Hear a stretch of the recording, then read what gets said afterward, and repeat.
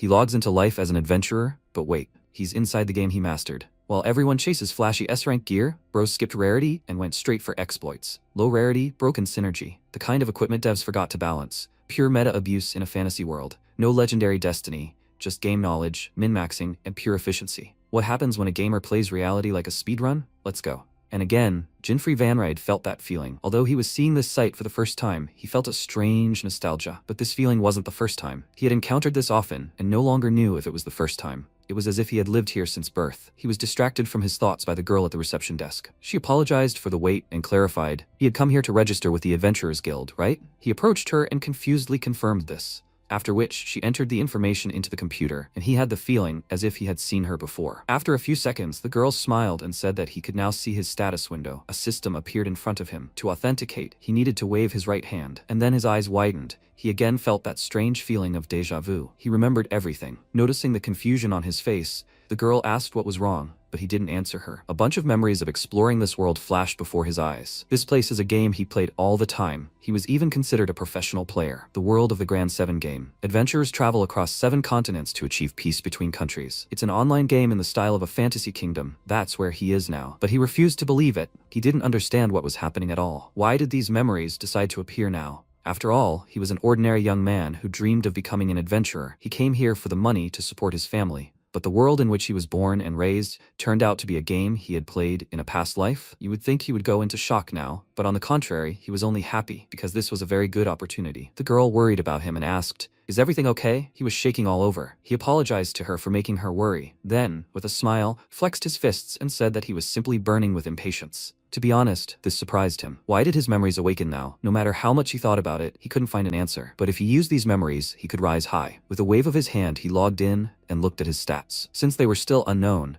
he could only see his general characteristics. Flexible, but not paying much attention to detail. The girl awkwardly wished him a safe journey, after which he passed through the portal and found himself in a truly fairy tale place at the baptismal altar. He was amazed by the beauty here, and noted that everything here looked just like a location from the game. He glanced at the main island. This is where 5 new adventurers usually gather, and for now, all the events from the game are repeating themselves. But he should remember that now this is his reality. He doesn't have an autosave feature, and if he dies, he won't be resurrected. But if he uses these memories wisely, he could become a true adventurer. Afterwards, they announced that the baptism ceremony would begin in 30 minutes, and they should all prepare their weapons. Jinfrey smiled and noted that it was the same in the game. He teleported to the main island, and all the adventurers immediately scattered, searching for suitable weapons. Fights quickly broke out. They began arguing over who got their weapons first, and those who had already made their choice simply had theirs taken away. Watching these fights, Jinfrey noticed that the same thing happened every time. The forced profession selection system. At the baptism, the player is given a choice of professions to learn, but this list is limited. Newbies were foaming at the mouth, trying to get something cool for themselves, while he tried to approach his profession selection responsibly. The man who had been arguing with the girl over a spear finally managed to take the weapon from her and bragged about it. Jinfrey ignored him, and noticing his indifference, he immediately called him an upstart. MC approached the remaining weapons and wondered what to choose. Of course, he chose the dagger, but its stats were very poor. The guy laughed at him and asked if he seriously wanted a dagger with only attack power. He hoped he wouldn't regret his poor choice later. He only smiled in response. Of course, a sane adventurer would hardly choose such a weapon. But in this world, the concept of common sense is distorted. The opinions of ordinary extras don't apply to real people, which is why he chose an ordinary dagger. The loudspeakers announced that the baptism ceremony was beginning. They had 5 minutes to kill as many monsters as possible. After that, the island was surrounded by insects, a type of insect that only appears in the altar's location, the honey centipede. The MC knew their poison could easily destroy a person. The guy told him to try not to die, then smirked, and he wondered what he'd ever done to him. He'd continue to ignore him. There were similar NPCs during the baptism as well. The trial began. The monsters immediately attacked, and Jinfrey noted that they behaved exactly the same as in the game. This meant their weaknesses hadn't changed either. When one of the centipedes pounced on him, he told it not to underestimate him, then pulled out his dagger and delivered a swift blow that split the monster in two. The system informed him that the honey centipede had been defeated, and the other adventurers were simply shocked by this sight. MC landed a direct hit on the honey centipede, which the guy envied. Logically, he shouldn't have been able to kill the insect with such a weak weapon. But every game has a bug, and this one is no exception, though it only works in this location. If you hit a honey centipede's weak spot with a regular dagger, it will die in a day with one hit. The game itself had a similar bug, but only Jinfrey knew about it, and he was now taking full advantage of it. Meanwhile, The others were struggling to fend off these pathetic insects. The guy swung his spear, killing 2 at once, and laughed, bragging to the others about his abilities. That's what it's like to be a spearman. MC glared at him, thinking he was taking the time to shout. It was only drawing attention to himself. It wasn't exactly a popular profession among players. At that moment, a centipede attacked him. He quickly dodged the blow, stepping to the side, and it flew past him. Then he dodged a second blow and looked at his opponent with a smile, thinking that this was much more fun than in the game. When another insect attacked him, he braced himself and then dashed forward, instantly destroying this evil monster. Finally, the ceremony came to an end. Based on the results of the baptism, they will be given a profession suitable for their skills. The guy who killed 7 monsters was given a choice of only 3 professions: hunter, potion maker, and shield maker. Because of this, he was a little upset, as was the girl next to him. She wanted to become a summoner. The guy with glasses couldn't kill anyone, so he didn't pass the adventurer registration, but that upstart guy killed a whole 15 flying idiots and chose the swordsman profession. He glanced at Jinfrey, who was staring thoughtfully at the system window, and approached him, inquiring about his choice. When he saw his system window, he was shocked. All professions were available to him. After all, he had killed 33 monsters in all this time. This made him nervous and stepped aside, saying that he had done well too, even managed to become a swordsman. MC praised him and thought that with 15 kills, the probability of a swordsman appearing in the profession list was 2%, so he was quite lucky. In this game, the strongest professions are swordsman and summoner, so of course, he decided to distinguish himself and choose something else. The system informed him that since the profession was selected, he would have access to starting equipment according to his specialty. Now his profession is potion maker with the special skill synthesis. The notification about his profession choice came to everyone. They stared at him in shock, and the guy exclaimed, "What is he? An idiot. How could he choose this?" He just smirked in response, then went into his inventory,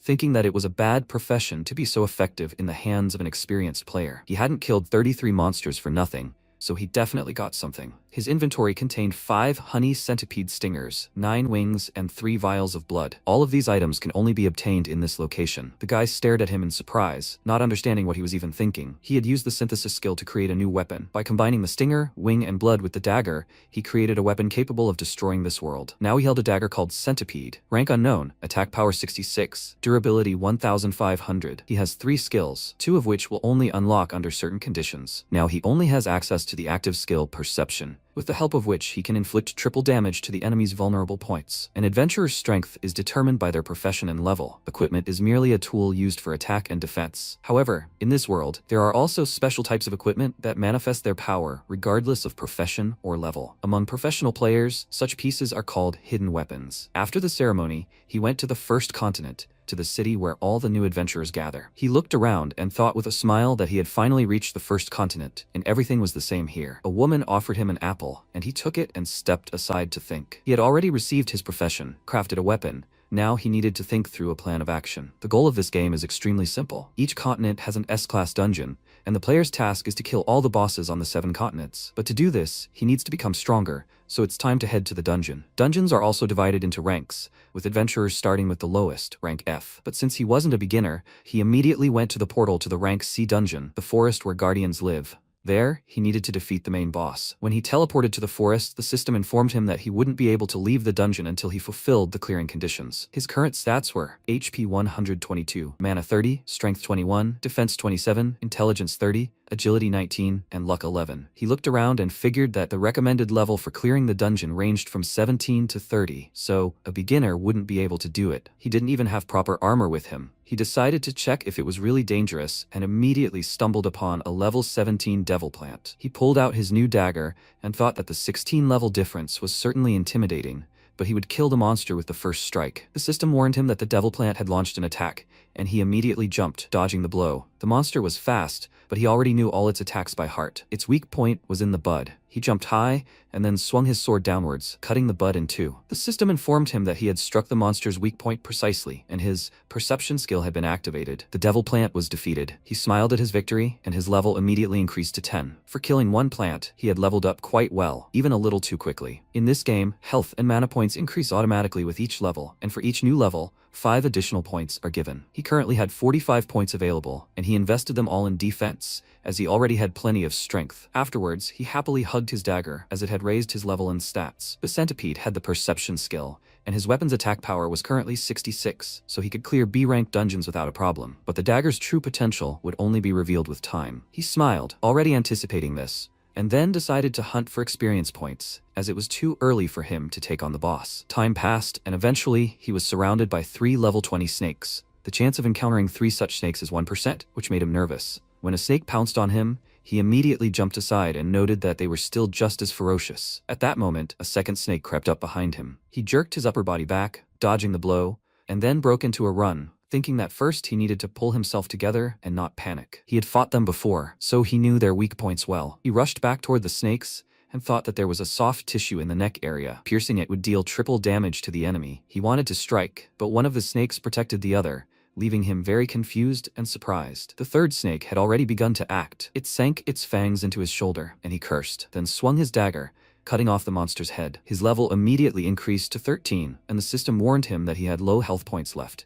He needed to immediately leave the danger zone and heal. One bite took away almost all of his health, but Jinfrey had foreseen even this situation. It was worth it, after all, that he'd invested all his points into defense at level 10, and even though he had very little health right now, he still hadn't died. All the conditions were in place to activate the dagger's second skill, Centipede. His agility had skyrocketed to 190, allowing him to immediately deal with the monsters that rushed to attack. The second skill, a passive one called Divine Speed, increases agility tenfold when the user is on the verge of death. As the monsters' heads fell to the ground, the system informed him of his level increase to 17, and he glanced at their bodies, saying he wasn't going to die that easily. After that, he decided to rest. Settling down under a tree, he sighed heavily and thought he'd leveled up quite well, though he'd almost died. It would be nice to restore his health, but then his skill would stop working. Giving up such a bonus would be a shame, so he needed to hold out a little longer. However, it wasn't worth taking any more risks. Then he went hunting again, this time encountering a bizarre monster that he quickly killed. He glanced at the pile of bodies around him and smiled, noting that everything was as he thought. Killing monsters had become easier with this skill, and it was worth activating it. Now his leveling up would go faster. After killing the boss, he would be able to use a new synthesis. For this, he would need water, thorny grass, a large blueberry cluster, a caterpillar, skull jelly leaves, a blood flower, and a chestnut seed. Synthesizing a D-rank item requires a lot of ingredients. While he was pondering all this, a bear attacked him from behind, but he dealt with it without much effort and continued thinking. The number of ingredients made him feel like he was cooking something from real life, and such aspects spoil everything. Since grumbling wouldn't help matters, he moved on. He needed to have time to gather everything before meeting the boss. Near the waterfall, he found the first 2 ingredients, then the third, a bunch of blueberries. He smiled, thinking that the work was going quickly, and suddenly someone called his name. He turned around and saw 2 guys coming out of the forest. He immediately remembered one of them. They grew up in the same village. The guy grinned and said that it was really him. He didn't believe that the loser Jinfrey became an adventurer. He remained silent and thought that it was Julius. He became an adventurer 2 or 3 years ago. But it's strange that he still wanders through such dungeons. The guy asked so he really chose the profession of potion maker? It's so funny, and his weapon is bad. His friend asked, who is this? Is this his acquaintance? He confirmed it and said that he has known him since childhood. His family was the poorest in the village. Let him ignore him. He was always strange. His father died long ago. His mother is bedridden. His friend said he was unlucky, while MC was wondering why he met him of all people. His father died when he was little, and his younger sister still looks after his mother. He became an adventurer to make money. Julius called out to him and asked angrily, is he even listening to them? They were even talking about him. And what's with that look? Apparently, he hadn't been beaten for a long time. He grabbed him by the clothes and pulled him towards himself, and he wondered what he should do with him. Suddenly, someone roared loudly. They immediately turned towards the sound, and Julius's friend looked up, nervously saying that it was a monster. The boss of this dungeon, a level 31 Cyclops, appeared right in front of them. Julius worriedly called out to his friend and asked, why is he standing? They needed to get out of here quickly. Jinfrey said that he had already become his target, after which the Cyclops pounced on the poor guy and finished him off with one blow of his club. Looking at what was left of him, they both fell into shock, and Julius fell to the ground in fear and screamed. The Cyclops immediately turned its attention to him, and the system showed Jinfrey that this monster had an all-seeing eye. He thought that fighting a boss with such a difference in levels was extremely dangerous. His defenses were too strong. If he didn't hurry, he would suffer the same fate as that guy. Without taking his eyes off the club rapidly approaching him, he dodged the blow and thought that, in addition to everything else, the Cyclops had a skill that allowed him to focus on only one target. At that moment, the system notified him that he had become the Cyclops' target. Because of the all-seeing eye, no prey would escape him.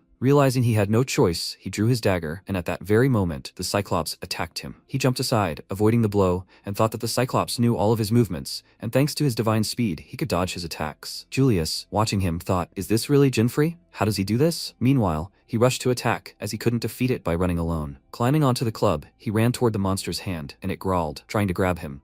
But he managed to jump high and end up above it. Since the monster's neck was exposed, he decided to attack, and as soon as he struck, all his fears were confirmed. No damage was dealt. Feeling the blow, the Cyclops immediately swung its club, and he quickly jumped to the ground and noted that it was hard to fight with such a difference in levels. Meanwhile, Julius hid in the bushes, but didn't leave. He decided to watch Jinfrey and thought that he was somehow fast. Could he really have some kind of buff? He dodged another blow at that moment and thought with annoyance that he wouldn't be able to create it this way. He already had a large blueberry cluster, thorny grass, and a blood flower, and the other ingredients could be found nearby. If it weren't for the boss, he would have found everything long ago. His gaze fell on Julius, or rather, on the bushes he was hiding in. The 3 remaining ingredients were right in front of him. He immediately rushed to the guy, who exclaimed in fear, "Where is he running?" MC quickly collected the 3 ingredients and ran on. Luckily, there was a lake nearby, which meant his last ingredient, water. He went into the water and immediately used synthesis, creating an E-rank poison. If the poison enters the body, health will gradually decrease with each second. Seeing this, Julius exclaimed,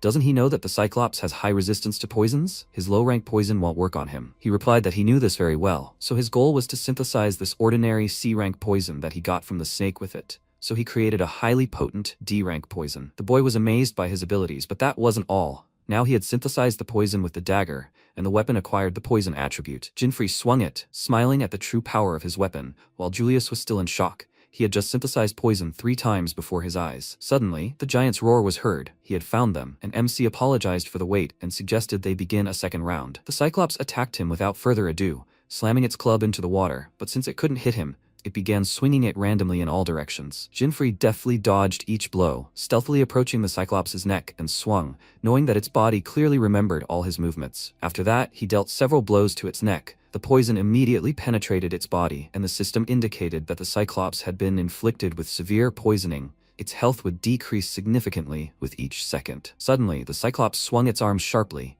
removing the poison from its system, and MC immediately began a new series of attacks, saying that he would inflict poison on it with each blow. As soon as the poison spread throughout its body, it immediately removed it from its system, and Jinfrey began attacking again, and so on in a circle. Because of this, he was able to greatly exhaust the monster, and it was time for the final blow. He jumped high and aimed at the Cyclops' eye, and when he struck it, the system informed him that he had attacked the monster's vulnerable point. The perception skill was activated. The Cyclops screamed loudly in pain, and when the skill did its job, it collapsed to the ground. The system informed MC that he had killed the Cyclops and would now be awarded experience points. Meanwhile, Julius, hiding behind a tree, looked at the guy in surprise and wondered if this was really the Jinfrey he knew. Noticing his gaze, he flinched in fear and then took off running, begging him not to kill him. He watched him go and then checked his status window. He was now level 23. As soon as he accumulated 90 points, he would immediately distribute them. But for now, he needed to do something else. He opened his inventory. As a reward for defeating the dungeon boss, he received 350,000 gold and a D-rank Cyclops Fang. He was very happy and had already decided to send half the coins to his mother,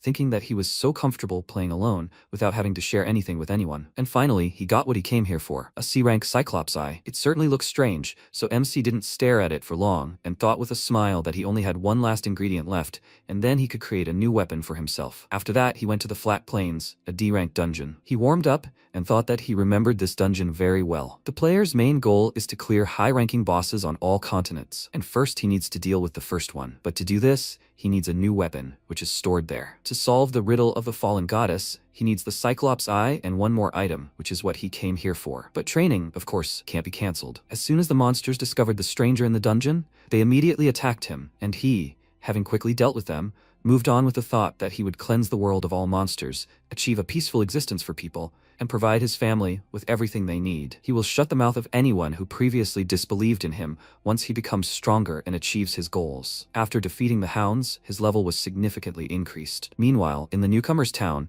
the Adventurers Association announced that today's main star was a newcomer who killed 33 monsters during his baptism, thereby setting a new record. This event became the most discussed topic among the other adventurers. According to the guild, this guy's name is Jinfrey Vanride. He has black hair and blue eyes, and right now he is in the starting adventurers town. It's time for other news. A group of suspicious adventurers was arrested for excessive hunting of cobalt birds. Meanwhile, MC slew another monster and thought it was strange. He had been walking around here all day and still hadn't encountered one. He collected a lot of materials, but still didn't find a cobalt bird, although they weren't that rare in the game. There are 7 dungeons on each continent, ranging from F rank to A rank. There's also a C rank dungeon where the boss himself lives. The birds should live here, in the D rank dungeon. He decided not to waste any more time here and instead go find out about it in the city. When he arrived, he immediately went to a store, which just happened to be robbed. Several men carried a couple of bags out of the store and pushed Jinfrey, who was blocking their passage, after which they ran off, rejoicing at their large haul. MC watched them go and wondered, are they robbers? These rude men were so overjoyed at their impunity that they started pushing everyone around, and a woman with a little girl fell under their heavy hand. She flew down the stairs and screamed loudly in fear, but before she hit the hard floor, Jinfrey caught her and glared at the guys, who had already run away, afraid of the consequences. The girl's mother thanked him for his help, and then began to calm her daughter, and then the shopkeeper approached them and hissed curses through his teeth. Those were the dregs of the mountain hounds. MC asked what he was talking about, and he told him about the new guild. They had taken over the entire district, and were now demanding payment from shopkeepers for their work. They had even taken all his goods. He had also heard that they were responsible for the mass extermination of cobalt birds. Now Jinfrey understood what was going on, but he was very surprised at how quickly he had gotten the information he needed. The man sighed heavily and said that the worst thing was that they lacked any sense of honor. They were ready to maim even children and women. At this rate, he would have to close his shop. After that, he left, and MC thought about those guys. This is bad. The guild is a group of adventurers. He can't stand up to that many people. But since they cause trouble for innocent people and exterminate cobalt birds, he became furiously motivated to teach them a lesson. Now he has a personal grudge against them. He rushed after the guys to give them a couple of good kicks and found their lair. One of them was just now bragging to his friends about what and how he stole from the store. The man said that the master said that it was time for them to expand their influence, and Jinfrey, meanwhile, thought that they really are a guild of thieves. Where do they keep the cobalt bird feathers? He saw them moving things, and among them was a box with jars with feathers inside. He gritted his teeth in displeasure and thought, is it because of them that he couldn't find a single bird? Meanwhile, the man turned to his friend and asked if he'd heard the news from the association. Some guy had killed 33 monsters in 5 minutes. It was probably all a lie, just empty gossip. The others agreed, but MC wasn't listening at all and was wondering how he could get the feathers. Suddenly, a guy's voice came from behind him, pointing a knife at him and asking what he was doing there. He immediately turned around in fear and thought that it seemed like they all had the thief profession with a special stealth skill, so it was no wonder he didn't notice him at all. He nervously raised his hands and told him that he was just passing by, but the guy, of course, didn't believe him and said that a couple of days ago a spy from another guild said the same thing. Will he figure out what happened to him himself, or should he tell him? He smiled nervously and looked away, after which the guy attacked him, and he dodged his quick attack and then took out his dagger, hit him in the leg, causing him to fall, and hit him right on the back of the head with the hilt, causing him to lose consciousness. His body fell with a crash right onto the boxes. The others heard this and went to check what was going on, and seeing Jinfrey, they immediately became aggressive. The man exclaimed, a spy from another guild came to them again? He immediately started denying everything. He said that he didn't want to fight them. He just wanted the cobalt bird feathers. And then he realized that the weapon in his hands said otherwise. He immediately fell silent, and the man asked, was he following them? What did he do to their comrade? MC lost his patience. He said that apparently they wouldn't be able to talk, and so he would have to do it the old-fashioned way. After that, the guys attacked him. He immediately parried the swordsman's attack and hit him back in the face. He grabbed his bleeding nose and exclaimed that he broke everything, and he asked him not to lie. If he doesn't deal with him quickly, reinforcements will arrive, right? It's like fighting alone against an angry mob. It irritates him. The guy attacked him from behind, calling him an idiot, and he immediately crouched down and then kicked him in the chest, pushing him away. Then another guy attacked him. He ran at him, spear thrust forward, and Jinfrey grabbed his weapon, stopping him, and then struck him in the stomach. The system told him that he had hit his opponent in a vulnerable spot, so the perception skill was activated. Realizing how painful it was, MC apologized to him,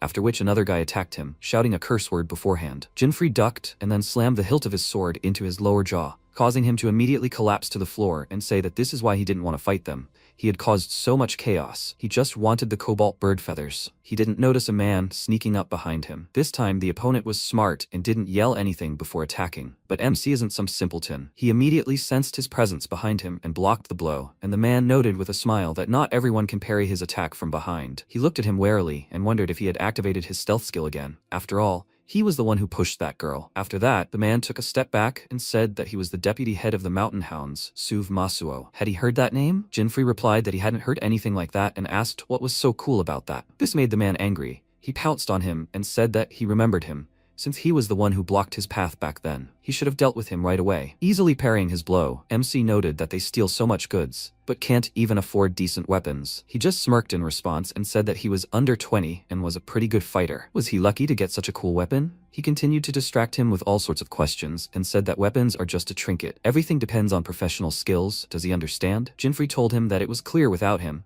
after which Suv delivered another blow, which he immediately dodged. He said that you can already tell what profession he chose by his appearance. This is the basic clothing given to you when you choose the potion master profession, right? His profession is certainly bad, but the weapon is very rare. So that's why he's still standing? MC became wary, realizing that he wanted to take his weapons, and he, summoning several daggers at once, asked, "He's never fought against adventurers, right?" He pointed all 3 daggers at him, then threw them at him, and he swung his weapons, parrying each blow. Sov said that in these battles, the one who first recognizes the opponent's profession wins. His only skill is some kind of synthesis, so he wins in terms of physical strength. But what about him? He doesn't even know his profession. Jinfrey asked if he was a thief, but he used the stealth skill. The man became very agitated when he recognized it so easily and immediately began to deny everything, saying that he was actually a summoner. His words only confirmed that he was a thief, and he thought that fighting against them would be quite unpleasant since they had the stealth skill. He would be offended if he took his dagger, so he couldn't hesitate. After that, he immediately rushed to attack, but before he could strike, 2 guys appeared behind him and immediately pounced on him. He realized that they were using stealth skills to approach him unnoticed, and immediately began to dodge their attacks. He had to increase the distance between them,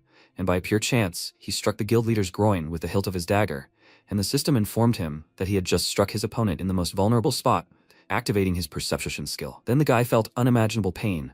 His loud scream caused the windows in the nearby houses to break, and then he fell unconscious. His comrades immediately rushed to his aid, and the sight of his rolled eyes and foam at the mouth made them very uneasy. MC apologized to them, saying it wasn't intentional, then approached them and pointed out that the battle wasn't over yet. If they didn't want to end up in his place, they should give him the cobalt bird feathers right now. The guys were terrified, then immediately rushed for the box with feathers, but reinforcements arrived just in time. The guy, who had brought a bunch of other people with him, pointed his finger at Jinfrey and told them that he was the one who killed everyone here. He was definitely a spy from another guild. The MC nervously exclaimed that they had gotten it all wrong, and then the entire angry crowd pulled out their weapons. One of them said that it took a lot of courage to attack the mountain hounds. His comrade noticed a guy lying at his feet foaming at the mouth, and when he realized it was the deputy leader, he panicked and exclaimed, "What's wrong with him?" But the deputy leader didn't react at all. He was still unconscious. The guy said that he couldn't believe that he managed to defeat Sov himself, and his friend exclaimed that that couldn't be true. He probably overdid it with the drink again. That's why he lost. No one would have defeated him sober. The MC smiled nervously and thought that he was sure he hadn't been drinking. He was just overconfident. Finally, the guild leader appeared.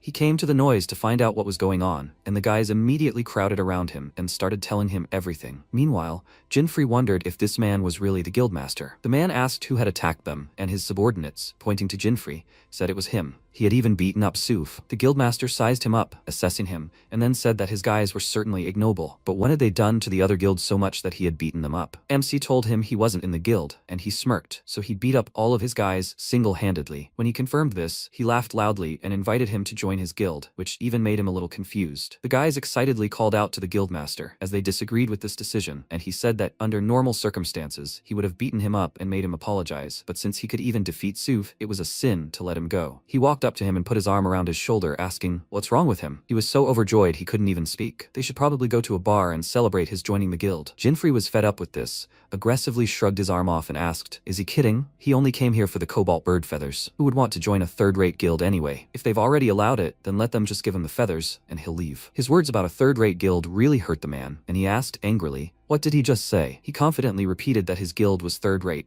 They only attack the weak because they're no match for the strong. Immediately after that, the man lunged at him, swung his weapon, and MC managed to jump aside just before the powerful blow, which left a dent in the floor. The man was very angry. He took back his words and said that he was the first one who was able to dodge his blow. He would not kill him, but he would beat him to death and then sell him into slavery. Jinfrey immediately realized that this devastating force definitely didn't belong to a thief, and then another fight broke out. The guild leader attacked, dodging deftly as always, then increasing the distance between them and thinking that he didn't want to see his professional skills, so he needed to deal with him quickly. He then rushed in, ducked, dodging his blow, and then jumped behind him and struck. The man immediately began to examine the impact site, but the fact that there was no wound there confused him. The attack was quite powerful, but he struck him with the back of his dagger. MC turned to him, watching his every move. After that, the man put away his weapon with a grim expression, causing MC to begin to guess his profession. When he used the skill Massacre, which doubled his attack power for 3 minutes while equipped, He realized he was a fighter. Seeing this, the guild members rejoiced and began cheering for the guild leader. The man glared at his opponent, then pounced on him with his fists, but instead of hitting Jinfrey's face, he hit the wall behind him as he had managed to dodge. Meanwhile, he thought about how dangerous his skill was. If he got hit, he wouldn't escape alive. Suddenly, the man appeared in front of him, swinging his fist, wishing him death,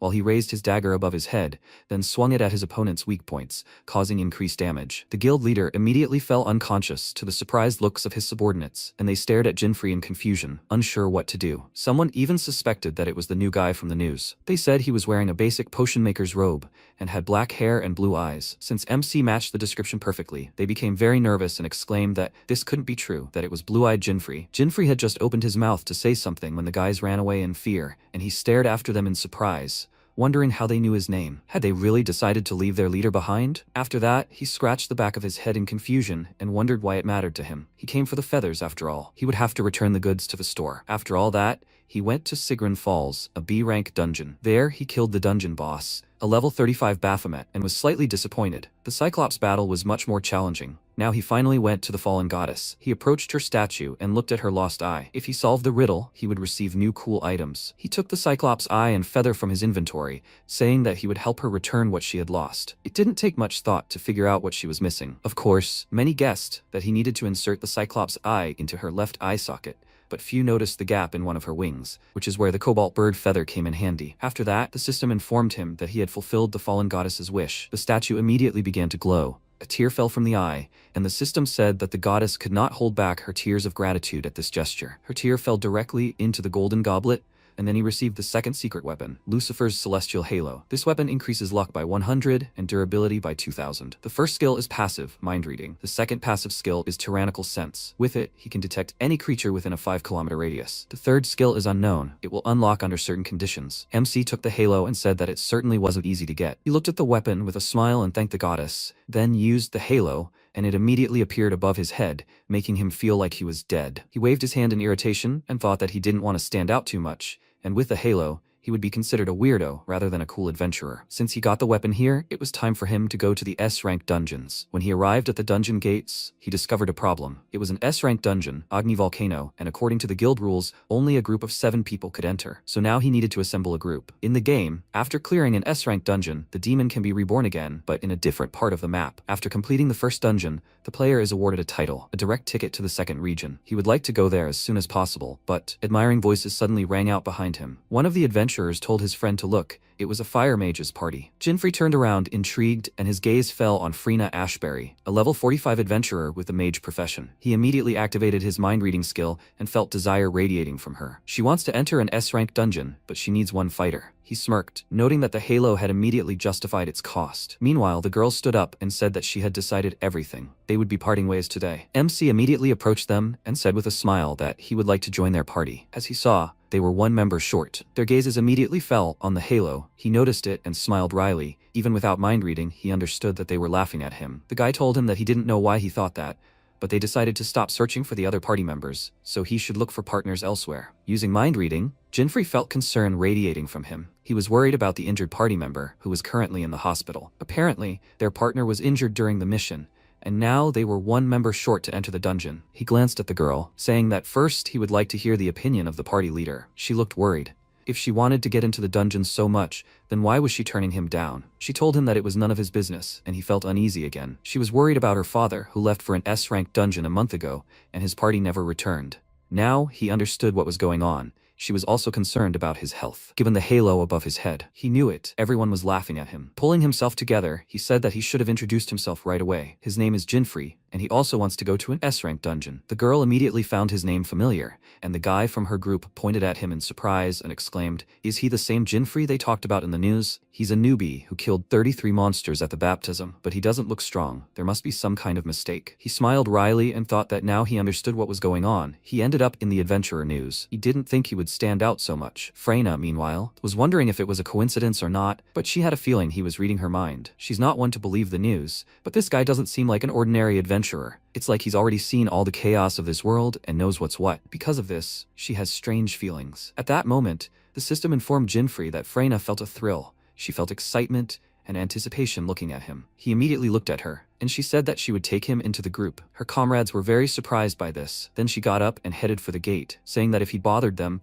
they would leave him right there. MC was very happy that everything worked out for him. He would finally be able to enter the dungeon. Very soon they found themselves inside, right next to a hot volcano. In the end, Jinfrey was put in front. This is not the best position, especially in case of an encounter with a monster, and that girl followed behind. One of the team members whispered to the leader if everything would be okay. He didn't trust him. She told him not to worry. The main thing is to point him in the right direction. In a worst-case scenario, they would use him as bait. The guy walking second called out to Jinfrey and asked if he was really the guy from the news. Since he hadn't been listening to the news, he didn't know what to answer and frowned suspiciously. The system immediately told him that Arthur was in disarray and didn't trust him. His comrade told him not to believe all the rumors and to let him look at him. Does he look like the guy from the news? A halo doesn't say anything about his strength. MC was starting to get fed up with all this. His halo might look stupid, but it was actually very useful. And then the halo's second skill activated, and a suspicious movement of magic was noticed. Sensing the monsters from the top of the mountain descending right here, he thought it couldn't be. He immediately turned to his team members and asked the mages to set up defensive barriers. They looked at him in confusion, after which he told them to act quickly. An eruption was about to begin. The man looked at him with irritation,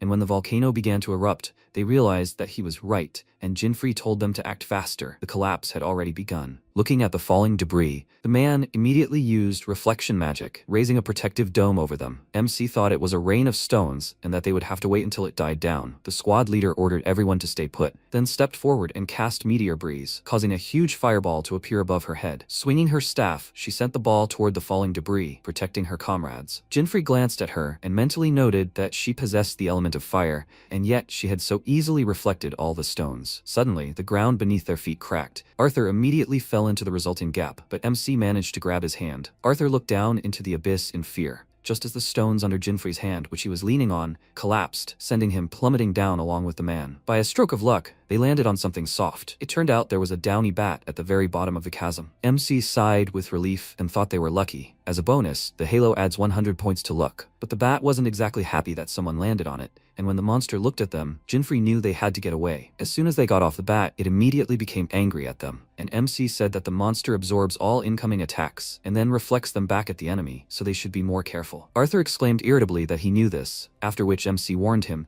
that it was about to attack. The bat roared loudly, and Jinfrey immediately rushed to the guy and grabbed him, running away with him, thus saving him from the rocks flying at him. After that, he threw Arthur against the wall and exclaimed in irritation that he had told him to be more careful, unless he wanted to die here, of course. He prepared for another attack, and Arthur, looking at the depression left on the wall by the stones, realized that if he hadn't pushed him away, he would have already turned into a pancake, and this monster is not yet S rank. As soon as the bat rushed towards them, MC immediately swung his dagger, instantly dealing with the monster, and Arthur looked up at him in shock, thinking, did he kill the monster with one attack? Meanwhile, Freyna used her magic on the rift, which shows vital signs, and her comrade worriedly asked what was there. She answered him that everything was fine, Arthur was alive. She remembered Jinfrey and thought that this strange guy took a risk to save him, and he also felt the earthquake before everyone else. Her squad members said they would go down there too, but she forbade them. They still had a battle ahead of them, so there was no point in wasting their energy on that. Their goal was to kill the demons and bring peace back to the continent, so they would continue on to the top and meet them along the way. They shouldn't worry. Arthur was her brother. She had trained him personally, but she was very worried about him and silently asked him to reach the top safe and sound. She also hoped that her father was okay too.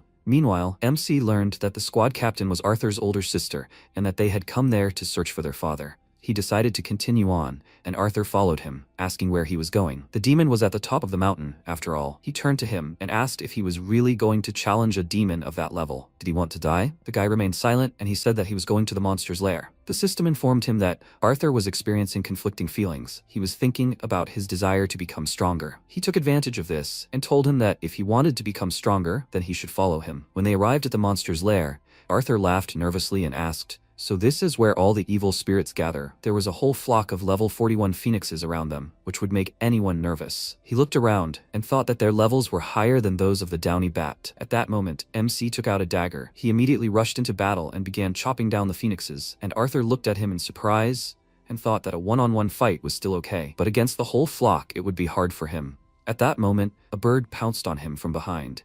He noticed it in time and crouched to the ground, dodging the hot flames. Immediately after that, he stood up and took out a dagger, and the phoenix took off and began circling above him. Realizing he couldn't win in close combat, he pulled out his bow and arrow, deciding to find a good position and start shooting. He fired, hitting the phoenix in the head, and then told Jinfrey there was no need to mess with him. He definitely wouldn't lose one-on-one. He turned to check on him, and was, to put it mildly, surprised to see a pile of dead phoenixes around him. In all the time he'd been fighting one bird, Jinfrey had already managed to fry some meat and eat it. Arthur looked at him in shock, and wondered if he'd already dealt with all the other monsters. MC continued eating the phoenix meat. It tasted like chicken, but suddenly he felt sick. Apparently he'd overeaten, but it doesn't grant any buffs. At that moment, his skill detected a stream of magical power heading this way, and he, putting a piece of meat in his mouth, turned around and thought, why now? A level 45 salamander, the main boss of this dungeon, emerged from the darkness, which Jinfrey clearly wasn't expecting. He felt really sick, causing his stats to drop, and he vomited, and Arthur worriedly exclaimed, what's wrong with him? Wiping his mouth, MC told him to be careful.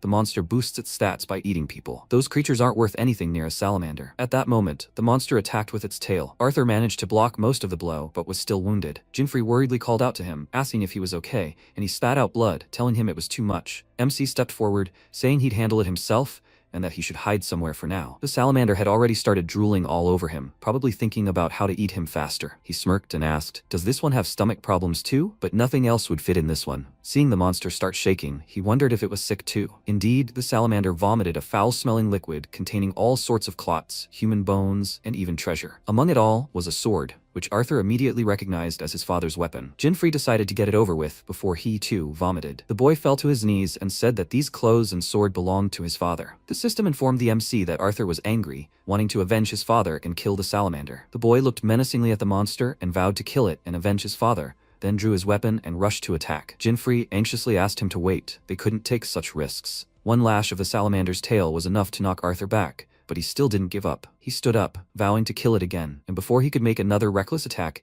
MC tackled him to the ground and yelled, didn't he hear him? He told him to wait. Arthur furiously told him to let him go, and he exclaimed, did he want to die? The salamander can't be defeated alone. He asked how he knew that, and he yelled, is he completely crazy? What about his family? What will happen to them if he dies here too? After these words, his mind returned to clarity, and Jinfrey told him to finally understand this is not an opponent that can be dealt with one-on-one. He burst into tears and exclaimed that he understands this, but this won't make him retreat. His father is dead. The system told him that Arthur is angry with himself, since he is powerless in this situation, and he let go, apologizing to him for yelling at him. He looked at the salamander and asked, he is a hunter, right? Not the most suitable class here. Does he have anything in his inventory? He replied that he only had arrows, healing potions, and downy bat hair. He was surprised by the last item since he clearly didn't take it. MC smiled and said that it was thanks to the hunter class's passive skill. Why wouldn't a hunter take something useful with him? Arthur didn't understand what he meant and suggested that they talk about it later. Let him listen to him carefully. He had a plan. The two of them would finish off the salamander, and it would be their secret. Since this monster is a difficult opponent, they would have to use stealth. They both prepared for battle, and when the salamander began to approach, Jinfrey asked him to cast a buff on it. The guy cast a spell and cast a battle inspiration effect on him, which would last for 5 minutes. During this time, his muscle strength and speed would be increased by 30%. Noticing that he had become stronger, the salamander became agitated, while Arthur pulled out some bat hair and asked, they'll use this later, right?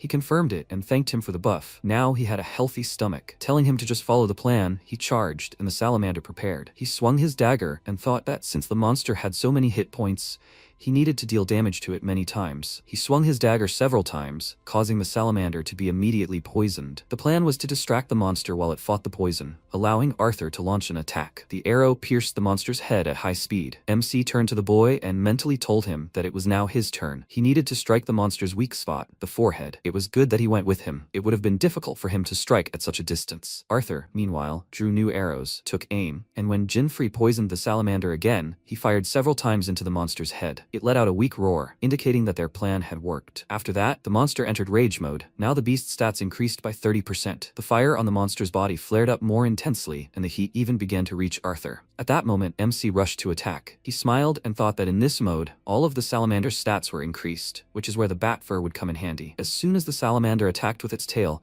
he extended a tuft of fur forward and blocked the blow, grinning, noting that it was good that they were prepared. In this mode, the weak points change. If before it was the forehead, now it's the front legs. He had told Arthur about this beforehand, and now he aimed directly at that spot. As soon as the arrow pierced one of the legs, Jinfrey severed the other, and the poison quickly spread throughout the monster's body. The system informed him that the mind's eye had been activated, and when the monster screamed loudly in pain, they began attacking it from all sides. Now victory was assured. The salamander staggered, barely standing, and Arthur, noticing this, immediately stopped his attacks. MC approached the monster and noticed that the flames around its body had weakened. The monster was currently on the brink of life and death, but if it managed to absorb the surrounding fire, the recovery process would begin. The system notified him that self-resurrection mode had been activated, and the salamander's health was gradually recovering. The fire began to intensify, and Arthur thought it would be difficult to defeat this monster, because if it managed to recover, they wouldn't be able to kill it in 5 minutes. Therefore, they needed to act now. He took aim and warned Jinfrey about this. Jinfrey, meanwhile, glanced at his opponent and smiled, saying that he understood everything. He rushed to attack, suggesting that they finish this lizard quickly, and the salamander rushed towards him. He stabbed it with his dagger so that its mouth opened, and when that happened, he tossed a furball and told Arthur to act. He replied that he already knew this, and as soon as the furball was level with the lizard's mouth, he fired, piercing it, and the arrow flew straight into the monster's throat. When the furball was inside the salamander and nothing happened, Arthur became nervous, but suddenly MC started counting down. As soon as he counted to 1, the monster's body swelled and then exploded. The fur of a downy bat absorbs damage, then releases it, tripling its power. The system informed him that the effect of the fighting spirit buff had ended, thanks to which the stomach debuff was removed. The salamander's body collapsed with a crash not far from them, and the system informed him that since the salamander was defeated, he received experience points. After that, they went to the top and waited for the others. When Jinfrey saw them, he removed his halo, and Freyna called out to her brother in concern. He immediately told them the bad news, then approached his sister and showed her their father's sword. He trembled, holding back tears, and said that the salamander had spat out the sword. After that, his sister hugged him tightly and said that it wasn't his fault. He had tried hard. He burst into tears and said that Jinfrey had done it, and she immediately turned her gaze to him. At that moment, he was digging in the ground, and everyone immediately realized that he was digging a grave. They decided to help him, and Freyna burst into tears. After which they placed the sword between the stones and said goodbye to their father. MC stepped aside and, watching him, remembered how he played with his sister as a child, and their mother ran into the house, telling them the sad news. Freyna distracted him from his thoughts. She said that she wanted to thank him for both her father and Arthur. He replied that he hadn't done anything supernatural. Arthur is able to defend himself. The guy said he wasn't an idiot and understood the level of his skills. If it weren't for him, he wouldn't be here now. He turned out to be much stronger than they said. The man said he couldn't even believe it, and Jinfrey decided to change the subject, saying that the main problem now was at the top of the mountain. There was a creature that ruled the creatures on this continent, a steel bear. Freyna, with a grim face, said that she would kill this beast, after which they began to climb. Along the way, they encountered many monsters, but they easily dealt with each of them and successfully reached the top of the volcano. They looked around in search of the demon, and then the lava in the crater of the volcano began to bubble, and then a column of fire rose upward. The squad members stared at the beast that emerged from the fire. It was a huge, 3-headed, level 50 steel bear with the special skill, Steel Waves. All 3 heads roared at once, the sound so loud that they all had to cover their ears. They immediately realized that this monster was incredibly strong, and it turned out that it could speak. The bear laughed and asked, "Have they come for their deaths?" MC immediately ordered everyone to retreat, its first attack being a fiery breath. His words were immediately confirmed. Freyna saw fire in the central mouth and ordered everyone to obey Jinfrey, to retreat to a safe distance. They broke into a run, and she, noticing that Jinfrey had remained in place, exclaimed, "What is he doing there?" He only smiled in response, and then the monster spewed flames from its mouth, completely engulfing it. The others, meanwhile, took cover behind the barrier. The flames even reached them. Not seeing Jinfrey near them, Arthur called out to him worriedly, but nothing could be seen because of the smoke that had risen. The bear laughed and said that one of them hadn't managed to escape. The temperature was too high,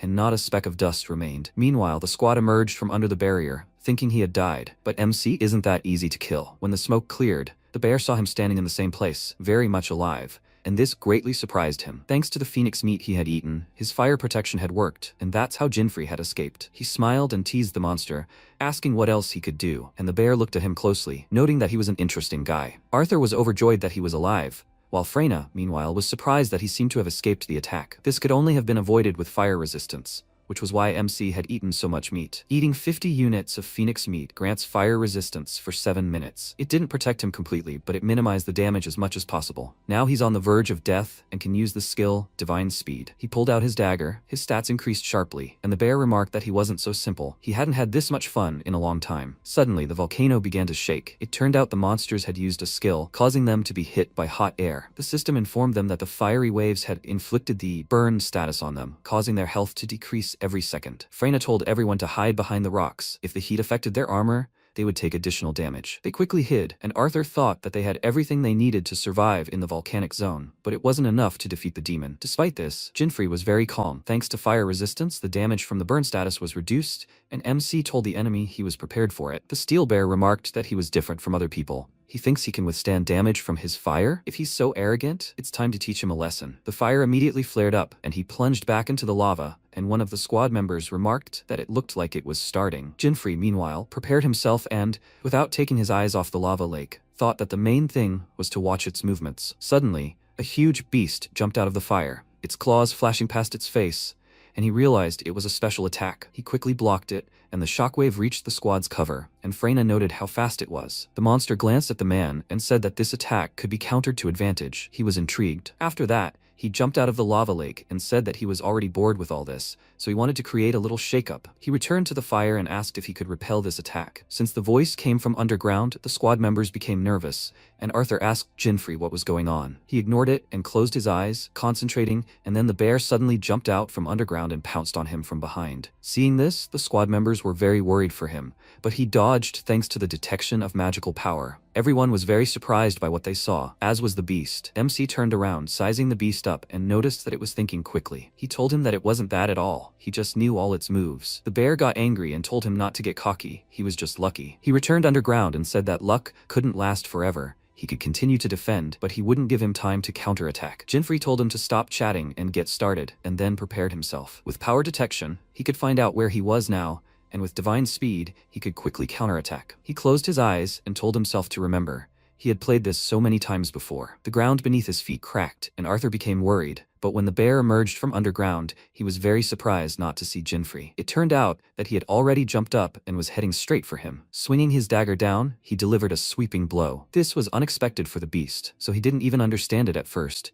and MC asked, "Who said that they wouldn't give him time to counterattack?" The beast didn't know what to say to this, and Arthur exclaimed that he was so cool. The beast pointed a finger at him with displeasure and said that there was only one attack, so he shouldn't get cocky. He wouldn't let him stand in his way. He was surprised because he had never heard this line, and when he dived into the lava again, he closed his eyes and thought that now was not the time to think about it. He needed to pull himself together. As soon as the monster emerged from underground, it immediately dealt a critical hit. Cursing loudly, the beast thought, how did he guess where it would hit? Jinfrey smiled. Good that he had an inner sense, and at that moment, the poisoning took effect. Feeling a sharp decline in strength, the bear became very angry, and MC said that he was not the only one who knew that he had no resistance to poisons. He also saw nothing wrong with taking advantage of an opponent's weakness, since that's how battles work. A man from the squad remarked that he was strong, and Freyna thought that even in large squads, many were afraid to fight demons, while he stood there with such pride. Jinfrey told his enemy that he had better hurry any more and he wouldn't be able to attack him. Thanks to the poison, he wouldn't be gone anytime soon. Immediately after, the bear growled in rage and a volcanic eruption began with him. He told him not to tempt fate,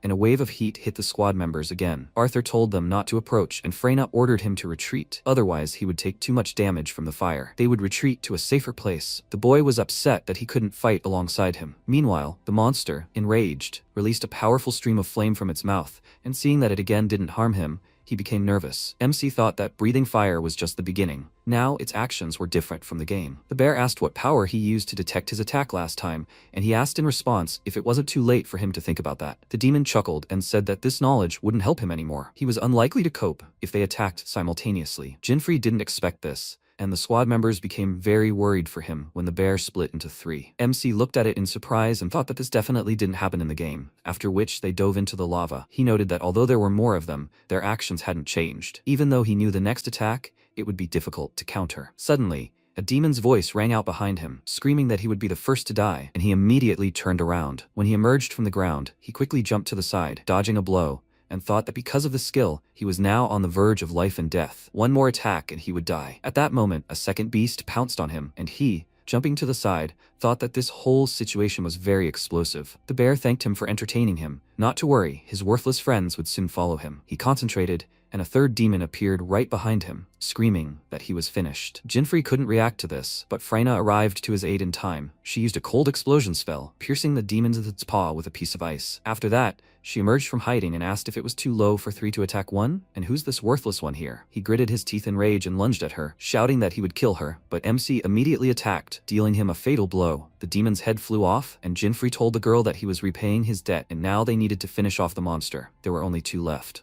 The system reported that the active skill, Inner Sense, had been activated. The steel bear had been defeated. Arthur clenched his fist and cried out joyfully. It worked! At that moment, the protagonist, holding his weapon, breathed heavily and thought, there are only 2 left. The next second, the steel bear leaped at him and shouted, "How dare you kill my brother?" Then the protagonist turned sharply and the steel bear shouted that it would tear him apart. At that moment, the protagonist held his sword in front of him and blocked its attack, and Freyna, standing behind him, created a magical symbol, also defending herself from the monster's attacks. The protagonist turned slightly and said that she could have used ice magic. She said that her fire magic was at a higher level than ice magic. He asked if it was okay for her to be at such a distance. Wouldn't the fire waves affect her? She replied that she had removed the status with a buff, but it wouldn't last long. He replied that he understood, so she shouldn't move. The next second, he used divine speed and attacked the dungeon boss, shouting that he should receive. Then he ran toward Freyna and plunged his weapon into the monster's chest. He managed to shout, "What?" The system reported that the active skill Inner Sense had been activated. The steel bear was defeated. After that, MC stood on its body and, turning slightly, thought that even though he should have died from the poison, one had managed to hide. With these thoughts, he looked at the lava crater and then turned to Freyna and told her that it was up to him from now on. She should go to a safe zone. She told him to wait. He should let her demonstrate her ability, Solar Flame. She created a magical symbol over the protagonist, and the system reported that thanks to Solar Flame, his attack power had tripled. Fire resistance had also increased, including equipment resistance. He thought his fire resistance was increasing. Then she showed him the magic symbol on her hand and said that because of this buff, she wouldn't be able to cast any spells. That was all she could do for him. She wouldn't interfere anymore. With that, she turned and walked in the opposite direction, and he smiled and said that he was grateful to her, a master of fire magic. Meanwhile, the steel bear was inside the lava and, clenching his teeth in irritation, shouted, "Damn it! He'd relaxed too much. Now he'll regain his strength, and then he'll crush these idiots into dust." At that moment, he heard a voice ask how much longer he'll rest. Maybe they'll finish this game of hide-and-seek already? At that moment, he saw the protagonist in front of him and shouted in surprise, "What? There's magma here. How could a normal person get here?" The protagonist was making a gesture that meant, "Oh well, he's fine." The monster thought it's impossible for him, a demon, to be defeated by just a human. At that moment, the protagonist cut him into tiny pieces. Meanwhile, the others gathered near the crater, and one of them cried out in fear, "An eruption? Freyna!" She looked ahead and said, "No, this." Before she could finish speaking, Arthur shouted, "Jinfrey." At that moment, he climbed to the surface, and the others ran up to him and shouted, "Is he okay?" Jitas shouted in alarm, "Is it over?" The man next to him shouted, "They must bring a recovery potion here." He replied, "Aha, it's over." Arthur then asked, "Was the demon defeated?" He replied, "Yes." Then Arthur turned to Freyna and shouted, "Sister." She looked at him and said, "Yes, she heard. Perhaps this will be a reward for father too." The next second, system windows appeared in front of them, saying, "The level 50 steel bear has been defeated. Reward and experience received." The protagonist smiled and said, "Excellent." He thought he was grateful for the 800,000 gold reward. The system window said, "Reward 800,000 gold. A hard bear claw, S rarity. A huge bear fang, A rarity." The protagonist thought, this is what he wanted, a rare claw and fang. Then Freyna turned to him and asked, "Jinfrey, how could they thank him?" Arthur added, "Without him they would never have won. They wouldn't even have reached the top. He was truly grateful." He replied, there was no need to thank him. It wasn't all his doing. Freyna added, "Well,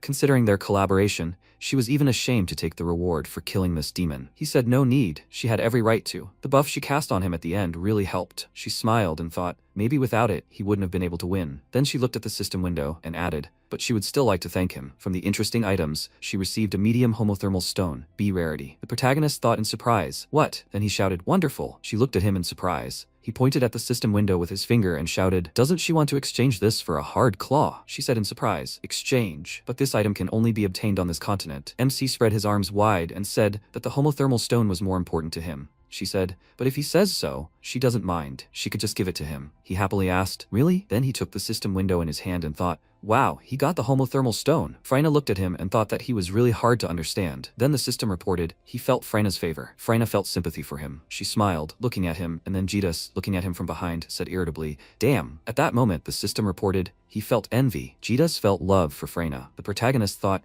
this is an unpleasant situation. But the main thing is that he got the homothermal stone. The next stop is the City of Desires, which is located on the second continent. After some time, he stood on the street of the city and said, "Here it is." He arrived on the first great continent, the central city, the beginning of the robbery. Freyna stood in front of him and said that they returned to their homeland for the first time since what happened with their father. She suggested meeting again sometime. Arthur came closer and said, "Jinfrey, he will train so as not to lose. He really is grateful to him for many things." He replied, "Yeah, good." Then they said goodbye, and he walked in the opposite direction, and thought that he had easily obtained the homothermal stone with which he wanted to go to the first great continent. Although he still had memories from his past life, he was glad that everything coincided so well. He sent money to his family and the place where he needed to go. After some time, he approached the portal between the first and second continents. People around were saying, "Didn't he defeat the demon? Could this really be the basic equipment for creating medicines?" Yes, that's right. At that moment, the protagonist looked at the system window, which said that the overthrow of the first demon was confirmed. He wants to move to the second continent. Then he went through the portal and began to disappear, and people around him said he moved. Maybe he just imagined it. After some time, he was on the second continent, the city center. The prison of desires, a second life. MC put his hand in his pocket and said, well, he's here. Then a system window appeared in front of him,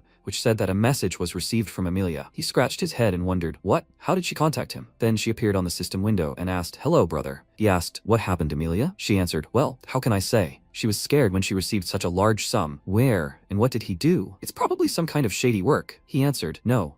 He thought he was keeping his decision to become an adventurer a secret from Amelia and his mother too, because they would both be worried. And then Amelia shouted, hey, can he hear her? He replied, yes, everything is fine. It's honest work. She said she hoped he was doing well. The thing was, Mom hadn't been feeling well lately. After a while, he sat down on a bench, puzzled, and thought her treatment would require much more money. He couldn't delay any longer. Mom! At that moment, he saw the guys in front of him talking. He should check out the auction. Were there any rare items? A high elf tier. At that moment, the protagonist thought, a high elf tier? He looked thoughtfully at the system window and thought, this is an item that cures all sorts of ailments, since it contains elements of a universal medicine. It's generally impossible to obtain on the second continent, but if he can get it, he could cure his mother. At the auction on that continent, where the rich gather, a high elf tier would probably be worth millions. Even though it wouldn't be easy to obtain, he still wants to participate in the auction, but he'll definitely need capital to do so. After some time, he arrived on the second great continent. Rank E dungeon, a tawny snowplain. He walked forward, looked around, and said that in order to earn money, it was best to go to a high-level dungeon, but he was there. Then, smiling, he looked to the side and said, oh! He noticed that a level 62 cat had appeared. He took out the items and thought, here it is. Then he handed it an item and thought, using the items he had received on the way here. The cat, noticing the item in his hands, meowed happily. The protagonist knelt before it and offered it a snowy plain vine, a red flower, and a frozen fish. He said that these were all for him. Then he pointed to the item and said that the red flower would make a very soft, comfortable bed. Well, how about him? The next second, the cat happily handed him a coin. The system reported a kitten's gold coin, rarity A. Description: a sparkling gold coin that doubles the amount of money received. The cat held a coin in his teeth, and the protagonist, holding out his hand, asked, is he giving this to him? He was grateful. He thought, great, now he had the kitten's gold coin too. Then he looked at the coin in his hand and thought, this hidden item could be obtained if he cheered up the cat. Now he would earn money faster by killing monsters. Then he started farming, receiving 80,650 gold several times, and 152,000 gold. After killing another monster, he opened the system window and said that he had also killed the dungeon boss and received 1,111,000 gold twice. He said that this was how he had collected the minimum amount. The system reported the amount received, 12,664,000 gold. He smiled and said that this amount would be completely enough for an army. Should he try to increase this upon returning to the city? After some time, the protagonist entered the establishment. He thought, backstage of a casino. People blinded by greed come here and you can find anything here. It's a dark place where there is no concept of decency. The people here are ruthless towards others. Then he looked to the side and noticed a man who joyfully shouted, bad. He won again.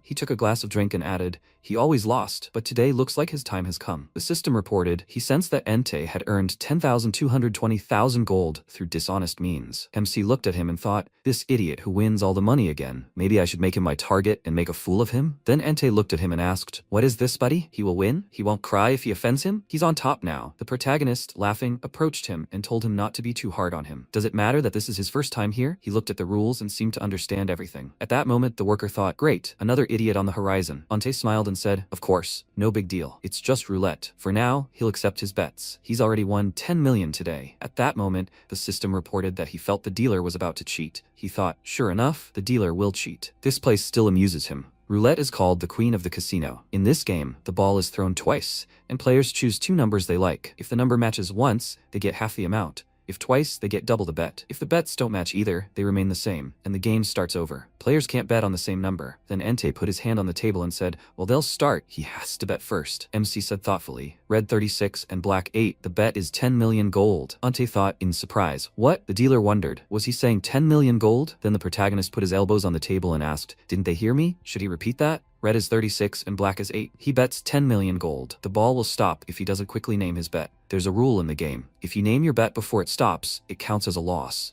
He asks him to quickly name the number. He thought, if he could even name it. At that moment, the worker wondered, what kind of idiotic coincidence is this? Why did he choose the same numbers he had in mind? The protagonist smiled and asked, what happened? The ball will stop if he doesn't answer soon. At that moment, Entei looked at the dealer and whispered, hey, what's wrong? Hurry, he needs to tell him the bet. He frowned and sighed in irritation. At that moment, the protagonist thought, thanks to the divine Halo skill, he knows what they'll say before they even open their mouths. The dealer's job is to act as a hunter. The sniper eye he was using is a professional hunter skill that allows him to hit all targets. Then the ball stopped, and the people gathered around it were surprised. Indeed, 36 red and 8 black came up. The protagonist folded his arms and, crossing his legs, said, "Looks like he's lucky today." He thought the dealer was telling the target person the numbers they'll bet in advance through gestures, but knowing their secret, he could use it against them. Then Ante shouted indignantly, "He's gotta be kidding. How did that happen?" At that moment, the worker turned around and said, "I'm sorry, manager." The man approached them and asked, "What happened?" Then the worker pointed his finger at the protagonist and shouted, "Cheater. He's cheating somehow. He bet 10 million and guessed both numbers. An incredible stroke of luck." Oliver folded his hands in front of him and, smiling,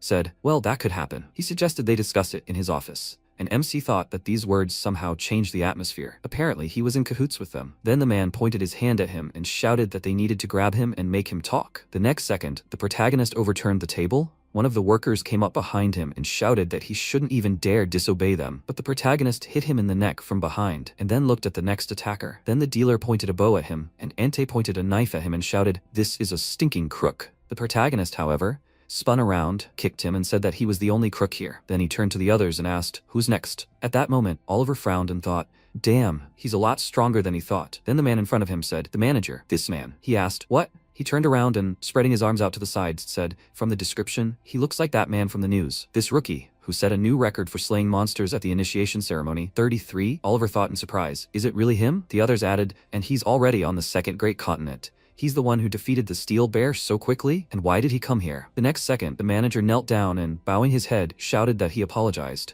for accusing him of cheating like that. At that moment, he chuckled and thought, if it was him on the news, then he still can't win. Nothing but complete collapse awaits him here. At that moment, the MC smiled evilly, and he added, he would also like to say that they are sorry if there is anything they could do for him. The protagonist said, "That's how." Then he leaned over and added, "He's going to take all the money in this place." Oliver yelled in surprise, "All the money?" The protagonist called up the system window and added, he'd also like an invitation to the auction. Oliver yelled, "An invitation too?" The MC asked, "Isn't that fair payment for slandering him as a crook?" "Yes, that's what he wants." Then he stood up and, turning in the opposite direction, said, "If they refuse, people from the Public Security Association will come to them. They don't want all this fuss, do they?" Oliver yelled in fear. He understood. He'd transfer the entire amount. After a while, at the central auction site, Second Life, the protagonist looked at the system window and said he'd collected the required amount. Today, if he's lucky, he'll get a high elf tier. He sat down and reflected that, thanks to the invitation he'd received, he'd been able to easily sneak into the auction to compete for the item he wanted. Meanwhile, Oliver, kneeling, desperately thought, oh shit, he robbed him completely. Then he looked forward in surprise and shouted, "Head of department." After a while, the auctioneer raised his hand and apologized for keeping them waiting. He offered to begin the auction. Today, they'd also be featuring some very rare items. They could look at the 11 items on display through the display case, and the first exhibit is a huge sword. It's highly prized by collectors, classified as A rarity. With these words, he pointed to the sword and added, "The starting bid is 2 million gold." The protagonist thought that in order to make medicine for his mother, he needed 3 ingredients: a high elf's tear, which could be obtained in a hidden dungeon on the 6th continent, an ice Dokimera fang, and ancient red earth. He thought it would be great if all 3 of these items were on the list. Then he wouldn't have to fight for them, and could finally calm down.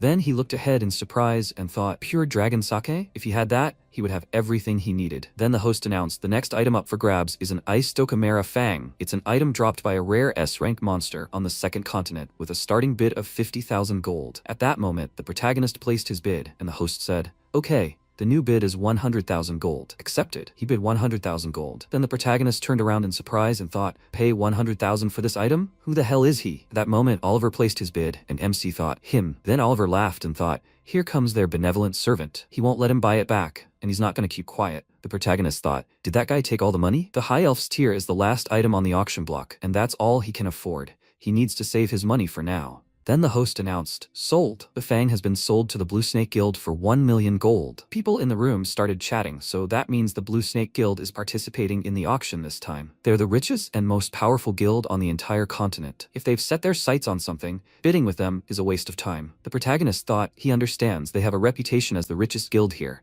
Everyone says that it is such a great guild. At this moment, Simon Bloodberry asked, that man? Oliver answered, yes, that's right. He is the head of the casino department, and he is an idiot who will completely ruin him. he added irritably. Moreover, he was only able to participate thanks to his invitation. We cannot give him a chance to take advantage of this situation. He said, really, he is not going to give in to a guild that secretly controls the entire city? Well, they will teach him a lesson. Then the host said, the next lot is number 7, Ancient Red Soil, an S rarity item that can only be obtained on the third great continent. The starting price is 7 million gold. MC made his bid. The host said, wow, that gentleman is betting 50 million. Wow. And again, the Guild of Blue Snakes. Oliver made a bid. The host said, he is quadrupling the bet. The protagonist thought in surprise that he understood everything, of course, but he never would have guessed they had so much money to quadruple the bid. The host added, and the Blue Snake Guild took the exhibit again. They had received the ancient red earth, quadrupling the initial bid to a record amount. At that moment, Oliver looked at the protagonist and laughed, and the system announced that it had sensed a worthless soul about to outbid all his bids. The protagonist thought it would be difficult to obtain a high elf's tier this way. His opponent was a great guild. In this situation, counting on victory was pointless. No, wait, what if?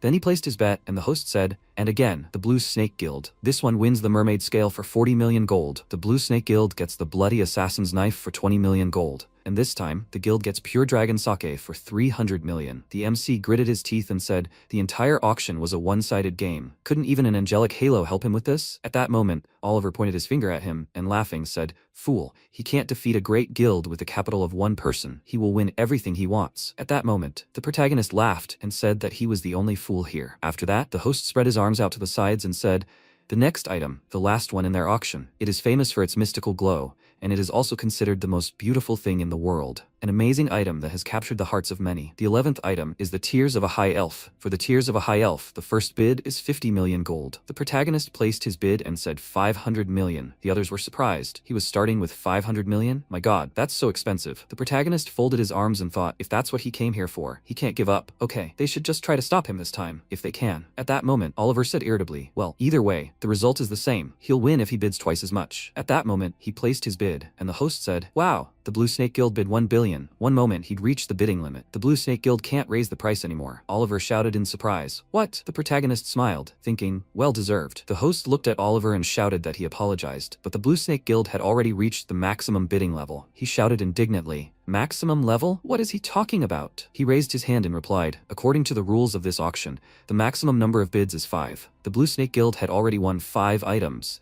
So to prevent him from monopolizing them, bidding was no longer possible. Oliver clenched his fist and shouted indignantly, what kind of ridiculous rule is this? He's always here, but this is the first time he's heard of this? MC thought it was because this auction was unusual. It was a special auction, held very rarely by the adventurer community, something like a secret quest that was overlooked. In any case, this rule was established to prevent monopolization of rare items, and it became absolute. He should have understood, because the items are quite rare, but it seemed he knew absolutely nothing about this special auction from the very beginning. Then he said, what a noob. The host asked, does he understand, sir? Oliver started shouting in irritation, and then the host raised his hand and said, time's up. They were congratulating the guy with the halo. He got the High Elf's Tears for 500 million gold. The others started clapping, and the protagonist folded his arms over his chest and said that he didn't want to be called that. At that moment, Oliver, still angry, shouted, those punks provoked him on purpose. He looks down on him, huh? He let him go at the club, but he won't forgive him now. He has to stay where he is. With these words, he pointed his finger at him and concentrated energy in his hand. The man sitting behind the protagonist screamed in fear, oh my god. The protagonist thought, this idiot. Then he stood up and clenching his fist shouted, he's gonna start a fight, so they have to go out. This is a public place. There's no need to drag innocent people into it. If he wants to beat him up in the street, so be it. Did you hear that, mister? He has to call off the spell. He thought, this is unthinkable. If he hits him, he could die. Then Oliver said irritably, he's an idiot. Then Simon said, go ahead. Oliver objected, but sir, he said that this guy, if they start a conflict, the adventurer community will notice. Oliver shouted, but if they ignore him and leave, the guild's honor will be lost. He turned his gaze on him and said that he wouldn't repeat it twice. They're leaving right now, he should follow. With that, he walked to the exit, and Oliver replied, yes, sir. After a while, MC sat in the hallway and looking at the system window, said, there were unexpected problems at the auction, but even so, he was glad he was able to get the High Elf's Tears. He figured that this guy had obtained other materials for the panacea, he just needed to get it from the dungeon, and everything would be fine if he hurried. But the Pure Dragon Sake, it's a shame they took that. It's a rare item that can only be obtained by completing an annoying quest on the 5th floor. If he had Pure Dragon Sake, he could have obtained the secret equipment much faster. Then he sighed and said, nothing can be done now, thanks to these guys. At that moment, Mira approached him and said, this halo above his head. She had never seen anything like it. He sat up and looking at her thought, "Who is this lady?" She said it was a bit rude to ask, considering they hadn't met before. "But what is his connection to the Blue Snake Guild? Does he know the guildmaster?" he asked. "The guildmaster?" she said. "That long-haired man who appeared earlier. He's the guildmaster of the Blue Snake Guild on the second floor." The protagonist extended his hand forward and said that he didn't know him at all. Well, it was a personal matter. But anyway, who is she? She replied that she was an adventurer. It just so happens that she was hunting the Blue Snake Guild. At this moment, the system reported that Mira was investigating the Blue Snake Guild at the request of the adventurer community. The protagonist thought, a community request, wait, she's an adventurer from the League of 8. The League of 8 consists of 8 S-rank adventurers accepted by the community. Those in the League of 8 receive requests from adventurers in the community and earn huge rewards. Simply put, they are adventurers who have everything: skills, fame, and fortune. The League of 8, he hadn't heard that name in a long time. A long time ago, he cleared a dungeon and reached their rank. He chose community quests for fun. Then he said, "It seems they've left the building. Shouldn't they follow them?" She said she'd be leaving soon. But before that, could she ask one question? How did he get that halo? With that, she placed her hands on her waist, and he looked at her in surprise, wondering if she knew about the secret equipment. That kind of equipment wasn't accepted by the adventurer community, and if it was discovered, he'd be in big trouble. You need to tactfully change the subject. Then he scratched the back of his head and said awkwardly, "That." At that moment, the system reported that he had received enthusiast equipment. Mira noticed his special equipment and became seriously interested in it. Mira thought this halo was so cute. She wanted one too. She continued to stare at him and asked, "What? Is something wrong?" He held his hands out in front of him and said that it was quite a long story. She continued to look at him and then closed her eyes and, waving her hand, said,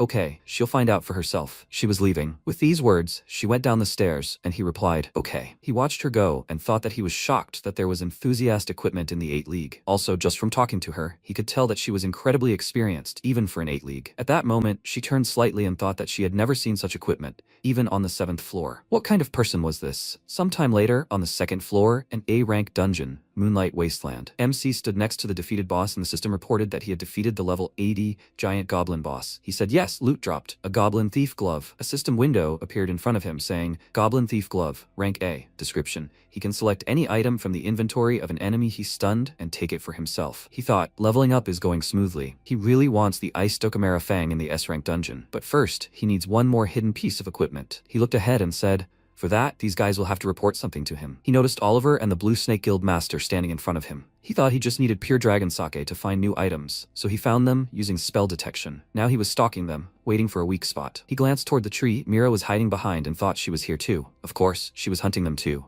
At that moment, she peeked out from behind the tree and thought she was stalking the Blue Snake Guild. But this guy was here too. Was he watching them too? At that moment, he thought in surprise, were they going into a wall? A few seconds later, in the secret biotope of the Blue Snake Guild, Simon leaned over a flower, and Oliver joyfully spread his arms out to the side and asked, "Master, how was the harvest?" He thought that if this didn't cheer him up, he'd definitely be finished. He said that with this amount, they could raise the price. Oliver asked, "Really? Then they could recoup their losses." He'd bring people to harvest the crop. At that moment, the protagonist asked, "Is gardening their hobby?" He smiled welcomingly and held the flower in his hands, and they turned and shouted, "How did he get here?" Oliver clenched his fists and shouted in irritation, "Damn it, was he following them?" He said this flower, the Moonlight Azalea, could be used as a substance to enhance magic. They also shouldn't try to convince him they didn't know about it. This substance can cause hallucinations and, in the worst case, lead to death. The community strictly forbade its use. For what purpose were they growing it? They looked at him silently, and then Simon asked, "Is he an agent of the community?" The protagonist held his hands in front of him and answered negatively. "He can't say that.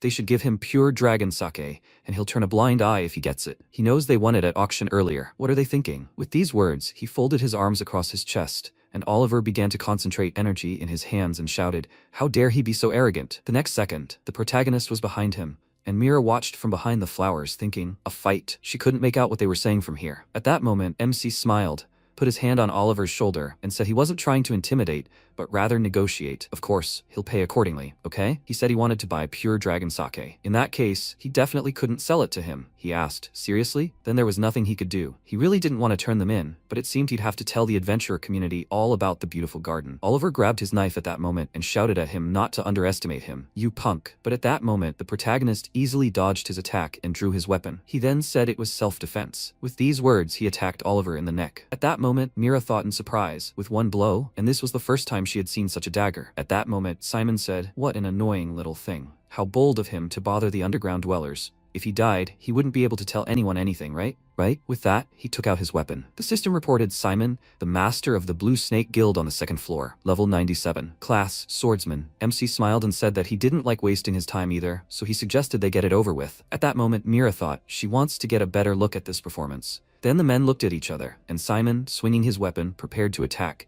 and their weapons crossed, and the protagonist thought that his level was clearly higher than his. Then they repelled each other's attacks, and after that, they crossed weapons again. Mira thought she already knew this from community resources, but Jinfrey, the new adventurer who set a record at the baptism ceremony, has good intuition in combat, but in terms of strength, Simon is clearly superior. Meanwhile, the battle continued. MC jumped back, skidding to a stop on the ground. Simon said, does he know? He's just a rookie. He doesn't stand a chance. Or does he want to fall as a brave soldier and gain posthumous glory? The protagonist rose to his feet and said that he doesn't want to die or become a hero. He just wants to achieve his goals, and he can't give up now. Simon swung his weapon and shouted, battlefield chatter. Only losers do that. He's only good in words. At that moment, the protagonist tried to block his attacks, and Simon thought, what is this? Such a strange feeling. He didn't think he'd have to use a special skill when fighting these punks. Then he shouted in surprise. Mira was surprised, thinking, he's fighting with his eyes closed? At that moment, the protagonist actually closed his eyes and deflected his opponent's attacks. Mira wondered if he could really sense enemy magic this way. She'd never seen such a skill before. She also didn't notice him using any items, so his equipment must have a special skill? The next second, MC deflected another attack and declared that he had succeeded. The system reported that Lucifer's Halo third skill had been unlocked. Mira, shielding herself with her hand, wondered what was going on. That thing above his head was glowing. The conditions for unlocking Lucifer's Halo third skill requires raising the secret stat, spell detection, to a maximum level of 252. To raise this skill, the user must use it during battle to accurately deflect enemy attacks. Just like with experience points, the stat points gained depend on the opponent's strength. During the battle with the first Demon Lord, Jinfrey managed to accumulate enough points for the third skill. The protagonist then smiled and thought, this skill usually takes much longer to unlock,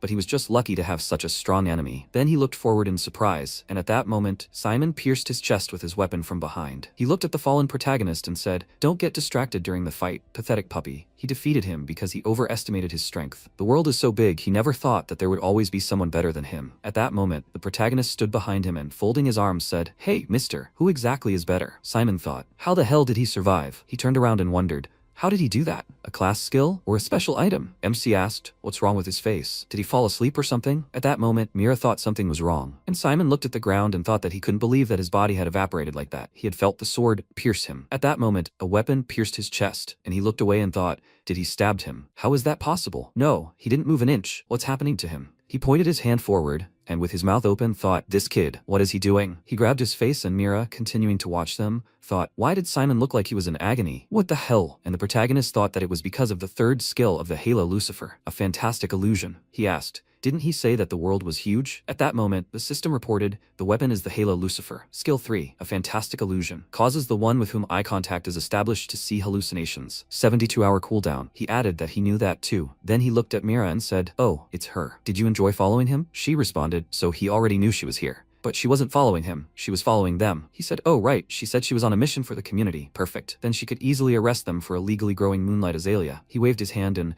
turning around, added, excellent. He'll leave the cleaning to her. She watched him go silently, and then he slammed his fist into his palm and said, exactly. He almost forgot the most important thing. After that, he called up a system window that said, Goblin Thief Glove, rank A. He put the glove on his hand, and the system announced, Goblin Thief Glove, rank A. Description. He can select any item from the inventory of an enemy he's stunned, and take that item for himself. Then he reached for Oliver's body, and laughing, said that he apologized, but he would take something. He then took the pure S-rank dragon sake and thought, great, this item is his. With this, he would be able to defeat the second demon lord in no time. He thought, Mom, she should wait just a little longer. At that moment, Mira approached him and continued to stare at him. He looked at her and asked, is there a problem? This item is completely legal. She closed her eyes and replied, no problem. She is sure it is all legal. He walked forward and said, well then, he left. He walked to the door. Mira, watching him go, thought there was no hint of a special item during this fight, and you can't tell from the boy that he has a class skill. What kind of spectacle is this then? Maybe it's because of the thing flying above his head. If he'd used something forbidden by the community, it would have been a different story. But that's not the case. This wasn't just equipment she'd never seen before. Jinfrey, he was clearly no ordinary new adventurer. Sometime later, second floor, Second Life, tavern shop. The protagonist approached the door and said, okay, here we are. He pulled out the items and after looking at them, said he could use pure dragon sake to obtain another secret piece of equipment. At that moment, the man abruptly opened the door and shouted, does he think they're being too nice just because they flattered him a little? A legendary blacksmith, of course. He's just a stubborn old man. After that, they left, and the protagonist, watching them go, thought, the blacksmith here won't even talk to him unless he gives him a gift. Then he entered the room, and smiling, said hello. The next second, he held the object in front of him, blocking the hammer and screwdriver flying at him, and the blacksmith said, just wonderful, another fool. He shouldn't distract him while he's working. He should get out of here. He'll never forge him anything. And the protagonist thought, he's still the same. Taver shouted, hey! He can't just come in whenever he wants. The protagonist, standing by the half-open door, smiled and said that he asks him to listen to him. He stretched out his hands and shouted at him not to say his name and to get out right now. Then MC showed him the object and said how inconvenient it was because he brought high-quality sake. Taver shouted in surprise, this, how did he, a ragamuffin, even get to pure dragon sake? He should give it to him and get out. Then he kicked the protagonist in the leg. He thought, what the hell? He shouted for him to wait. He raised the item higher, and Taver shouted for him to put his hands down. He told him to give it up, and the protagonist thought, in the game, you need to obediently hand over pure dragon sake, and then the blacksmith will get so drunk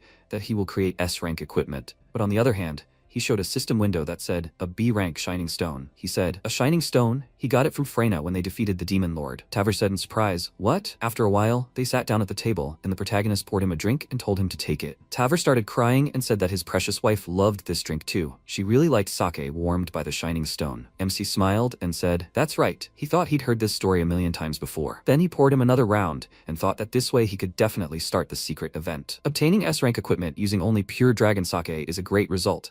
But he knows something others don't. If you mix pure dragon sake and the shining stone in this way, you can create secret equipment. The next second, Taver began wiping away tears and screamed, what a fool! If he had come to his senses then, his wife wouldn't. The protagonist thought if he didn't listen to Taver, then in the morning. When the morning came, Taver smiled and pointed his finger at him, saying that he did this in exchange for that delicious rice wine. The equipment was his, gin-free. MC smiled and thanked him. He said he understood where the legendary blacksmith's nickname came from. He thought the third secret equipment was ready. At that moment, the system reported, armor, Skanda boots, rank unknown, dexterity plus 20, durability 5000 out of 5000. Skill 1, free movement, passive. The player can go anywhere. Skill 2, lightning speed, active. The player can teleport anywhere within a 100-meter radius, can be used up to 5 times per day. Skill 3 is unknown, unlocked under certain conditions. The protagonist nodded and smiled, thinking, okay, time to go. He will do everything in no time. He will capture the S-rank dungeon on the second floor, Grace Castle. The next second, Taver tossed him a flask and shouted for him to take it as a gift. The system reported, non-alcoholic heated sake, taste of legends, rank A. Description, heated pure dragon sake of the legendary blacksmith. Description, grants the status of very warm when consumed. He pointed at it and asked, he's coming, isn't he? In an S-rank dungeon. The protagonist replied, yes, he's grateful. He then exited the room. Taver, standing at the threshold, said he must be strong but also cautious. The Ice Demon Lord is a cunning monster. After a while, they entered Grace Castle, an S-rank dungeon, on the second floor. Several people passed through the gate, and MC, cowering from the cold, said, it's cold, he's frozen. Okay, better to drink the wine that old man Taver prepared for him. He then took out a flask and drank the contents. Afterward, he smiled and sighing said, how warm? The system reported, gin-free, status, very warm. His status will remain this way for 100 minutes. He thought, thanks to this, even thin clothes shouldn't be a problem. At that moment, the people standing behind him began to whisper, oh my god, will he even survive in such clothes? He underestimated the mountains in winter. He should see, he even has a strange halo. Clearly another newbie. He needs winter gear. What's wrong with him? He thinks he clearly didn't have enough for the elixir. The system reported that people nearby thought it was him. He was indignant, saying he shouldn't say such a thing. The system reported a limit of 1 hour, 59 minutes, 45 seconds. The protagonist looked at this and said, it's better to hurry. He thought about the S-rank dungeon on the second floor, which has a 2-hour limit. When the time runs out, he'll be forcibly teleported back due to a severe penalty. Half of his gear and gold disappears. He often lost in the game, and because of this penalty, he had to find more money and equipment. Then he walked forward and thought there was already a lot of magical energy around the Demon Lord's castle. Several more people had arrived before him. He needed to enter the Demon Lord's chamber first to take the Ice Dokkamura's fang to get the medicine. Then several adventurers walked forward. One of them said, even walking is hard. His partner added that if they continued at this pace, their time would run out before they could reach it. Before he could finish speaking, he noticed a huge monster heading straight for them. A level 82 Caniculus stood before them. The man raised his weapon and shouted, oh no, not again. They're on time. They won't even make it to the castle. Then he turned, looked at his partner, and shouted, what is he doing? He should be using defensive magic. But at that moment, he was looking at the protagonist, who calmly flew forward. He put his hands in his pockets and thought how wonderful it felt. He was walking in the air, like in his dreams. The system reported one skill, free movement, passive. He can go anywhere. Then he heard a loud sound and noticed 2 level 82 monsters heading towards him. He then drew his weapon and apologized, saying he was busy right now. He dealt several attacks, cutting through the monsters in front of him. Then parts of the beasts began to fly downwards, and the adventurers below said in surprise, is that the same guy in light clothing they saw earlier? Yes. He was flying? With that halo above his head, he's a ghost hunting idiots. Then they folded their hands in a prayer pose and thought,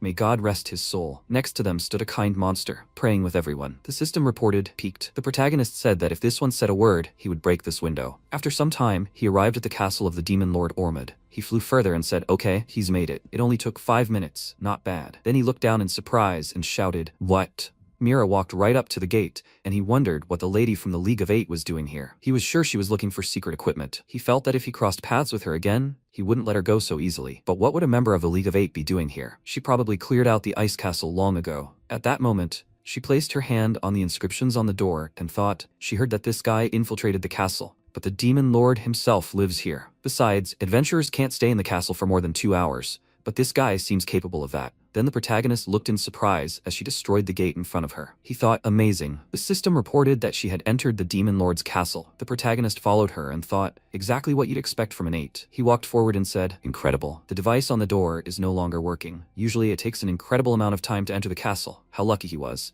Then he turned around and noticing several monsters, said, them again. And then he used lightning speed. The system reported, skill 2, lightning speed, active. The player can teleport anywhere within a 100-meter radius, can be used up to 5 times a day. The next second he disappeared. The monsters leaped at each other.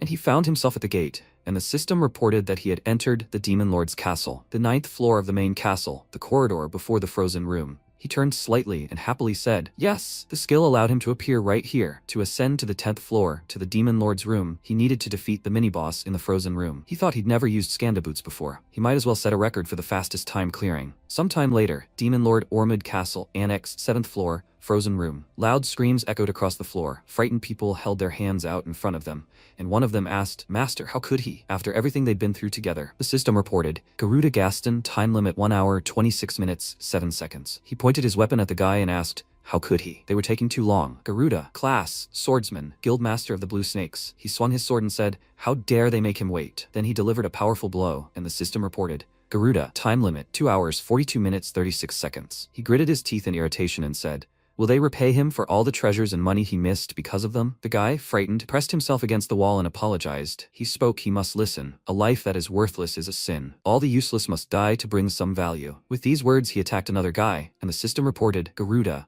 the time limit is 4 hours, 21 minutes, 58 seconds. At that moment, he pointed his weapon at the next adventurer. He fearfully begged him to stop. He does not want to die, master. He is begging him, but he still struck. And the system reported, Garuda, the time limit is 8 hours, 7 minutes, 13 seconds. He smiled and said, in the end, their lives are only worth a few extra hours. Are these all the people who came today? That's not enough. His subordinate said, right. He apologizes. He is recruiting people as best he can, but it will take some time before they arrive. At that moment, Garuda pointed his sword at him and asked, does he want to die in their place? He cried out in fear that he will find him more people right now. He started running in the opposite direction and thought, killing other adventurers can increase his time. How many months will they stay here? How many people is he going to kill? At that moment, Garuda thought, this Simon. Ever since he was caught by that lady from the 8, the community has been targeting those in high positions to crush the guild. That's how it was and that's how it will be. But even if they manage to find him, he'll have an advantage due to the time limit. This is Grace Castle. A good place. Meanwhile, the demon lord Ormud's castle, the main building, the 9th floor, the frozen room. The protagonist flipped in the air, dodging a monster's attack and slashing with his sword at the same time. He rose up and thought, fighting while flying is even more fun. This equipment is better. But I wonder what the source of that magical energy he felt earlier is. It comes from the second demon lord's top floor. But before, in the annex, he felt magical power that was much more dangerous. It's bothering him. But what's more important now is the demon lord. He kicked off the ground and delivered a powerful blow. And then he turned around and thought, that's great. This is the last one. Now he can return to the mini-boss. Meanwhile, Mira opened the door slightly. And MC hovered on the ceiling, looking at her and thinking, right, there's more. One magical power that is stronger than the demon lord himself. She almost caught him. How is she so fast? At that moment, she looked around and thought, why are there no monsters here? How strange. At that moment, 2 level 92 snow golems appeared behind her. She looked at them and thought, how is it that mini-bosses appeared so suddenly? Then she cast Summon Sylph. At that moment, a spirit appeared behind her, and the protagonist thought, is it a spirit? Only high-level mages can use such a skill. Then Mira pointed her hand forward, concentrating her energy in it, and said that she was afraid she didn't have time to fight them. She directed a stream of powerful energy at them, and then clenched her fist and pierced them with an electric shock. The protagonist thought, she just killed the mini-bosses with one blow. Not one, but 2 at once. She was on a completely different level. Then she turned to the doors.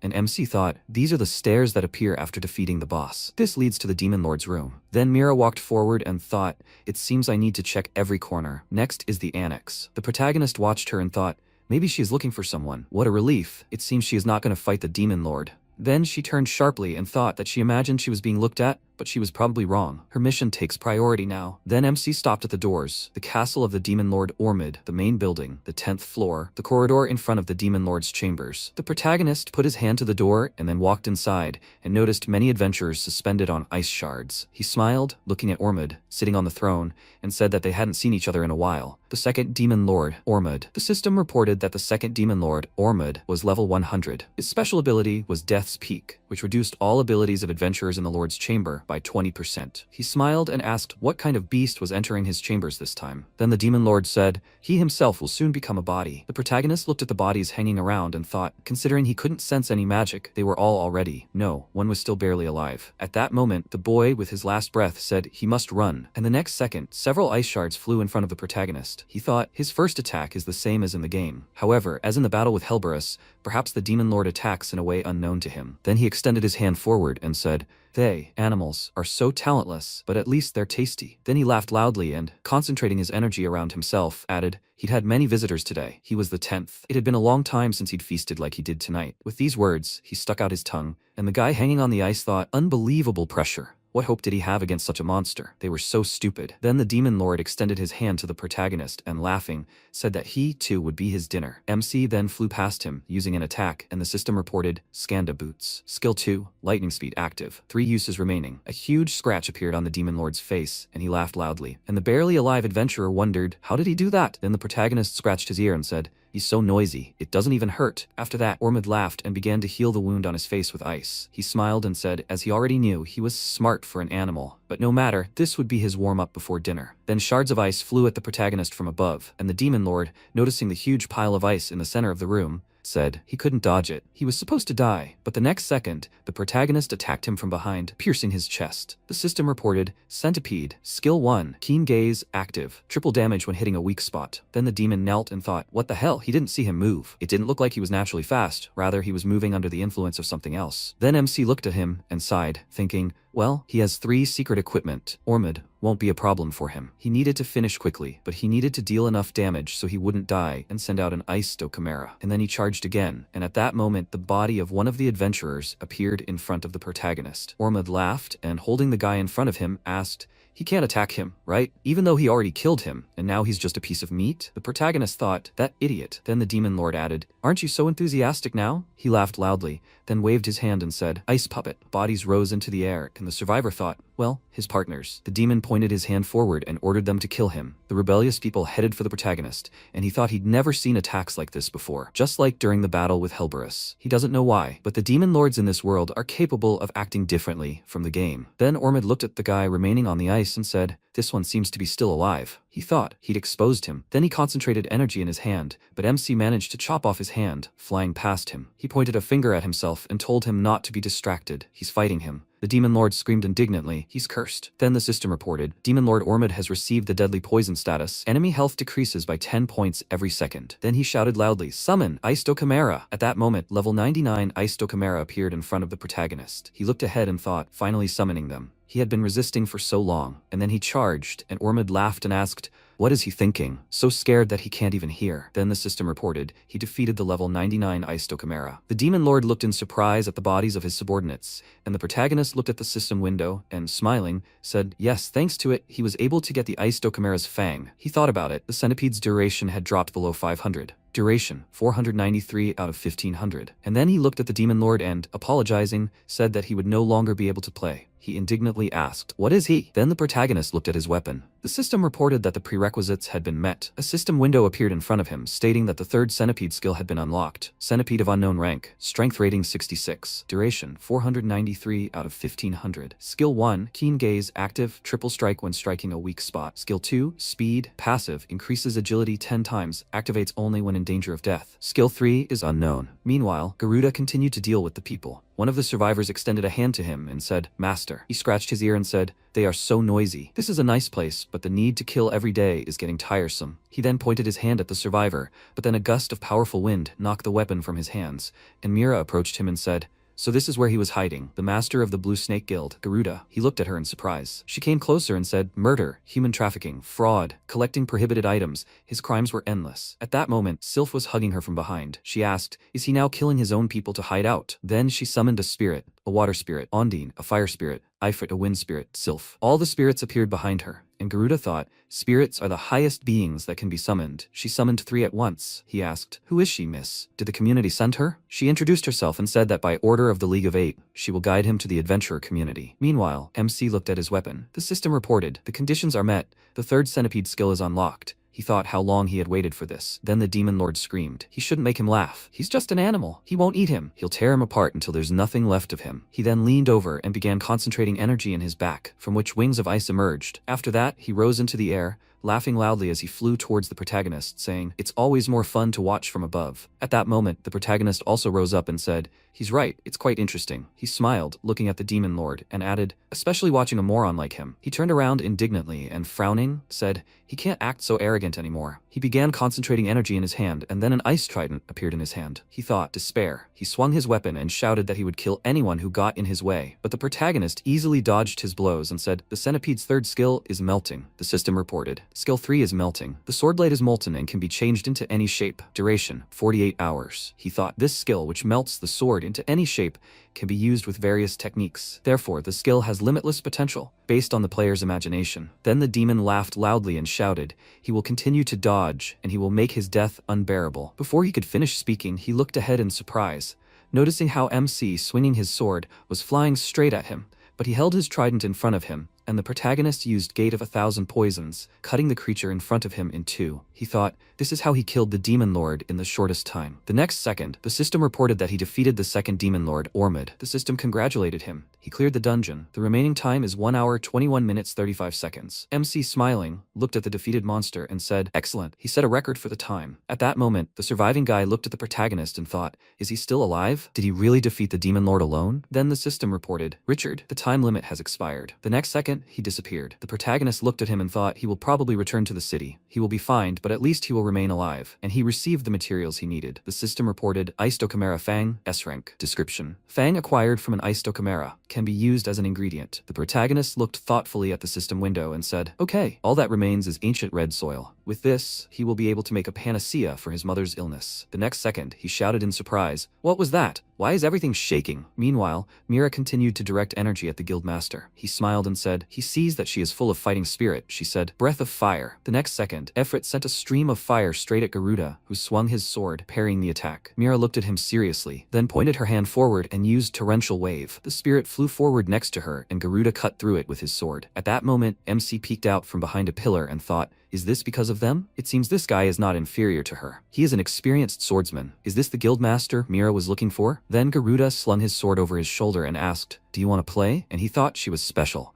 From the League of 8. What a disappointment. Then he raised his sword and added, if you're going to attack, do it this way. Energy concentrated around his sword, and then he charged, and, swinging it, he shouted, whirlwind strike. He cut Mira into several pieces, and the protagonist looked at it in surprise. After that, Garuda put his hand on his waist and asked, is that it? What a boring fight. And these spirits were also just for show. And she said, it sounds like he's a complete idiot, since he doesn't understand how different their levels are. He looked ahead in confusion. At that moment, Mira, sitting on the railing of the 2nd floor, said, Garuda, a former member of the 8. He turned around in surprise and shouted, how is she? He thought it was just a reflection. Or a mirage? She said he was kicked out of the community, and he chose this stupid path. Maybe he doesn't know, but this is how to attack. With these words, she sent energy forward, and he thought in surprise, what? Sounds like. At that moment, she said, summoning a spirit. Heavenly spirit Kiran. He thought in surprise, can she summon a 4th spirit? Damn. What should he do? There's water on the floor. Then he shouted that she should stop. She asked, when the others asked him to do the same, did he stop? Divine command. The next second, his body was pierced by many different types of energy. He screamed loudly and then fell to the ground. Mira ran up to him and said, what a fitting end for a villain. The protagonist thought, damn, this is scary. She's quite a dangerous opponent. Then she turned her gaze to him and asked, how long has he been standing there? Jinfrey. He turned around with an awkward smile and scratched the back of his head. He thought, damn, she caught him. Then he said, well, she understands. He wasn't trying to follow her. She said,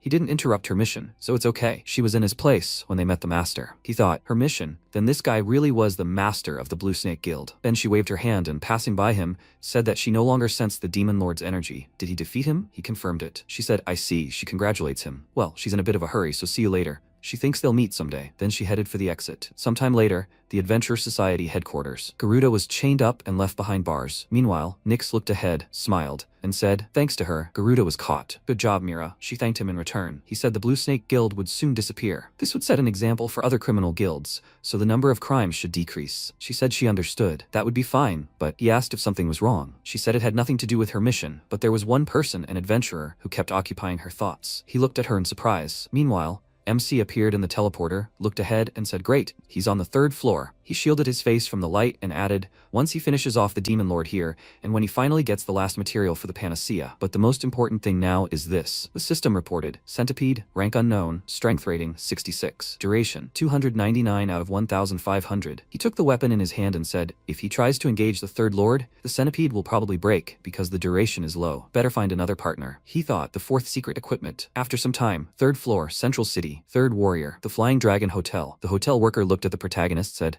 welcome. Does he need a room? He walked forward and, smiling, said, yes, please. He needs a single room and 2 rooms. The 3rd room from the north and the 4th from the west. He looked at him in surprise and said that he understood. He hoped he likes it here. After that, the protagonist began to descend the stairs and thought about the code he used. He found it after clearing the special event on the 5th floor, and he's so glad he remembered it. Then he noticed the arena, and the system announced, 3rd floor, unknown dungeon of unknown rank, underground fight club. At that moment, the greatest boxer of all time, Mayweather Inoue, turned around and said, oh, they have a new guy. He should get into the ring.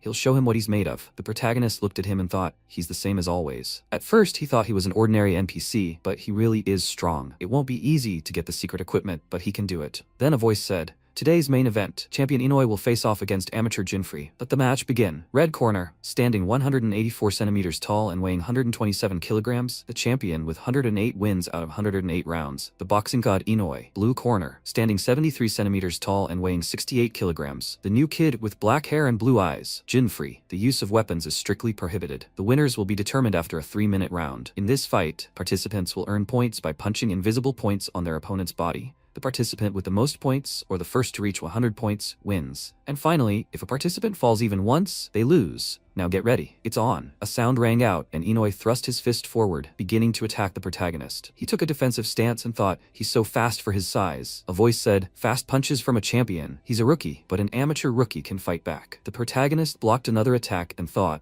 however, he already knows that Inoue usually aims for the spots with the most points at the beginning of the match. Speed doesn't matter if he knows all his punches in advance. The next second, a voice said, this is an impressive rookie. He's still avoiding the champion's punches. He thought, now a straight right hook. He threw his punch, and Inoue blocked the attack. The system reported, the time remaining is 2 minutes 27 seconds. Jinfree, 1 point. Inoue, 0 points. The voice said the rookie earned the first point. His punch was blocked, but he still took a point from the champion. Inoue said, hey him, he doesn't think 1 point is worth anything, does he? He answered, of course not. He gave it to him on purpose, didn't he? Stop underestimating him, and he must fight at full strength, champion. He smiled and said that he was interesting. Then, it's his turn. With these words, he delivered his blow and thought, yes, he has an eagle eye, but he clearly lacks stamina. A little more, and he will run out of steam. Then he delivered a few more blows, and the protagonist, continuing to defend himself, thought that he can't attack him. He must wait in defense, even if it means earning more points. In fact, this dungeon is a secret. It's a guaranteed loss event. Inoue's strength and speed increase with each point the player earns. Inoue screamed like he'd earned a point. But now what? He's losing his grip. He cornered the protagonist, and the system announced the remaining time, 1 minute 38 seconds. Jinfree, 1 point, Inoue 43 points. The voice said,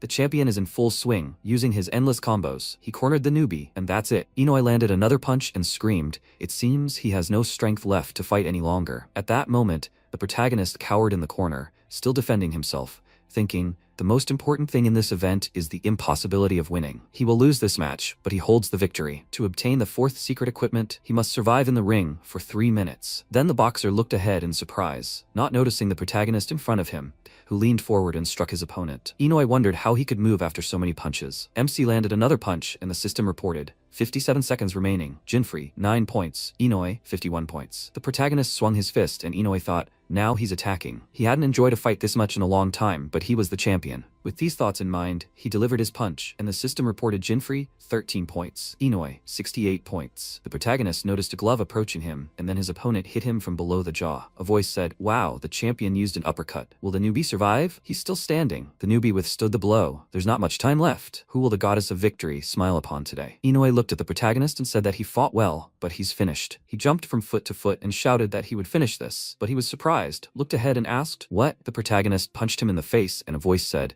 "The newbie used a counterpunch. They are both obsessed with winning." Then Inoi, smiling, looked at the protagonist and said, "He still hit him. How interesting." He replied, "Does he understand? He can't afford to fall today." Then a sound rang and a voice said, "The match is over. The champion in red earned 97 points. The newcomer in blue earned 49 points. The winner is Inoi." The system announced, "The final, time remaining, 0 seconds. Jinfrey, 49 points. Inoi, 97 points." The voice said, "What an incredible fight. He is looking forward to the next one." Then Inoi stood in a proud pose and said, "He is grateful, Jinfrey. He is the first fighter who survived all 3 minutes of a fight with him. Boxing is a clash of fists, and from him he felt a strong spirit." He extended his hand forward and added, "Here, this is a gift. He must take it." MC extended his hand and thanked him. He gladly accepts it. He wrapped the bandage around his hand and thought he'd finally obtained the 4th secret equipment. The system reported the weapon was a spiritual bandage, rank unknown, power rating plus 150, duration 5000 out of 5000. Skill 1 was fire punches, passive. His fists were engulfed in flames, doubling his attack power, but he lost 1 health point per second. Skill 2 was counterattack, active. It copied the attack thrown at him and then repeated it 3 times stronger against the enemy. Skill 3 was unlocked under certain conditions.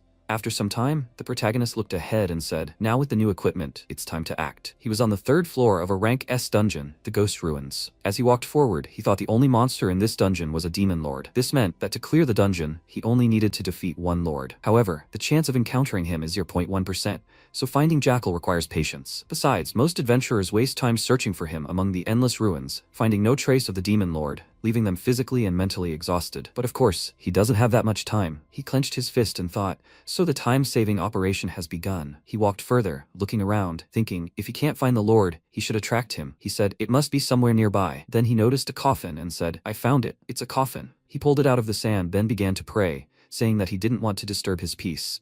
But he was in a bit of a hurry, so he thanked him in advance. After that, he opened the coffin and the body glowed brightly. A small sphere of bright energy erupted from it. MC thought, this soul was sleeping, but if I release it. The next second, it flew up into the sky with lightning speed, and the protagonist looked up and the system reported, the second skill is spell detection, passive. He felt magic. Strong magical power is approaching him. He smiled and said, yes, he is here. The next second, the ground in front of him collapsed. A demon lord emerged from there, and the system reported, the 3rd demon lord, Jackal, revealed himself. He looked at him and thought, an S-rank dungeon, the 3rd floor, known as the Ghost Ruins, also has another name, the Tomb of Spirits. They say that the souls of the dead wander in these ruins. Then Jackal asked, was it he who desecrated the grave? The system reported, the 3rd demon lord, Jackal, level 150, ability, Scales of Justice. MC looked at him and thought, Jackal, the 3rd demon lord, serves as the guardian of the dead. Therefore, if someone desecrates them, Jackal said he has sinned and will pay for it with his life. The protagonist thought he would be the first to appear to punish the sinner. Then the demon lord added that his name was Jackal, and as the guardian of souls, he must judge those who commit vile deeds. The system then reported that he donned the spiritual bandage, giving him a strength rating of plus 150, and a duration of 5000 out of 5000. Jackal then held the scales forward and uttered, justice. The system reported that the demon lord Jackal had used his ability, the Scales of Justice. His soul stood on the scales. The next second, his soul was torn from his body, and Jackal declared, my soul is filthy.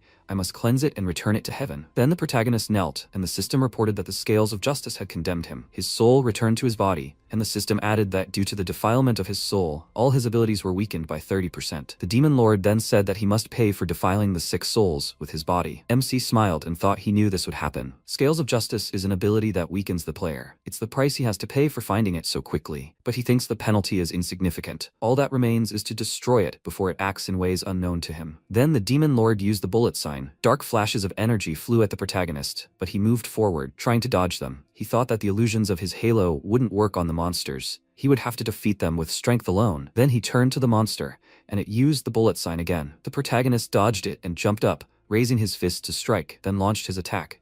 But Jackal held his weapon in front of him, blocking it. He used the Aspis sign. MC jumped to the side and wiping his face, thought that he felt worse than he expected. He thought that this strength penalty was taking its toll. Then he noticed a system window appear, which said there was an incoming call from Amelia. He thought, Amelia? Did something happen to Mom? The next second, bullets were flying at him again. He began to dodge them and thought that he couldn't answer her now. He needed to end this quickly. Then Jackal used a black vortex, directed it straight at the protagonist. He thought that he couldn't hesitate any longer. The system reported that he used the spiritual bandage skill. Jackal thought in surprise, what is this? Fire from his fists? The system reported that his striking power was doubled. He loses 1 point of health per second. He thought, fire punches. He delivered a powerful punch, and the system reported skill 1. Fire punch, passive. His fists are enveloped in flames, doubling his attack power. However, he loses 1 point of health per second. Then Jackal slowed to a stop on the ground and said, it has an effect. To be honest, his fire is quite comical. The protagonist rose into the air and asked, really? It sounded like useless bravado. Jackal indignantly said, he talks too much, human. He concentrated his energy above himself and added that he must make sure he doesn't speak again. The protagonist was surprised and thought,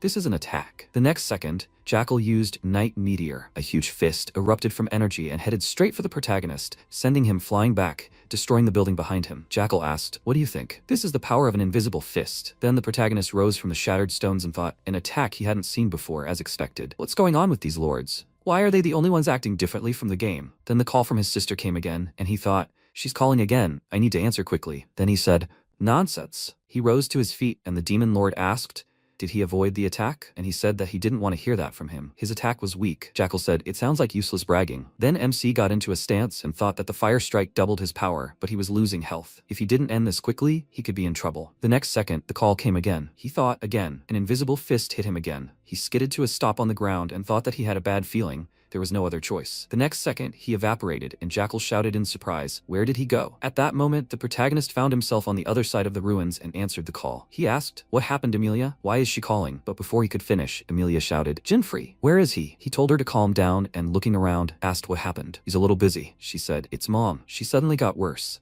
The healer says she doesn't have much time left. Tears streamed down her face, and she said that he better hurry. At that moment, Jackal caught up with the protagonist and asked how he dared to lead him around by the nose. MC turned around and thought, damn, he already found him. Then he shouted, okay, he'll be there soon. Jackal asked, does he think he can escape after opening someone else's grave? Aren't you ashamed of yourself, human? Then he used another night meteor, but the protagonist suddenly appeared behind him, his fist engulfed in flames. He said that he apologized, but he had more important things to do. This is the end. He used fire punches, but Jackal stopped him with one hand and said, how pathetic. Does he think such an attack is enough to finish him off? He replied that it wasn't, but no matter how hard he tried to appear strong, his fire punches dealt good damage. Then Jackal used Night Meteor again, and the protagonist managed to dodge and thought that fire punches doubled his strength and added another skill. He used the second spiritual bandage skill, counterattack, active. It copies the attack thrown at it, then repeats it 3 times stronger than the opponent. At that moment, MC approached Jackal, and he thought, counterattack. He delivered a powerful blow, and the demon lord flew far back, crashing into the rocks behind him. The protagonist said, this is the power of his double attack,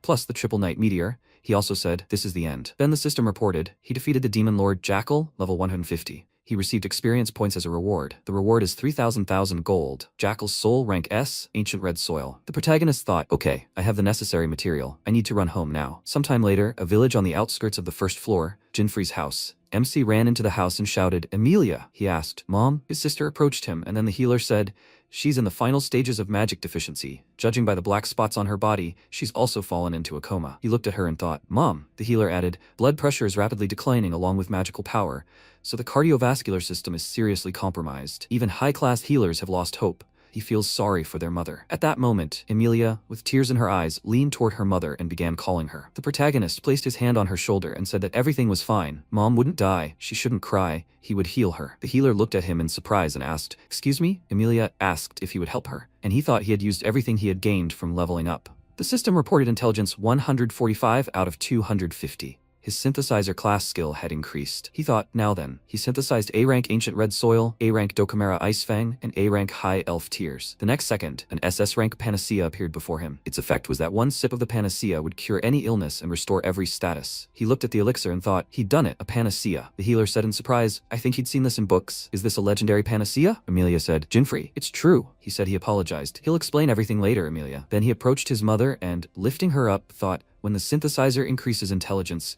he can create higher-ranking items. He managed to return in time, even though he wasted time on the necessary skills and materials. He dropped a few drops of the elixir into his mother's mouth and thought, please, she should open her eyes. The next second, she actually opened her eyes, looked at the children, and sat up, asking, what's going on? Emilia cried out in surprise, Mom. She hugged her sharply. She hugged her back and asked, Emilia, what is it? Jinfrey? He said, Mom, how is she feeling? Is she okay? She asked, how is she feeling? She's starting to remember. She's been bedridden for so long. What happened? Emilia said, honestly mom, they were so worried about her. If Jinfrey hadn't cured her, she would have. She was surprised. Jinfrey cured her? How? At that moment, the healer raised his hand and said it was true. Her son had made a panacea. She was cured. She asked, a panacea? Such a thing isn't that easy to find, Jinfrey. He didn't become an adventurer, did he? He smiled and said that everything was fine. In any case, he was glad that she was getting better. She shouted that this was not good. He looked at her in surprise and asked, Mom? She pointed her finger at him and indignantly shouted, Jinfrey. He left home so abruptly, abandoned his mother and sister, became an adventurer, and didn't tell her? He put his hands in front of him and awkwardly said, well, he wouldn't say he abandoned them. She shouted that he didn't want to hear it. Then he crouched down reflexively and said, yes, Mom. After that, she shouted, just like his father, ever since he was a child. At that moment, the healer got dressed and, smiling, looked at Emilia and said that he would probably go. Then she went to her mother and asked her to calm down. Jinfrey healed her. At that moment, MC thought that the panacea was really powerful. Then the mother put her hand to her chest and said that she understood. But Jinfrey, what would they do if something happened to him? He said, Mom.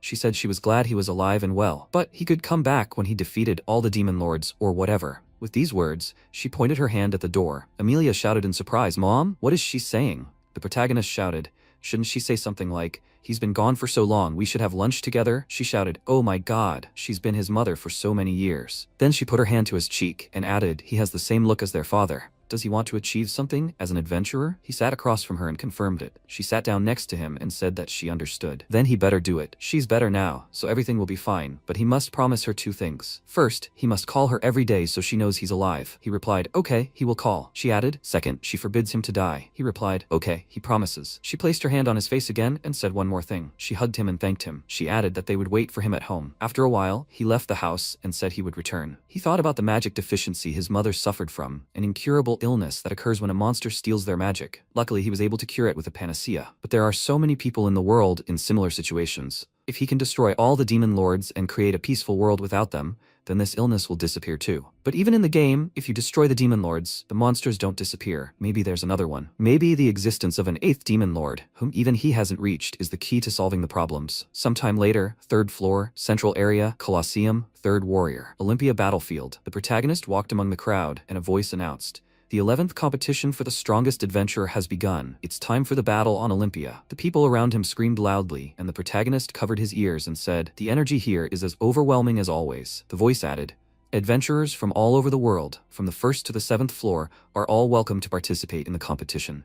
However, their level will be capped at 150, and all their abilities will be scaled to 150. However, there are no restrictions on class skills and equipment. The MC placed his hands in his pockets and thought, if he wants to defeat all the demon lords, he definitely needs to get stronger. The competition's prize money is 1 billion gold. But what everyone here is striving for isn't gold. They want a prize that can only be obtained here, something that will allow them to reach greater heights. SS rank class transfer guide. The next second, the voice announced, it's time for the preliminary round. During the preliminary round, they will calculate their magical and attack power. The top 8 will advance to the finals. Now pay attention. They must place their hand on the magic circle in front of them to measure their magic power. After a while, a voice said the results are ready. Let's look at the rankings. The system window said first place, 1,190 points. Second place, 1,033 points. Third place, 1,012 points. The people around shouted loudly, and the system reported, Jinfrey, 189 out of 289, 72 points. He thought, oh no, he's in last place. He gritted his teeth and thought that he knew the synthesizer didn't have high magic power,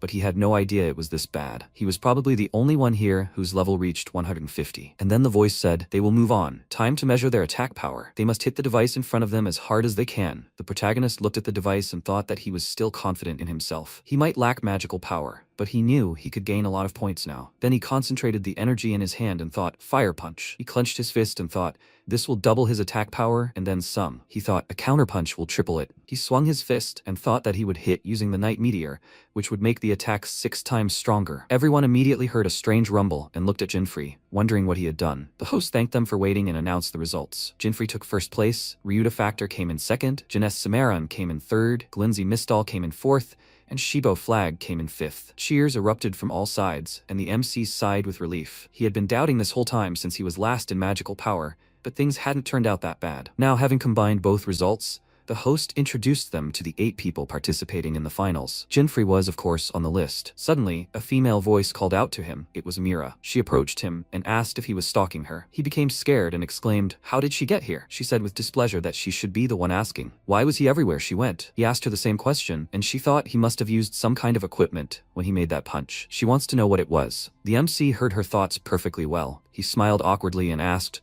"Does she also want to get the class change manual?" Her gaze immediately became interested, and she noted that to become stronger, you need to upgrade your class. He thought that since everyone knows the names of the 8 members, she changed her name so that no one would recognize her. In this competition, she is participating under the name Lima Alias. The host announced the start of the finals. It is a competition between the top 8 participants. The winner will receive 1 billion gold and the class change manual. The MC said that if they both make it to the quarterfinals, they will fight each other. It should be fun. The host announced the start of the first round and asked Jinfrey and Lindsay to enter the arena. Mira wished Jinfrey good luck and left, and he noted that this sounded insincere. He entered the arena, and everyone immediately began to take an interest in him, as he was a potion master who had made it to the finals. The spectators began to curse. Someone shouted that the measurements must have been incorrect, and then someone noticed a strange thing above his head. Everyone started laughing again at his halo, while his opponent sized him up. Glinze Mistal, an alchemist and master of the Silver Guild. Having laughed at the foolish potion master, the spectators turned their attention to him. Rumor had it he made all the equipment himself, and his defense was impenetrable. Since everyone was confident of such a brute's victory, they bet on him. While the host announced the start of the game, Glinze asked, "Is this weirdo potion master his first opponent?" He was lucky, but it looked like it would be boring. As soon as he closed his eyes for a moment,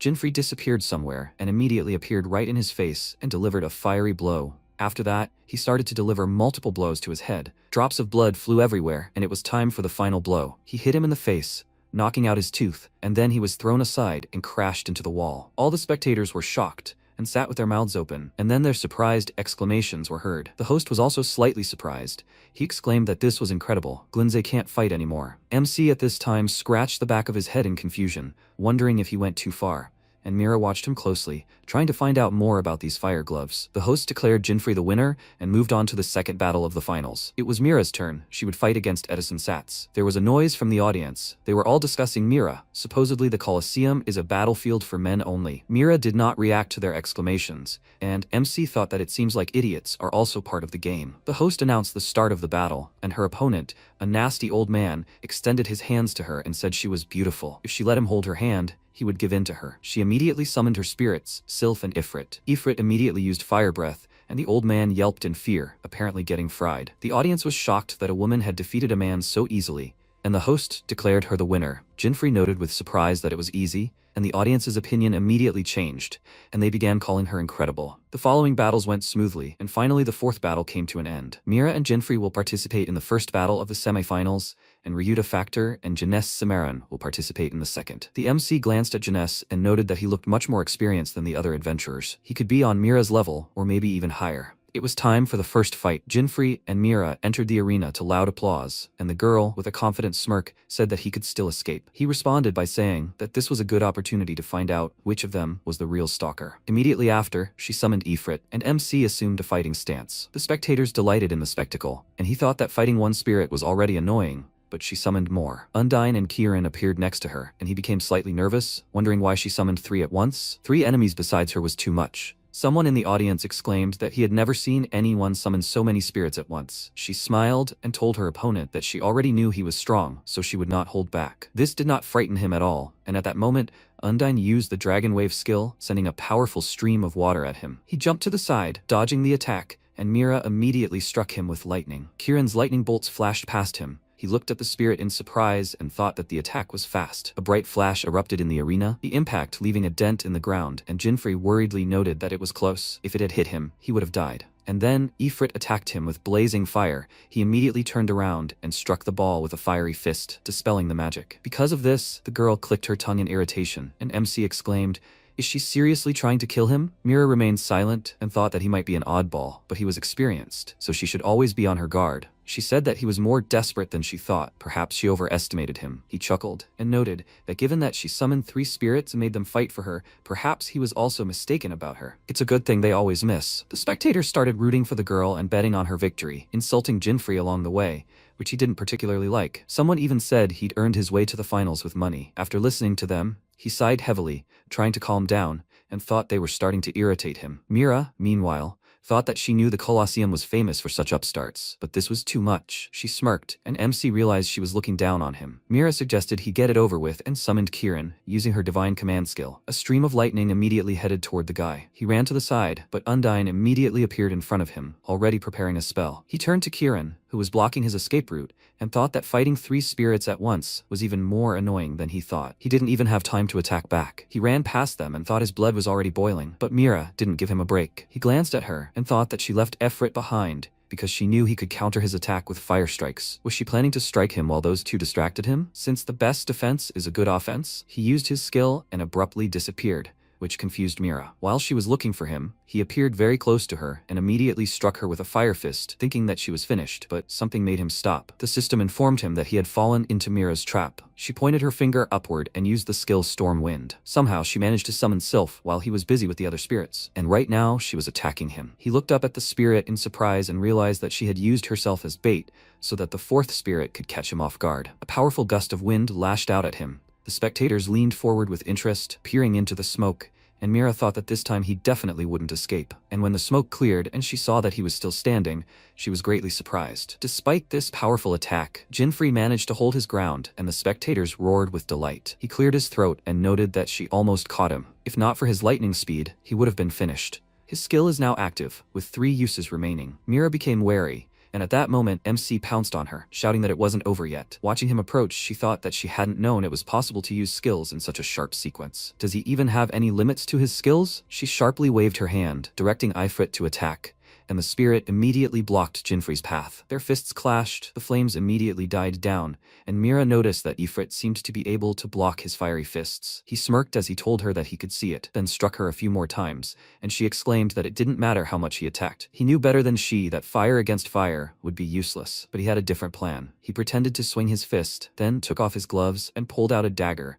smirking as he said that it was a poison-infused weapon and he couldn't block it. Immediately after that, he dealt with the spirit and ran towards her, using the melting skill. Now his dagger blade was molten and could be changed into any shape. The steel took the form of a centipede and began circling around the girl, causing her to become confused. Before the centipede disintegrated, MC grabbed the girl with it and lifted her off the ground, then began squeezing her. She tried to break free, but he was squeezing her so tightly she couldn't even give orders to the spirits. She started choking, kicking her legs, and Jinfrey sighed with relief. A little more, and he would have been too late. The centipede's effect was almost up. The host said that Lima Alias could no longer fight, and Jinfrey was the winner. He put away his weapon and deftly caught the girl, after which applause was heard from all sides, and Mira said that she hated losing. He remarked that he was surprised that she wasn't very angry, to which she said that she admitted that his skills were high level. He handed her a vial of antidote and told her to drink it, and he did it himself. She silently accepted it and he left, after which she thought that he had skills that ordinary synthesizers could only dream of. It was impossible not to take him seriously. After that, a system notification appeared in front of the MC. Mira greatly admires his equipment. He smiled crookedly, and she thought he used teleportation and fire fists. And what kind of skill does this weapon have? She had never seen a sword that could change shape. She wanted to know so much that she was already burning with curiosity. It was time for the second battle of the semifinals. The host called Ryuta and Jeunesse into the arena. They stood opposite each other, and Ryuta said with a grin that he would deal with him quickly, to which he replied that he couldn't wait. As soon as the fight began, Jinfrey, who had just gone to the rest area, heard a roar. He immediately turned towards the arena. Jeunesse defeated Ryuta with one stunning blow and became the winner. He was a sword master, and MC was to fight against him in the next round. He met his gaze and thought that he knew there was something unusual about him. Afterwards, the host announced that the 2 people who would face off in the final battle were Jinfrey Van Raid, a potion maker with unexpected power, and Jeunesse Cimmerian, who destroyed his opponents in an instant. The competition was drawing to a close, and it was time for the final round. Mira mocked Jinfrey, telling him not to die, and he irritably told her to shut up before entering the arena to the roar of the spectators. They didn't exchange a single word, and when the fight began, Jeunesse immediately went on the attack. He began to drain powerful energy and declared that he was finished, to which he smiled and said that he looked cold and aloof, but was actually blazing with fire. Mira, meanwhile, thought that it seemed they were a match for each other. This meant that Jinfrey would have to try to finish him quickly. He used his 3rd skill, befitting his title. The system informed him that during a 3-minute round, each of his stats would be doubled. If he didn't win within 3 such rounds, the spiritual bandage would disappear. All he had to do to get the 3rd skill was use the first 2. This skill would make him stronger, but if he lost, he would pay dearly. In the first round, all his stats would be doubled. In the second, tripled, and in the third, quadrupled. Jeunesse drew his sword and invited him to fight, then used the skill skill, quickly approaching MC, which even surprised him slightly, but he was able to react in time and jump back an instant before the blow. The guy quickly caught up with him and began striking again, and he became nervous because he knew this skill. This guy had already changed his class. This is a way to upgrade the adventurer class to a better version, after which he gains access to even more powerful skills, and his stats increase even more. He dodged the enemy's next blows, then jumped, and the guy's blade flashed right under his feet. Having increased the distance between them, Jinfrey immediately rushed back towards him and ignited his fist with fire. But before he could strike, Jeunesse used acceleration and took a step back. He measured him with an arrogant look and asked, "Is that all he has?" He was slower than a snail. He remained silent, thinking that this skill was only available to swordmasters. He wouldn't be able to defeat him the usual way. The system informed him that the first round was over, the second had begun, and all his stats had been tripled. Jeunesse immediately noticed the changes in him and rushed into battle, glad that he had at least slightly increased his strength. Now he wouldn't be able to cope with him. The guy smirked and noted that he had become faster, but he was still slow. He decided to go for a counterattack and suddenly appeared in front of him, remarking that it was so sad. MC couldn't react. The guy attacked, causing an explosion that sent him flying. Mira worried about him, while he sighed heavily and thought he was stronger than he thought. Suddenly, there was a flash, and Jeunesse extended his sword toward him and used a skill, accumulating a clot of light on the tip of the sword. After that, a beam of light shot at Jinfrey and slammed into the wall with a crash. Luckily, he managed to jump and was right above the spectators' seats. He returned to the arena and thought that this guy could use even the most prestigious swordsmanship skills, which are considered the most difficult. It's getting more and more dangerous. Meanwhile, the spectators were divided into two camps. Some were rooting for the tough guy named Jeunesse, and others for the potion maker. Mira thought that Jeunesse's skills were enough to enter the League of Eight, and she was curious to see how Jinfrey would handle him. The system informed him that the second round was over. Now his stats were quadrupled. He concentrated, because this was the last round, and therefore his last chance. He used the Fire Strike skill, and Jeunesse became wary, noticing that something had changed in him. Mira began to watch the fight more closely. The winner would be determined after the next strike. They both rushed towards each other. Jeunesse used the skill, but didn't expect him to move behind him. MC pounced on him just a little more, and he would have been able to strike, but the guy dodged, after which MC quickly turned to him and pulled out a dagger. Jeunesse was surprised. How did he manage to change the weapon? He used the melting skill, turning steel into chunks of ice, and Jeunesse wondered if it was poison. Because he was distracted, he missed a blow to the chest from a fiery fist. The air suddenly left his lungs, and Jinfrey smiled, exclaiming that he had won. But Jeunesse wasn't going to lose so easily, and swung his sword, telling him not to make fun of him. A moment before the strike, MC disappeared again, and his opponent began looking around, searching for him, while he stood frozen in the air above him. He had unlocked a new skill, thanks to the battle with the adventurer who had changed his class. The third skill, Great Dragon, cuts the air to deal an immeasurable crushing attack with a 96-hour cooldown. He immediately used it, and powerful gusts of wind surrounded his legs, which Jeunesse immediately sensed and looked up. A huge wind dragon appeared in front of him and headed towards him, and he tried to escape, but the wind caught up with him and slammed him into the wall. The spectators leaned over to check on him, and since he was no longer moving, the host declared that he could no longer fight, and the competition was over. After several fierce battles, Jinfrey Van Raid was declared the winner. Rejoicing in his victory, he punched the air and thought it was good that he had enough time. If the buff had worn off, it would have been terrible. While he was enjoying the attention, Mira decided to leave to become stronger, and the host said that Jinfrey was the winner of the 111th competition, and as a reward, he received a reward of 1 billion gold and a class change guide. After that, the MC went to the S-class dungeon, the Lebanon altar ruins. He was very happy with his reward. He had been waiting for this for so long. The system asked if he wanted to use the guide right now, and he hesitated. Usually, everyone chooses yes and then changes their class,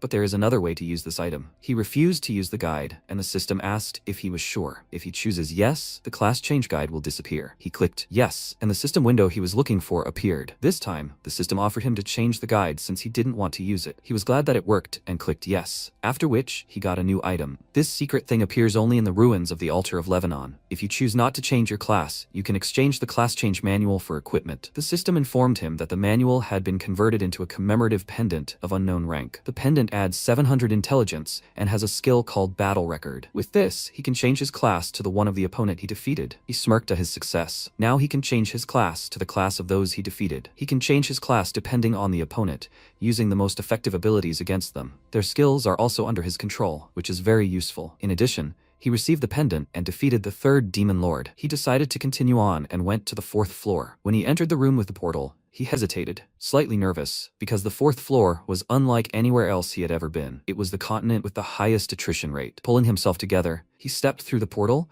and was transported to the 4th floor, which was a resort. He found himself on a paradise beach, which was currently full of adventurers. Some were surfing, others were lounging on deck chairs enjoying the attention of the girls, and others were drinking cocktails. Jinfrey felt uneasy about all this fun and thought that this really was a dangerous place. It was an entire continent resort where people could have fun, forgetting about battles. The only vacation spot for adventurers where you have to carve your own path. Of course, many adventurers get used to this and never return to the dungeons, effectively flying out halfway. He walked along the beach and a girl called out to him, asking if he was alone here. He glanced at her and thought, who is this? A very suspicious girl was standing in front of him, and he, noticing her ears, thought that was unusual. Is she a sea wolf? She introduced herself to him, saying that her name is Kukuru. She is a guide at this resort, and she can take him anywhere. In fact, she has the King of Thief class, which is available to thieves when changing classes. She is a marine species with a special skill, swimming. She asked his name, and he introduced himself, immediately refusing her services, but she ignored him and grabbed his hand, saying she would take him to her favorite places. He said he didn't have time for that, but she stubbornly tugged at his hand anyway,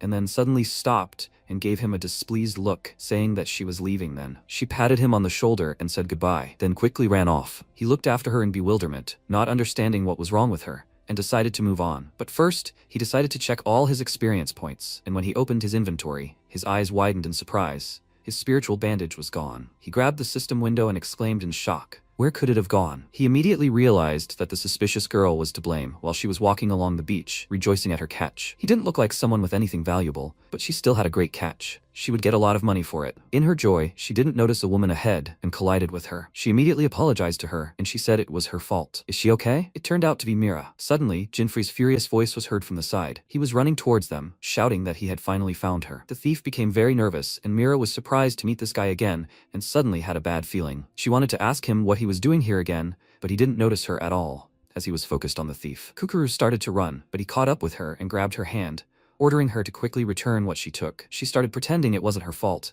and he angrily told her to stop playing dumb and confess. Suddenly, a cold cocktail was poured on his head by Mira. She gave him a displeased look and told him to stop. Why was he picking on that little girl? Finally noticing her presence, he was very surprised and exclaimed, is it her again? She told him that she was also glad to meet him. Let him finally let her go. It hurt her. He let the thief go, and Mira asked, what? Is he threatening little girls now? He exclaimed that it was none of her business. She had misunderstood. He wanted to tell her what happened, but suddenly Kukuru screamed, and there was the clanking of chains. Someone grabbed her and somehow managed to shackle her. She didn't even notice how it happened. Some bandits grabbed her and stuffed her in a sack. It turned out they were hunting sea wolves, and while they were discussing their catch, MC looked at them in surprise. Before they left, he told them to stop since she owed him something, and the guys looked at him with smirks, saying that they had been tracking him for a long time, ever since the Colosseum. They headed towards him, saying that this beast girl was just a bonus. They would pay them much more for him, since he was their main target. He stared at them, wondering how they knew him, and Mira asked, are they adventurer hunters? They make a living by stealing and kidnapping on the 4th continent,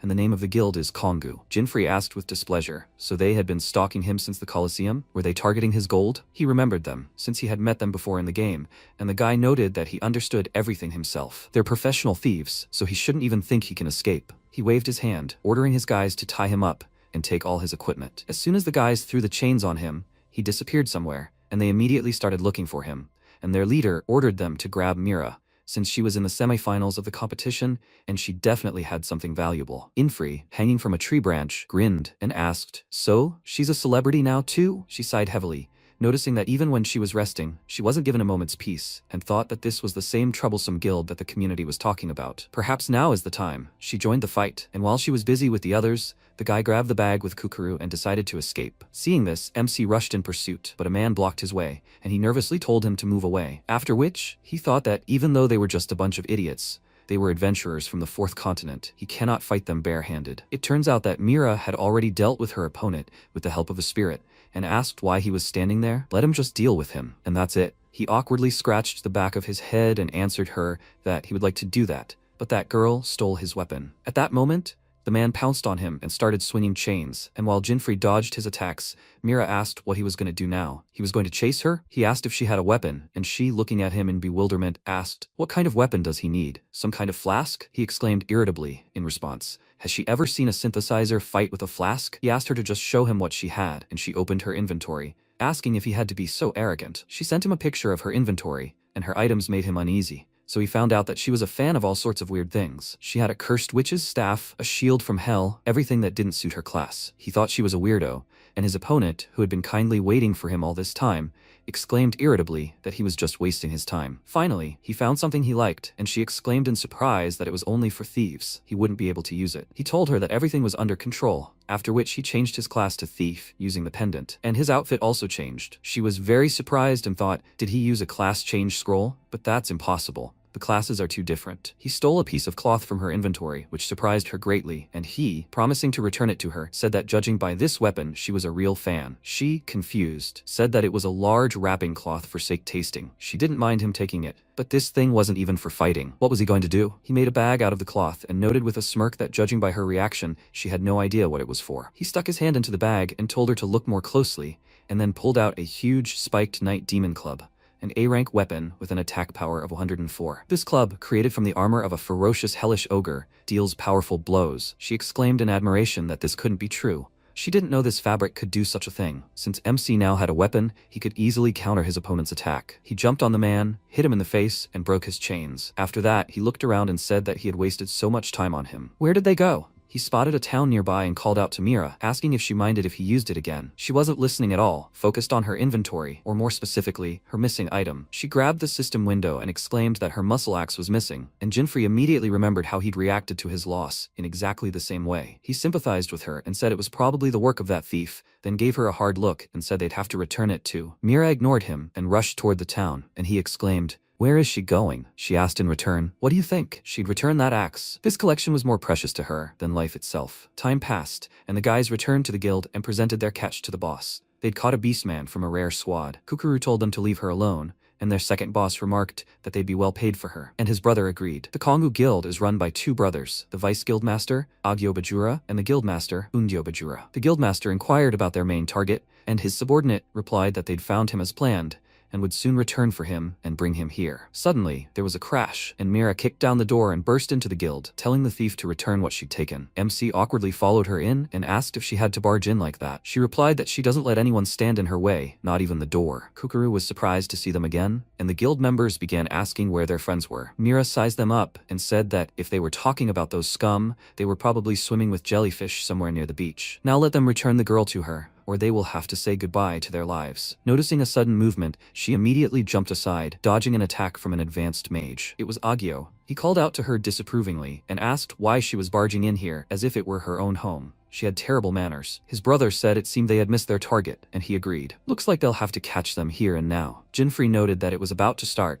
and Mira said that they were the Bajura brothers. Everything they did had already been reported to the community. The brothers stood up and said that they already knew. They had plenty of excellent denunciations on them, and she was a beauty, smelling of money, just like their target. Agyo waved his hand, deciding to end this quickly, and launched wooden tentacles at them, which MC immediately dodged with a jump. He cursed, wanting to avoid a fight, but now they would have to fight. Mira rushed forward, thinking that this guild should have been put to an end long ago. She summoned Sylph, and she immediately attacked the eldest brother, but it did no damage, as he took cover behind the earth fortress. Mira immediately realized that the wind spirit was useless against earth magic, and Agyo laughed, saying that such attacks would not break his brother's fortress. At that moment, Jinfrey leaped over the fortress and pounced on Undyo, saying that he had no complaints against him, but since he was standing in his way, he should prepare for battle. Before he could strike, Agyo struck him with wooden vines, sending him flying backwards, and he hit his back against the wall. After that, he laughed, called Jinfrey a laughingstock, and Undyo asked if he was really the best adventurer. They both caught their breath, trying to come to their senses, and Kukuru thought that the Bajura brothers were known for human trafficking, torture, and murder. They were too dangerous and cruel. MC decided to take out all his anger on Mira.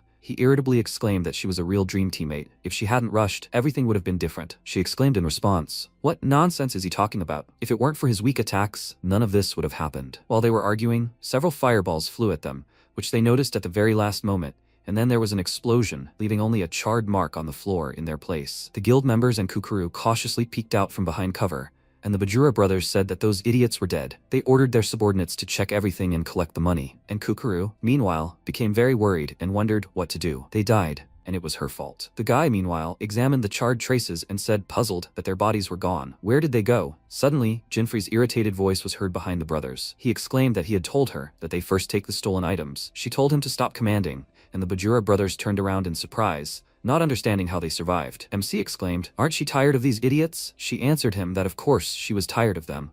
As a member of the adventurer community, She couldn't let them get away with everything. She couldn't risk the reputation of the League of Eight. He tiredly clutched his head and asked her to at least listen to his plan, but she ignored him and sent Undyne to attack, which made him very angry. Undyne lunged forward, using the Water Dragon Wave skill, but Unjo immediately erected a wall in front of him. Mira glared at this, irritated. She thought summoning Ifrit was a bad idea, but now was no time for caution. She was about to summon Ifrit, but suddenly Jinfree placed a starfish on her head and told her to wait. This effectively distracted her from the fight and said there was no need to summon him. Tell him to give him the cypress incense stick and toad oil from her inventory, as well as Ifrit's fire breath. She irritatedly removed the starfish from her head and exclaimed, "Will he steal her entire collection again?" He replied that he would thank her properly by doing something special. His offer intrigued her, and she handed him the items, saying that if he deceived her, she would never forgive him. After that, he changed his class to alchemist, and his outfit changed. Mira was surprised again. First he was a synthesizer, then a thief, and now an alchemist. What kind of system does he have? He used his class skill and created a charred wooden sword, coated with oil from the items Mira gave him. This is an A-rank weapon, which adds 10 points to attack. Mira immediately became upset. She exclaimed, "What's so special?" He deceived her. Let him return her collection. He excitedly asked her to wait, after which he changed classes again. This time he became a high-level swordsman, and the weapon in his hands immediately transformed. Now it was an S-rank Efrit sword with an attack power of 149.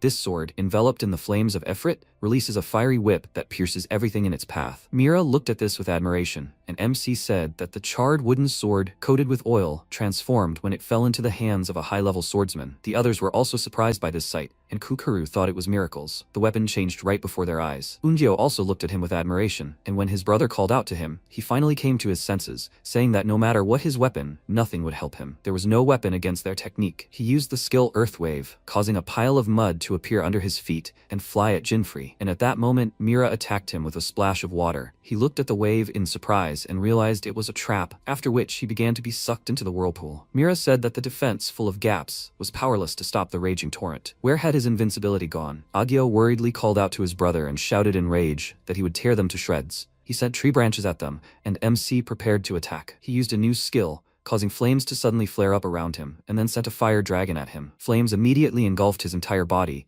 and he screamed in pain, while his subordinates ran. Kukuru, meanwhile, wondered who they were. They had dealt with the Bajura brothers so easily. Afterwards, they tied them up and threw them on Kiran's back. They led the thief outside, and Mira said with displeasure that she would let her go this time, but not that she steal from the hunting grounds. Did she understand? She promised to think about it and thanked them both for saving her. Jinfree said with displeasure that he doubted she would stop stealing, and Mira told him that she was grateful to him for that sword. Now she was in his debt. She said goodbye to him, and when she left, he smirked suspiciously. After a while, he reached the portal. It turned out he had managed to discreetly change his class to thief and steal something from Mira. A shark mask allows you to breathe underwater and also has a built-in underwater microphone. This item is disposable and lasts for 30 minutes. He immediately put it on and decided not to waste any time. He headed to the 4th demon. This time, clearing the dungeon would go much faster. The system informed him that an S-rank dungeon would become available immediately after he dived into the sea, and he thought that, frankly, he would have liked something more powerful and cool than a shark mask, but this would do. And then someone's voice rang out, calling him. He turned around and saw the same thief. She excitedly called him master and thanked him for saving her. He thought that the detection system must have deactivated when he took off the halo, and he, putting it on, said that they already figured it out. What was she doing here? He exclaimed that she was in love with his power,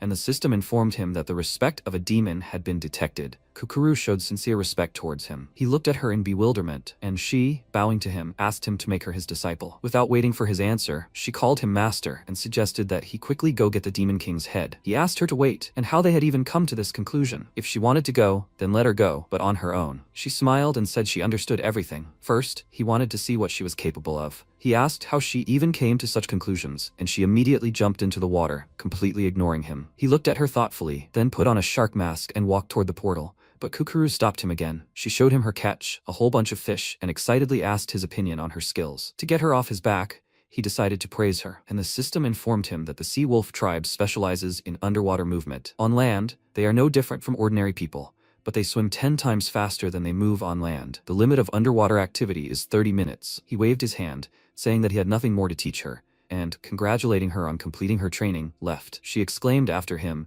that he was so heartless, she hadn't even become his apprentice. She climbed out of the water and asked him to make her his apprentice. She wanted to become stronger. He looked at her and realized that arguing with her now was useless. She started pestering him with requests for training, and he finally gave in, saying that he would make her his apprentice only for the duration of the dungeon. She was very happy, and he said that he didn't have time for showdowns, and he didn't want her to steal anything else from him. He would take her, but only for a while. She immediately began to thank him, and he asked her not to call him master. If she did so even once, she would be expelled. She energetically answered him that she understood everything, after which they headed to the portal. A few seconds later, they were in the underwater palace, and MC confirmed that the shark mask worked. He changed his class to summoner, and suddenly Kukuru's voice rang in his head. She exclaimed in surprise, "How did he change his class so easily? What kind of item is that?" He was slightly surprised and looked at the girl with a wry smile, remembering that sea wolves have this feature, an ultrasonic voice. This is how they communicate with each other, like dolphins. He used the summoning skill, and a low-ranking beast, Denden,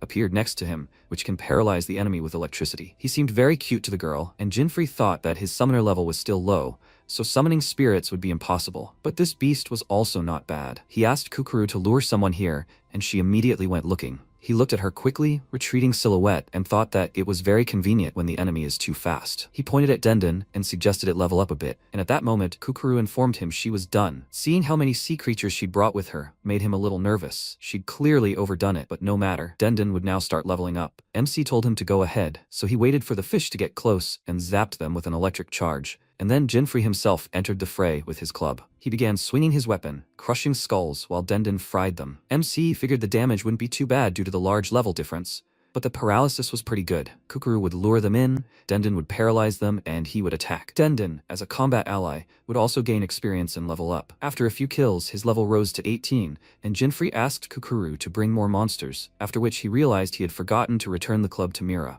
Deciding not to dwell on it, he returned to the fight, and Denden's level rose to 21. He smiled and thought that at this rate, he could level it up to maximum level. Kukuru called out to him, bragging about her find, and he smiled nervously, looking at the huge octopus above them. An evil level 175 Kraken. It was a tough opponent, but MC was only too happy. He praised the girl for her excellent work and said that this huge octopus was the mid-boss of this zone. They would defeat it and the Demon King would appear. She was terrified by what she heard, as she hadn't even known about it. At that moment, the Kraken began to attack, striking them with its tentacles, and Jinfrey jumped aside, dodging the blow. Having swum to a safe distance, he grinned and said that he hadn't expected this, but at least it would buy him some time. The shark mask would last another 21 minutes. He called out to Kukuru and said he needed to cut off all of its tentacles. She immediately understood and swam closer to the monster to act as bait. She began to tease him, shouting all sorts of phrases, and he angrily rushed towards her. Meanwhile, MC got busy. Each of its tentacles counts as one creature, meaning they could get the same number of points as for 8 creatures. The Kraken is the mid-boss of an S-rank dungeon, meaning each of its tentacles is of a correspondingly high level. The points, of course, would be higher. Denden used the electric charge skill on one of the tentacles and it froze. MC took advantage of this and struck with all his might, getting rid of it. His beast's level immediately rose, and with each new tentacle, the number increased. Denden eventually reached level 43.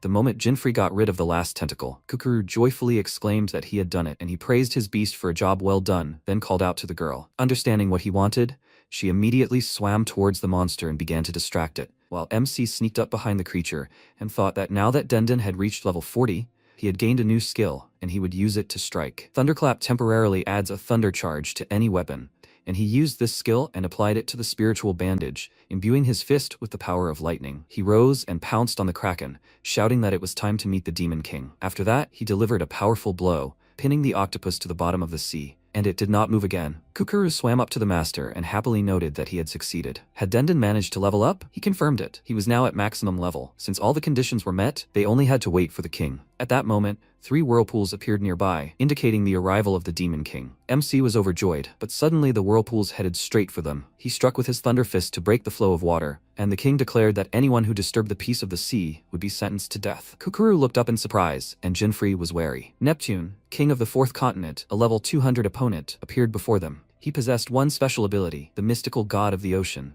which allowed him to restore health. Kukuru immediately noted that he looked powerful, and MC grinned, confident that he would finish this quickly. All the demon kings he had encountered had acted unpredictably. He doesn't know why, but there's definitely something in this world he doesn't understand yet. He can't wait. He needs to deal with him before he traps him. He changed his class from summoner to mage, and Kukuru looked at him in admiration, exclaiming that he pulled that trick again. Unfortunately, Denden disappeared because of this, and Jinfrey smirked and told her it wasn't a trick. He extended his hand forward and abruptly approached Neptune, then cast a lightning spell and attacked. Neptune defended himself from his spell by simply holding his palm out in front of him, and then MC retreated to a safe distance. The king looked at the sparks enveloping his hand and called Jinfrey a laughingstock, then abruptly reached out to grab him, but he was immediately teleported behind him. He charged and attacked him with his thunder fist, causing him to stagger and then turn around in irritation, but then the next spell, Flash, was waiting for him. The bright light blinded him momentarily, and MC took advantage of this to strike with his Thunder Fist, then launched a series of powerful attacks, pushing the king away. He looked at his fist in confusion as his strikes weren't very effective, and Kukuru exclaimed that it was so cool. Neptune, meanwhile, chuckled and asked, "Does he seriously think he can defeat him with that?" Jinfrey immediately appeared before him and said he knew his defense was incredibly high, but he was just getting started. He used a skill, and a huge wind dragon pounced on the Demon King, followed by a scream.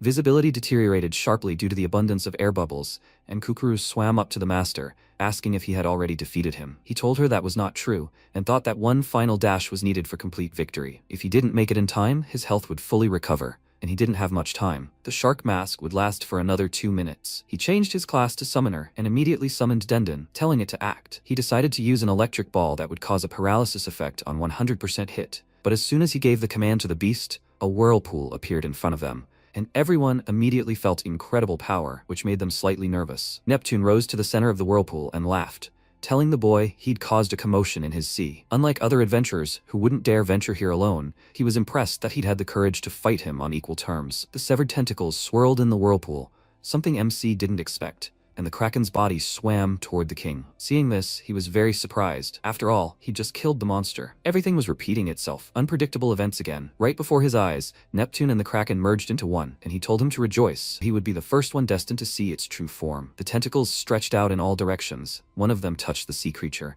and it immediately began to dissolve. Jinfrey noticed this and wondered if the tentacles were now poisonous. He decided to pull himself together, but at that moment, one of the tentacles attacked. He managed to hide behind a rock just in time, but his cover collapsed, and Kukuru called out to him worriedly. MC was buried under rocks. Neptune laughed at this pitiful sight, while Kukuru swam to the master, as she was very worried about him. She picked up several rocks, and seeing that he was unharmed, was overjoyed. Neptune asked, "So he's still alive? That's impressive." Jinfrey, meanwhile, stood up and thought things were bad. If he touched its tentacles, he would die instantly, and the oxygen was about to run out. It was time to go all out. He changed his class to a fighter, and the system informed him that since he had applied spiritual bandages, the special conditions had been met. 80% of his health had been spent, and the fighter's special skill, Blessing of the Fighting Spirit, had been unlocked. A powerful energy began to emanate from him, and Neptune looked at him closely, while Kukuru, surprised, thought, had he unlocked a special skill? MC figured the condition for this skill was the use of a spiritual bandage, being a fighter. The last attack had knocked him down pretty badly. He hadn't expected that. Neptune laughed and exclaimed, "He's been changing clothes again? What's different this time?" He waved his tentacle in displeasure, saying it was complete disrespect for him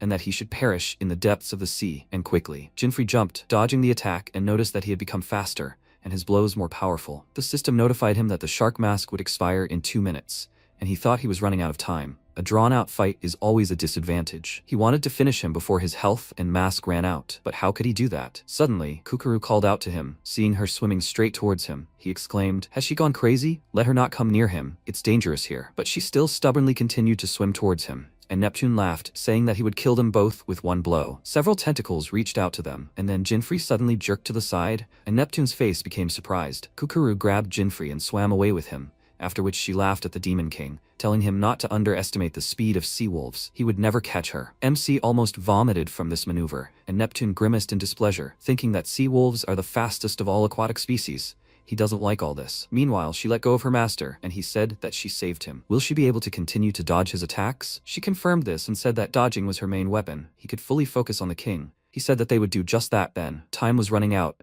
so the next blow would be decisive. When he gave the signal, have her close the distance and then swim further away again. She nodded, showing him that she understood everything, and Neptune attacked again, but this time more furiously. Kukuru helped Jinfrey dodge, and they swam a decent distance from the Demon King, while he meanwhile looked around, since he had lost sight of them. Noticing a weak spot on his back, MC immediately rushed there, and then began to deliver numerous rapid blows to him with the help of Kukuru. He released tentacles, trying to hit them, and Jinfrey thought that there was no more time. This was his last chance to end this. Clenching his fist, he rushed straight for the monster's face, and then struck with all his might. He hit him on the head a few more times, and he shouted in rage that he would teach him a lesson now. He wanted to attack, but then suddenly realized that the weapon in his hand had disappeared somewhere. Kukuru showed him the stolen weapon and mockingly asked, "Is this what he is looking for? She has one bad habit. She can't control herself." He looked at her in shock and exclaimed, "When did she manage to steal his axe?" At this time, MC looked at the girl with irritation and asked, "Was she serious?" Well, her bad habit still came in handy for something. He praised her, then approached Neptune and began to use all his thunder skills on him, dealing him a series of powerful blows. At one point, he called out to Kukuru and told her to take the axe and get as far away from the water as possible.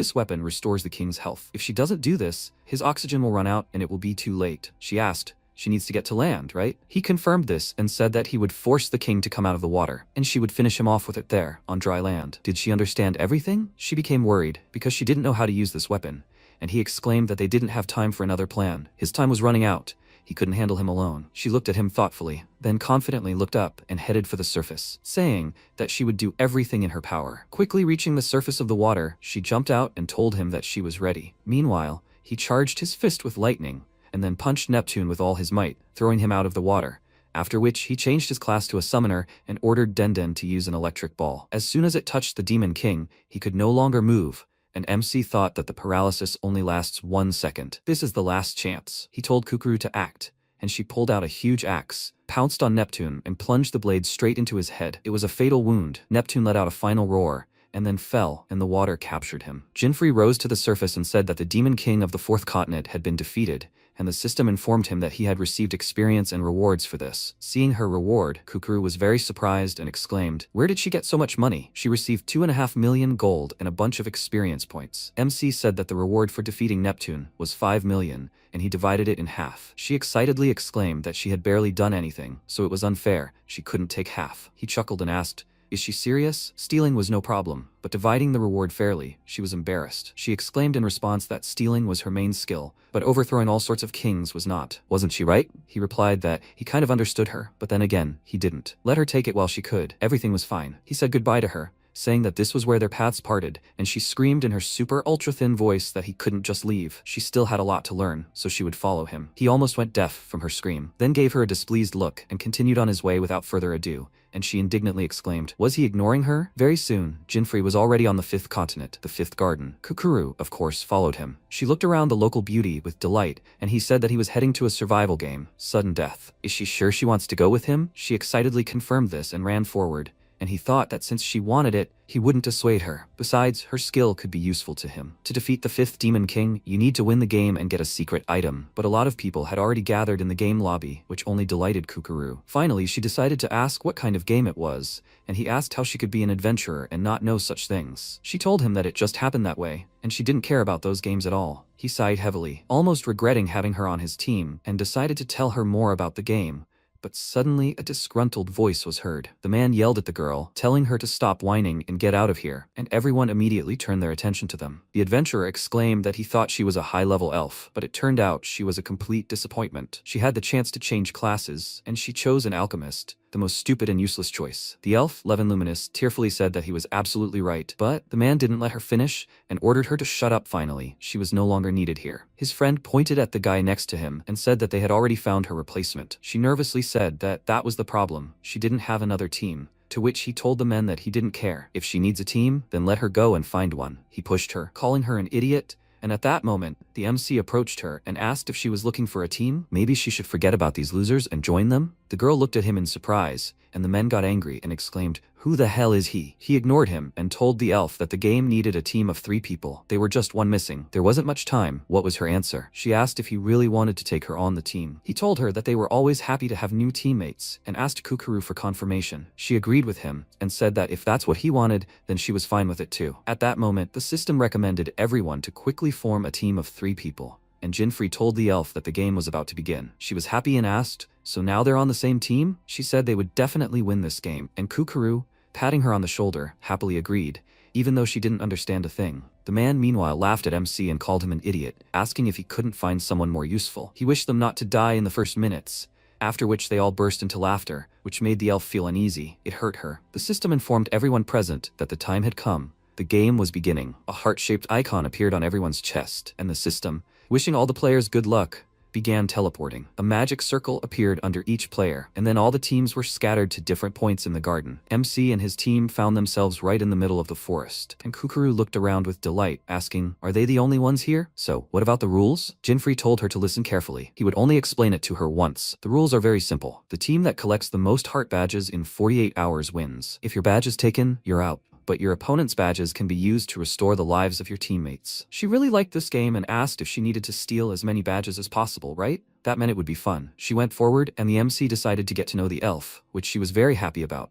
after which he suggested that she get straight to the point. Could she mix him something? She confidently answered him that she was always full of all sorts of potions, and he pointed his finger to the side, asking if she could create an explosive herb and throw it over there. She immediately got to work, and a second later she had the herb in her hands, after which she threw it at the place he pointed. After which there was an explosion, and the men who were hiding in those bushes were thrown up by the shockwave. They fell right in front of their feet, and the man asked where the explosion came from. Seeing someone's boots in front of him, he immediately fell silent and looked up, and Jinfrey smirked and told them to hand over their badges. These were the same guys who kicked Levin out of their team. Their leader looked up at Jinfrey with displeasure and exclaimed, "What did he do?" He laughed at him and asked how it felt to be hit by Levin's explosive grass. His furious gaze immediately moved to the girl, and he ordered her not to mess with him. Why didn't she tell him she could do that? They wouldn't kick her out of their team. At that moment, Kukuru rushed past them, took their badges and looked smugly at Jinfrey, asking, "Is she doing everything right?" He was even slightly surprised, and the men only noticed the loss at that moment. MC smiled nervously and wondered, is she giving it her all right away? Should he admire or be scared? These guys were angry. They wanted to take the badges back, but the system teleported them somewhere. Kukuru watched them go, wondering where they were going. Jinfrey told her that since she'd taken their hearts, they'd return to the game lobby. She finally figured out how the game worked, and praised Levin for her excellent work. She immediately became excited, and began praising her in return, saying that it was much more wonderful how she stole 3 hearts at once. She said that,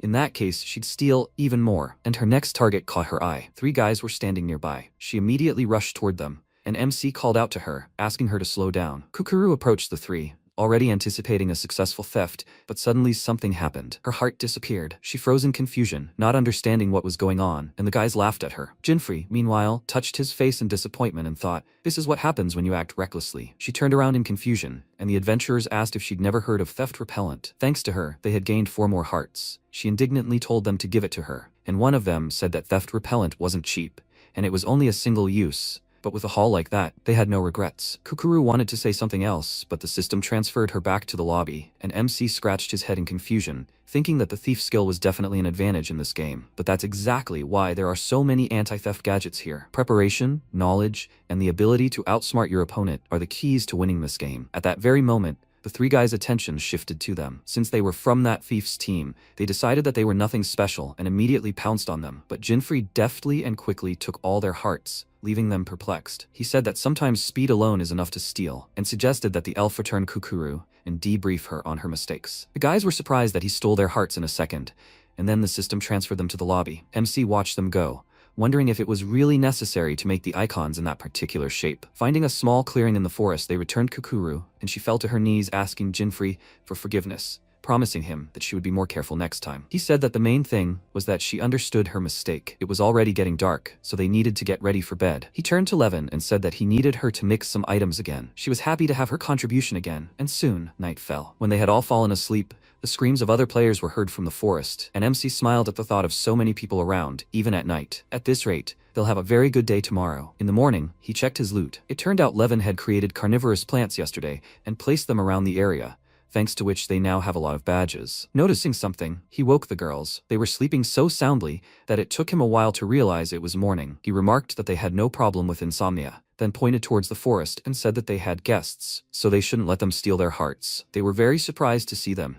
and the guy from the other team clicked his tongue in annoyance, noting that they had noticed them after all. He planned to attack while they were sleeping. Jinfrey told the girls to be on guard. They had survived the first day, which meant they were much more dangerous than those they had encountered yesterday. After that, the 3 approached him, and one of them asked, "So, they have the detection skill?" This was the basic alchemist armor, a decoy for them to relax. He pulled out split teleportation cards from his inventory and used them on them. MC immediately realized they were splitting them up to deal with them one by one. Levin teleported with a girl from their team, and Kukuru with a guy. Jinfrey, meanwhile, was with their leader. He told him they were all now separated. Their strategy was to split the opponents first and then finish them off with his summons. Jinfrey's frustration meter began to slowly fill, and the guy, noticing his frown, asked if he was worried about his teammates. He'd send him to the lobby and meet them there. MC remarked that he was being too talkative, then smirked and said that his teammates weren't that easy to defeat, and that their team would eventually return to the lobby. Kukuru, meanwhile, pulled out her daggers, and Levin confidently assumed a fighting stance, knowing she couldn't afford to lose. Kukuru began to move quickly from side to side. Her opponent's animals lost sight of her each time, and the man noticed that she was faster than he thought. She, who had already managed to climb the tree behind him, exclaimed that it wasn't she who was fast, it was he who was slow. He immediately threw a knife at her. She quickly dodged the blow, and thought that her opponents were this guy and 3 summoned beasts. If she took out the guy, the beasts would also disappear. She decided to follow this plan and rushed at the guy to catch him and take his heart, but as soon as she struck, he put a shield in front of him and said with a smirk that she was fast, but her attacks were very weak. She in turn asked with a smirk why he was hiding behind the shield then. Was he scared? He immediately ordered his beasts to tear her apart, and when they got close to her, she jumped up, striking each one. After which, she climbed the tree and said that they would never catch her like this. The guy got very angry and, calling them mindless animals, ordered them to grab her. But when he looked up at the tree, she had already disappeared somewhere. Kukuru snuck up on him from behind, telling him he was too slow, then using her steal skill, and the moment he turned around she kicked him in the face, throwing him away. After that, she mockingly showed him the stolen heart and asked what he said about her attacks. 1 hit was enough for him, and this heart was now hers. But everything was not so simple. The animals surrounded her and she looked at them puzzled, asking, shouldn't they have disappeared? Or was he not the summoner? She thought he was a cowardly summoner who hid behind a shield. The animals immediately pounced on her and she started to run, exclaiming that she did not expect this. But since she had the heart, she could just run away. Meanwhile, Levin used a search herb to detect magic within 100 meters, but there were no clues. The first time, her opponent hid behind a smokescreen she created, and she lost track of her. The woman, meanwhile, watched her from afar, hiding in the bushes, and thought that no matter what she was planning, she was always on guard. A hunter is a hunter. Catching one such elf is a matter of 5 minutes. At that moment, an arrow flew at Levin from behind. She quickly noticed it and hid behind a barrier plant, then threw an explosive herb in the direction from which the shot came. Her opponent thought it was not bad. She didn't expect that from her. But what's the point if the damage is 0? Levin became slightly nervous when she heard a rustling sound behind her. She immediately turned around and saw the summoned beasts. When they pounced on her, she immediately used a smokescreen and took cover behind a nearby tree, after which 2 arrows were fired at her at once. Fortunately, neither hit her. She crouched and thought that in such a jungle, it would be difficult to track an enemy, while the other woman, meanwhile, mentally noted how cunning she was. But how long was she going to sit in cover and evade her bow and summoned beasts? Levin thought the terrain was on her side, but she would never let down those who accepted her as their command. So she concentrated and created a decoy herb that could attract the summoned beasts using scent. She raised it above her head, and the beasts' gaze immediately fell on the herb, and when she tossed it to the side, they ran after it. Her opponent was amazed at how quickly she dealt with the beasts, and Levin, meanwhile, happily said that they could forget about them for a while. Now they were alone. The woman chuckled and asked, does she think she's the smartest? She dealt with her without summoned beasts. Levin asked, is that why none of her attacks hit her? Her opponent irritably ordered her to shut up, which was a warning, and she, creating something again, said that she still couldn't lose. She threw up a super bright grass, emitting a blinding light, causing the woman to immediately jump out of her hiding place and roll down a small ledge, thanks to which Levin quickly found her. She immediately approached her and tore the badge from her chest, after which she said with a smile that while she was blind, she took her heart. Not to worry, her vision will return soon. The woman immediately checked the spot where the badge should have been, and when she said she was leaving, she nervously extended her hand and asked her to wait,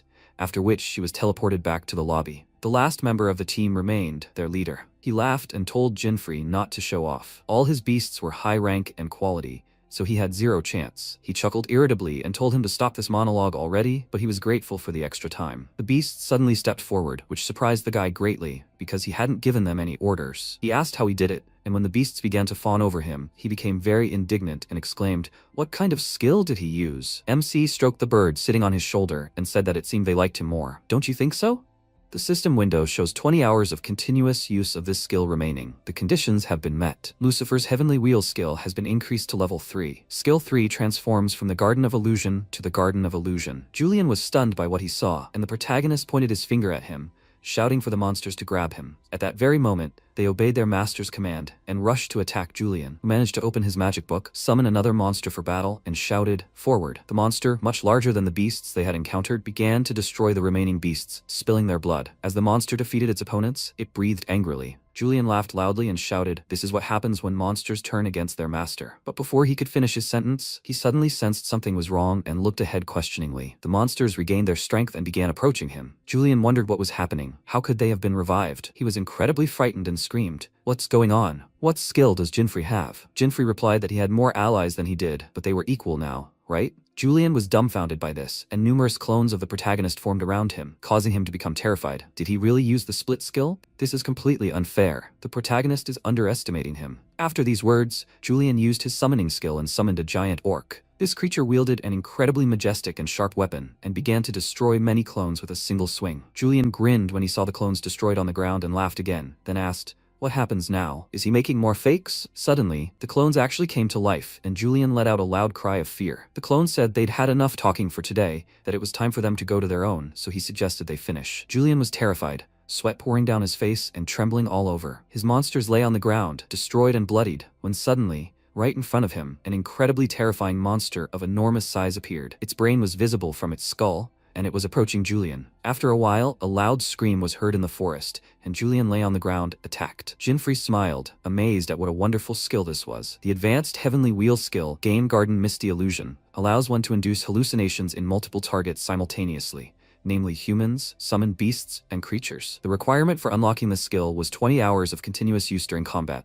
Only in SSG can one maintain such a long combat duration. Jinfrey reached into Julian's pocket and pulled out several heart figurines. He'd collected quite a few. He wondered how his team was doing. It was time for the protagonist to return to them. After a while, he approached the girls, and Kukuru, holding several hearts in her hands, raised them high and shouted that she had done well, and they should praise her. Levin asked if they were hurt. Kukuru continued to rejoice in her success and paid no attention to what was happening. The system announced that time was up. This was the end of the SSG, and all participants would be returned to the lobby. The participants met in the lobby, overjoyed at their success, and chatted emotionally with each other. Among them was the protagonist's team. The results were announced. Third place received 46 hearts, and was a team called Dalgo. The friends from this team rejoiced and raised their hands in joy. It couldn't have been any other way. Second place received 55 hearts, Team Jessica. The friends weren't surprised either, but they were still overjoyed by what was happening. Everyone around them started shouting, "Isn't 55 hearts first place?" They'd beaten the previous record of 50 hearts. It was Jessica, the Shadow Slayer herself. That was true, but then who would win? And now the honorable first place would go to the team that collected 108 hearts,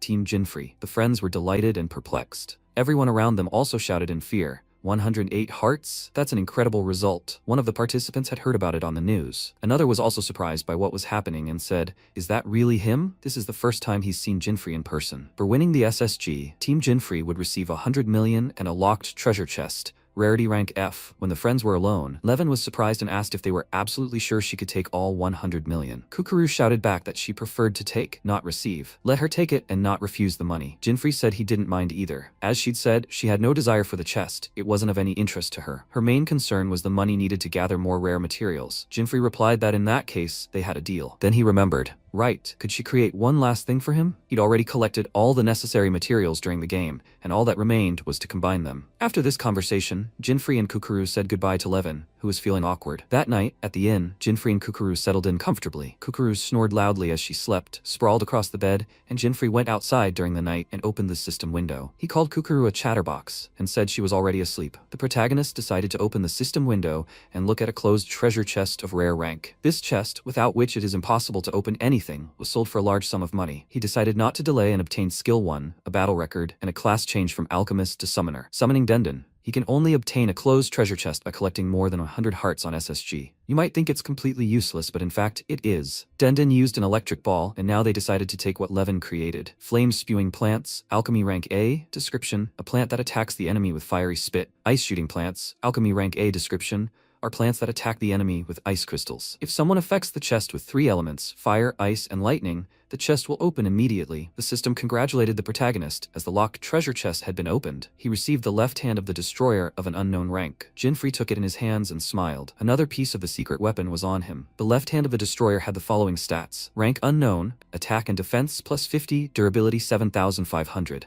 Thrust force +1, super push. This chest pushes the target away from the character, the strength fluctuating depending on the level. Skill 2 requires fulfilling the conditions to unlock, and Skill 3 requires fulfilling special conditions to unlock. So another piece of equipment was in his hands. Normally, he would have gone straight to the dungeon, but there was something troubling him. It was Kukuru who always demanded the next task with delight. When the friends decided to have lunch the next day, Kukuru asked the protagonist, "What are your plans now? Will there be a new game? Or a dungeon?" Jinfrey grinned and asked her to give him a moment to think about what they should do. Frankly, he had no time to worry about Kukuru right now, especially in S-rank dungeons, but she couldn't even fight demons, so he suggested she prepare for training. Kukuru asked fearfully, "Training awaits her?" The two friends found themselves in a forest, and Jinfrey pointed towards it. He opened the system window and, pointing to Kukuru's screen, asked her to go get those materials from that mountain over there. She was surprised and realized it was quite a lot. Jinfrey explained that they were needed for the next dungeon, and of course, stealing them was forbidden. Kukuru screamed, "What is he talking about?" So she'd have to spend forever collecting them. Jinfrey ignored her excuses and said that if she refused, that meant no more training here, so they would disperse immediately. He wished her luck, and Kukuru became overly sad while she realized they were needed for the dungeon. Then she cried out in displeasure. Fine, she'll collect them. Let him wait for her here. Jinfrey stuck his tongue out at her behind his back and, as he watched her go, thought how naive she was. Finally, he could enjoy solo play again. At that moment,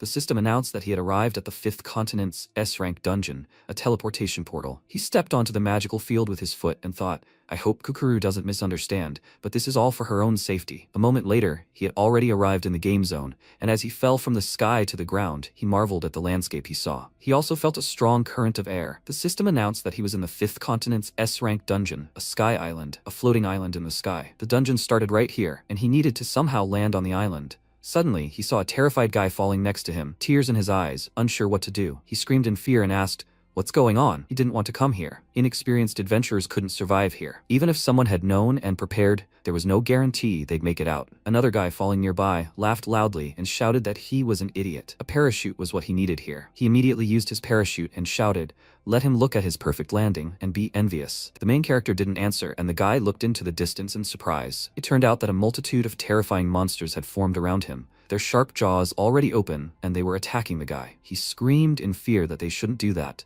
and the monsters continued to roar. The protagonist understood that with or without a parachute, skill was essential. It was a good thing he hadn't brought Kukuru with him. Meanwhile, Kukuru was in the forest, tearfully lifting a large mushroom above her head, overjoyed at finally finding it. Jinfrey looked around carefully and noticed monsters approaching him. He extended his hand and, using his magic bracelet, directed it at one of the monsters, creating a magical flash of light that caused the monsters to self-destruct. The system reported that the left-right hand of the destroyer had one skill, Super Knockback, which pushed the target away from the player. The protagonist believed this skill was worthy, and secret items were truly overkill. But now it was time for him to begin, and holding his hand out straight, he shouted, "A stream of fast wind." This stream began to approach the island floating above the water. The system reported that this was an island of destruction and creation. Inside the temple were numerous strange cube structures. When Jinfrey landed, he thought he'd finally arrived and found what he needed. He stood in front of the mirror when suddenly a multitude of dark monsters with bright red eyes appeared behind him. As soon as someone invades the temple, menacing inhabitants appear. The monsters began to approach the protagonist and growl when Jinfrey suddenly waved his hand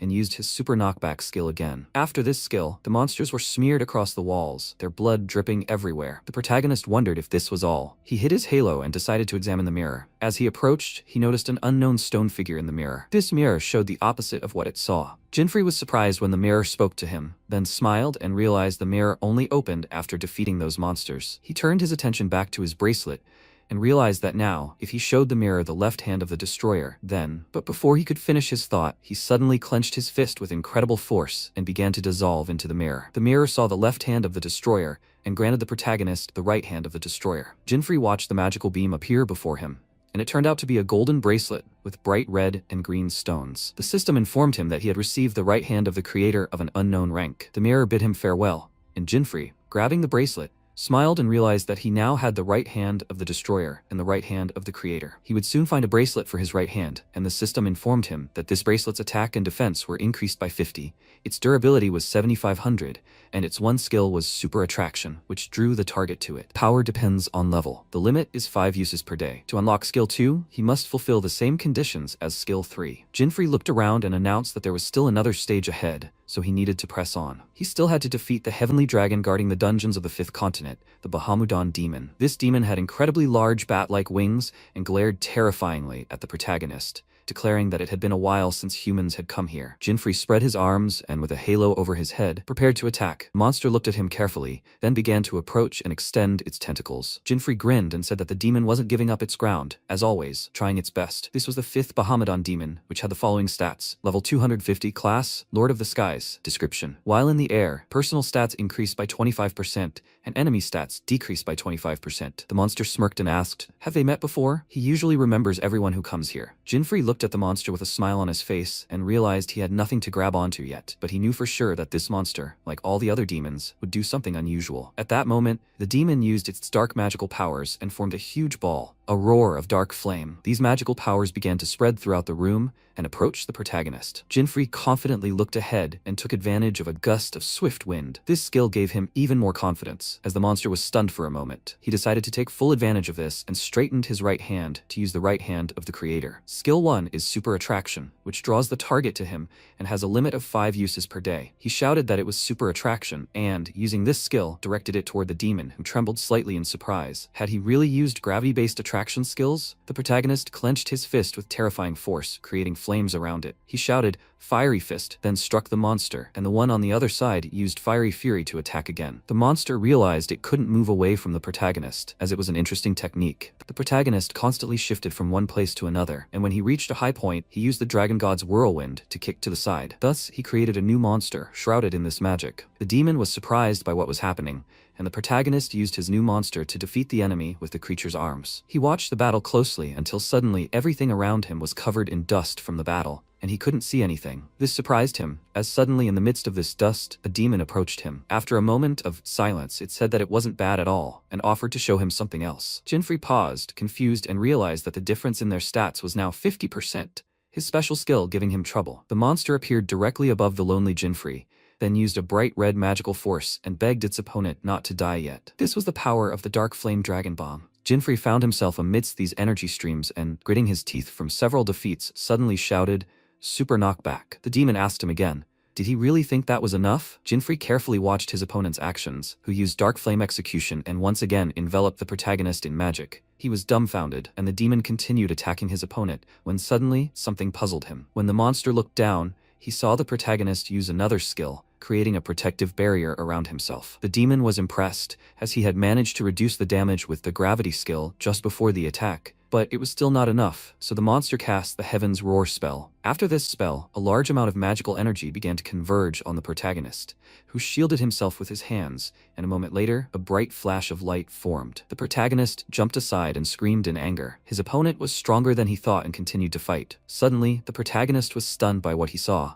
and the system reported that the conditions had been met, unlocking the skill of the left hand of the destroyer and the right hand of the creator. After using his new skills, he realized that everything was going well and joined his hands. This was what he was waiting for. Jinfrey smiled and shouted a black vortex spell, and a magical orb formed between his hands. The demon was stunned when he saw what was happening and wondered what was happening. Had this magical orb really absorbed all his attacks? The protagonist said out loud that all the demon's attacks would now land directly here. This was the left-right hand of the destroyer, skill 2. A black hole that absorbs enemy attacks. The monster wondered if this had really absorbed all his attacks. He paused, confused. Was this really possible? Jinfrey smirked and asked again, "He's scared, right?" The monster replied that there was nothing to fear, then with a sharp movement appeared right next to the protagonist. He was surprised when the magical forces approached his face and covered his head with his hands again. The monster asked again, "What's wrong? Can it work?" Apparently it doesn't work on all attacks. For example, he used physical attacks just now. Jinfrey realized that this demon had decided to test the capabilities of his hands. The demon remarked that dragons are renowned for their powerful bodies and shouted for his opponent to die. Jinfrey was dumbfounded and suddenly vanished. The demon looked at his disappearance in surprise and wondered if he'd actually teleported. He needed to look behind him. From behind, the protagonist had already created a magic ball and aimed it at the demon to attack. The condition for unlocking the second skills was the simultaneous use of the first skills. He stared ahead, thinking about how one hand created a black hole, while the other allowed him to release absorbed attacks. The system reported that the creator's first hand had skill 2, white hole, which released absorbed attacks. After seeing this information, the protagonist shouted a spell, Spiral of Wrath. The monster was terrified, and the protagonist used this technique to destroy it. The demon realized that this technique was his roar of heaven. But before he could fully consider this thought, he suddenly began to scream loudly in pain. Jinfrey managed to damage the demon and paused for a moment, after which the demon began screaming even louder and pausing, cried out that it was all just an imitation. Jinfrey smiled and asked again, "Is the monster sure about this?" After these words, he pounced on the monster again, and the demon screamed, "What's going on?" The protagonist asked, "Imitation or not, can it withstand an attack 3 times stronger than his?" With these words, he pounced on the monster with fire magic, and the demon hit the ground and began to roar loudly. When it completely collapsed and lay motionless, the protagonist clenched his fist, and the system announced that he had defeated a level 250 demon, and was receiving a reward and experience. Sometime later, a discussion took place in the Adventurers Association and the League of 8 building. Someone said he apologized for having to distract him from important matters, and all 4 of them would be unable to come because they were on missions. There were several heroes at the table, and one of the guys suggested that the president talk casually. He would come as soon as he received an order from him. This guy was a member of the League of 8 named White Deng, class shield bearer. The girl across from him smirked and said that he was being too serious as always. She was free. That's why she came here, so she suggested getting straight to the point. This girl was a member of the League of 8 named Maria Jenny, class Saint with a shift to healer. Among them at the table was another member of the League of 8, Mila Goldland, class Summoner. She sat silently at the table and said nothing. Nyx smiled and said that then they should begin. They had recently received several disturbing messages. Wyatt asked again, was this the unrest about the bandit guilds again, or did he mean the monsters? Nyx sharply replied that this was not the case. Neither guilds nor monsters were connected to this event. Mira looked at him questioningly,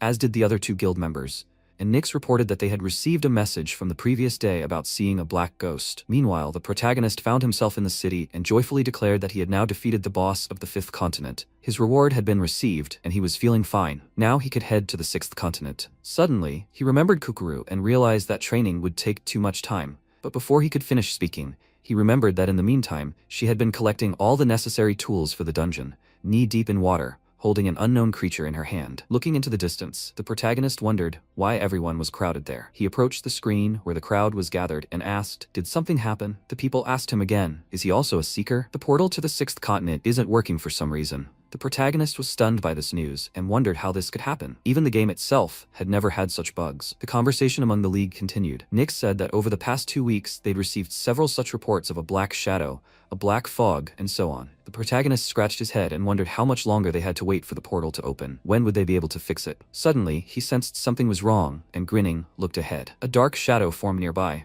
and he realized it was definitely not human. Nyx took a sip of coffee and continued to explain that it wasn't a demon or a monster. This creature appeared suddenly and attacked people. This very creature was now standing just a few steps away from the protagonist, who silently watched the events unfold. They didn't know what it was or what drove it, but it was a real threat to humanity and the world. He had a bad feeling. Bright red eyes appeared in the dark shadows. Nyx said that they had to do something urgently before the situation got completely out of control. Meanwhile, the creature with bright red eyes was already among the ordinary conquerors. The protagonist was dumbfounded when he saw what was happening, and Nyx continued to say that they didn't know who they were, but they didn't have time to sit idly by. Those nameless creatures posed an incredible threat. Meanwhile, the magical shadow approached the protagonist and began to smile. Jinfrey was dumbfounded and hunched over when suddenly the shadow grew to incredible size. The people around screamed in fear. What was that? Was it a monster? What was that creature doing in the center of the city? The monster emerging from the shadows began to roar loudly. The protagonist wondered what it was. He felt like he'd seen something similar before, but it wasn't in the game. What was going on? The surrounding people began to flee the square and scatter in fear. One of the frightened players fell to the ground, screaming in a trembling voice for help. The monster pointed its claw at the player, and suddenly the protagonist used his magical powers, realizing things were bad, and he had to help. He used his super knockback skill and created a magical sphere that pushed the monster some distance away. The frightened player fled the scene without even thanking him. The protagonist carefully examined the monster and wondered, was this monster alone? Definitely not. They don't appear in cities. The monster pointed its claws at the players again, and created a magical sphere of green light, which he aimed at Jinfrey. He tried to defend himself by crossing his arms in front of his face, when suddenly, opening one eye, he looked ahead and screamed loudly from its knockback power. When he stopped, he wondered what was going on. The monster just used the fighter skill, Sphere Destruction. Why does it have the same skills as the adventurers? The monster suddenly turned and began growling at the other people, who scattered in different directions. The protagonist realized something and shouted for it to stop. He was afraid he wouldn't make it in time, and suddenly took advantage of a gust of fast wind. A skeleton in armor appeared in front of the monster, holding a large sword. The demon looked questioningly at this creature, which didn't move at all, and didn't move from its place. The monster decided to pounce on it, but was suddenly struck, its blood spilling. The skeleton managed to cut the monster into several pieces. When the demon fell to the ground from the blow, the protagonist's jaw dropped in shock and realized they were dead. Nyx was standing next to the dead man who had destroyed the shadow. The protagonist noticed this and continued his observation. Nyx announced that it was too dangerous for people to be here and that they should follow his soldiers to safety. His soldiers are an army of skeletal corpses. People looked at these soldiers in shock and fear. Those around began to guess that it was Nyx. This meant they were saved. The protagonist thought about the League of Eight and realized that it meant he was Mira's ally. Nyx turned to the protagonist and said that thanks to him, no one had gotten hurt, so he thanked him for that. Jinfrey replied that it didn't matter, because they needed to find out what kind of creature it was. Nyx opened the system window and asked for a little leeway. White was in contact and reported that they had found a target at point 1. Maria also reported that point W4 was the target in their sights, and the trigger was ready. Mira was also in contact, and they had found a target at point S2. Nyx replied that this information had been received, Each of their people had encountered this something. The protagonist asked again, something? Is that what they call these creatures? Wait, that means it wasn't the only monster. Nyx asked his comrades to deal with the rest of the monsters. Afterwards, he turned to Jinfrey, addressing him by name and asking where they had left off. Jinfrey asked how he knew his name. Nyx chuckled and said he was much more famous than he thought. Would he like to join the League of Eight? The protagonist looked at him dumbfounded, then scratched his head and said he was declining the offer, thanking Nyx. He preferred free adventures. Nyx replied that he was very sorry. Mira had told him about him. He really was different from the other adventurers. His equipment alone spoke volumes. He extended his hand and asked permission to introduce himself. His name was Nyx, and he was the vice president of the Adventurers Association. Nyx was friendly and smiling. The protagonist lowered his gaze and wondered if he was the vice president. This means he's the strongest of all the league members. The boys shook hands, when suddenly the shadow of the newly reformed monster appeared above them. The boys turned around in fear, and Nyx explained that they had been warned about this creature's endurance. His soldiers were top-notch. But before he could finish speaking, he turned to Jim and said that these creatures were nothing like ordinary monsters. They called them something. They knew nothing about them or their origins, but they knew one thing for sure. If these monsters weren't controlled, they would eventually become a global threat. At that moment, an army of newly arrived soldiers ran up to him, and the fight began. The monsters chopped the demon into several smaller pieces again, and the monster quickly fell to the ground a second time. The protagonist watched in fear, and Nyx declared that if he encountered one, he must finish it off immediately, and there was to be no mercy. Nyx was also confident that he could deduce that Jinfrey had the necessary skills to eliminate this enemy. The main character thought, here he is, the leader of the strongest group, a strong and confident guy. His class is Necromancer, a special class of advanced mage. Sometime later, at point N, there was another fight with this something. This monster opened its wide maw and pounced on Wyatt, who managed to protect himself with his special shield. The monster roared loudly and continued to try to inflict damage. Wyatt carefully examined this creature and thought that it had amazing abilities. In terms of level, it was clearly above average, but suddenly Wyatt decided to use a mirror spell, which reflects an enemy's attack, and struck the monster. The something remained unharmed, and Wyatt declared that even with such skills, the monster could not defeat him. With such confidence, Wyatt shouted, "Shield Strike!" It was a skill that deals a blow equal to its defense. The monster screamed in pain, and smoke began to billow from its body. A moment later, it fell to the ground and was attacked. Wyatt announced that the endurance test was complete and he needed to contact the president. Meanwhile, at point 4, the monster was still standing. Maria was fighting it, holding a cigarette in her mouth as she spoke. The evil and impure flesh that brings destruction to this world, no, or rather, that defies it, must be destroyed. She stood confidently before the monster and, snapping her fingers, began to rise upward. When she reached the required height, she swung her enormous cross and screamed at the monster to perish with a terrifying smile. A moment later, the monster's blood spilled, and the creature fell to the ground. The system reported that this was a prayer of power skill, which grants a random weapon depending on the prayer recited. The worse the situation, the higher the weapon's status. Maria smirked, still smoking, and told that monster to go to hell for wasting her precious time. Meanwhile, the protagonist replied to Nyx that he understood. Does this mean the situation with the nothingness isn't resolved, and that portals won't work anywhere else? Not just on the 6th continent? Nyx replied, exactly. The protagonist considered the fact that there weren't any nothingnesses in the game, then remembered he'd heard of something similar before, but he'd never encountered them in the game. But if they were indeed the ones in question, did that mean he could now obtain that secret item he'd been unable to obtain before? Nyx, chatting with his friends, saw the results of their work and replied that it was impressive. As always, they'd done a good job. The protagonist wondered in surprise if they'd already defeated the monster. Mira was on the line and said she had bad news. The target had disappeared. Nyx was stunned and wondered inwardly. Mira, the strongest of them, allowed the target to escape? That's quite strange. He replied that he understood and asked, is she injured? Please let her report what happened in detail. Mira fled with the spirits and replied that she was fine. The target had escaped, but she was tracking it with the spirit. That something was moving toward point S5. Nyx replied that he understood everything and would immediately go to where they would meet. Mira replied that she heard him, and the protagonist, turning to Nyx, said that he would go there too. He needed more information about the something and its power, since closed portals were a big problem for him. Nyx paused briefly, then said that everything was correct. They still didn't know what they were capable of, and so his help would not hurt, but he should leave all decisions to him. They had a great responsibility to preserve their lives. The protagonist responded, okay, and thanked him for it. After this conversation, the guys set off. When they arrived at point S5, the monster continued to flee from Mira and her spirits. They shouted at the monster to stop, and she asked if it wasn't shameful for a monster to run away from its opponent. This creature couldn't get far anyway. They couldn't lose sight of that. Suddenly, Maria appeared in front of the monster, blocking the creature's path. She grinned and asked if she had forgotten how to fight. They were wasting her time again. Wyatt turned to her and said that no one is immune to such incidents. Besides, How could they not worry about each other and support each other? The friends surrounded the demon from different sides, and at that moment, Nyx arrived with the protagonist. He remarked that they worked well together. Mira was about to say something when she suddenly noticed Jinfree and shouted angrily, "What is he doing here?" He grinned and scratched his head, saying it just happened somehow. Nyx suggested they chat later, as they needed to figure out the target first. Mira turned to the vice president and said she'd learned something new. It could talk. Nyx and the monster were stunned by what he heard, and after examining it, he wondered if it could talk. But it wasn't even a demon. Jinfree was stunned by what he heard, and the system reported, "Attention, a large number of unidentified enemies have been detected." He shouted that they needed to retreat immediately,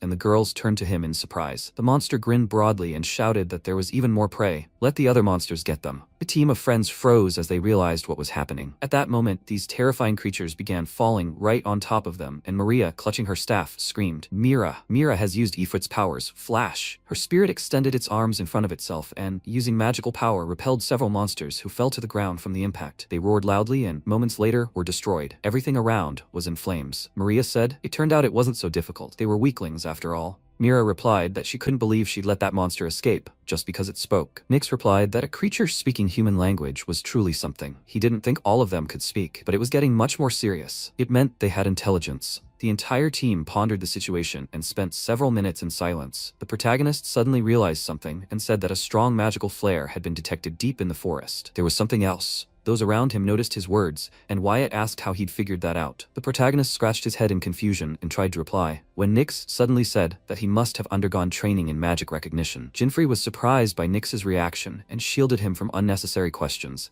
then said that they couldn't let this monster escape. He turned to Jinfree and asked if he could guide them. The protagonist confidently answered, "Of course." After this conversation, everyone followed Jinfree, who walked ahead and led everyone through the forest in the right direction. When they reached a clearing, a magic circle formed there. The protagonist said that magic was especially strong here. Nyx examined the magic circle and realized that this gate led to another dimension and was the work of some being from the sage class. Mira expressed her opinion that they now knew for sure that nothing could steal the adventurer's skills. The protagonist had no doubt he'd heard the same thing in his past life. If that were true, then they, like adventurers, could also level up and become stronger, meaning the situation was only getting worse. Nyx smiled and said that as long as they were all together, especially with such a skilled recruit, everything would be fine. Maria asked again, "A skilled recruit?" Wyatt also asked, "Is Jinfree the guy from the news?" Maria smirked and said, "So that's what he's like." Mira stared at him silently, unresponsive. Nyx suggested going there together, and the protagonist felt a strange sensation. He didn't know why, but the guy's aura slightly frightened him. A portal formed around the team, transporting them to another location. One of the team members wondered what this place was. There were only doors here. Wyatt replied that he would lead them in the right direction and asked them to follow him. Maria addressed the protagonist as a newcomer, asking him to trust the shield bearer and follow him. She would cover his back. He was surprised and accepted her offer. When Wyatt approached the central door and grabbed the handle,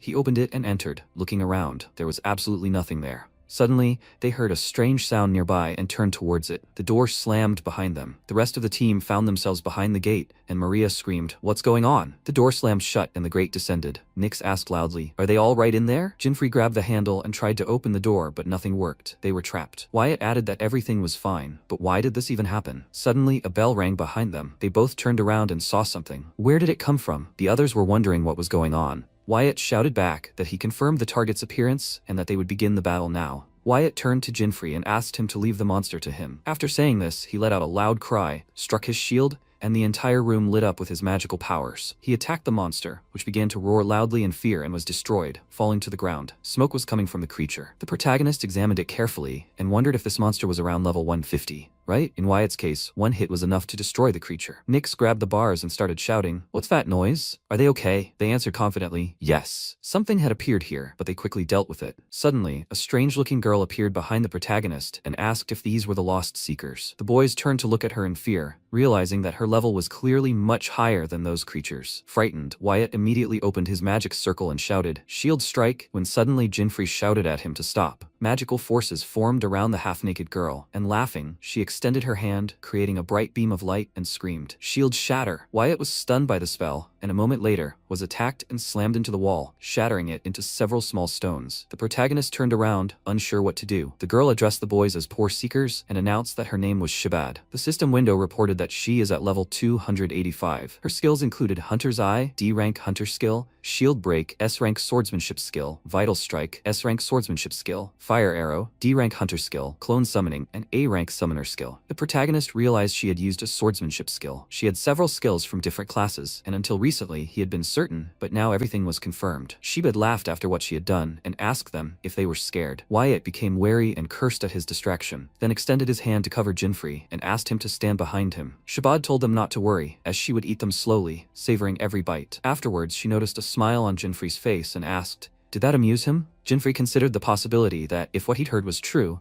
there were only 4 named ones, including hers. They were called the Holy Four. He'd also heard that if he killed all 4, he could obtain a legendary secret weapon he'd never obtained before. He decided to put his hopes on hold this time, as this Shibad was a formidable opponent. She smirked and asked again, is he eager to be the first? Fine then, she'd start with him, breaking him into smaller pieces to make them easier to digest. After saying this, she grabbed her sword and charged, but in one swift movement, she was unable to land a blow, as a barrier formed around the protagonist. It was the Shield Bearer's Sacrifice skill. The Sacrifice skill allows the Shield Bearer to absorb attacks aimed at the target. Be warned, if the damage from the attacks taken exceeds the Shield Bearer's health, they will die. Wyatt asked again. They're not finished yet, right? Shibad grew angry and screamed. This idiot is bothering her. The protagonist was horrified and cried out, how could he possibly master such a skill? Wyatt shouted back that it was fine. As long as he was a member of the League of Eight, no one here would touch Jinfrey. He smiled, and Shibad remarked that this was too promising for someone who looked so weak. She always ate the best food first, so he should get out of the way. The fight between them began again, but Wyatt used Fire Arrow and directed his powers at the enemy. The heated arrow releases a powerful stream, engulfed in flames. Then he shouted, Shield Zone. A bright flash of light appeared right in front of Shibad's face, causing her to pause. The Shield Zone skill blocks all attacks within a 10-meter radius of the shield bearer. Wyatt repeated that he had already said that Jinfrey would not be harmed. Shibad yelled back, growing even more enraged. If he was so eager to die,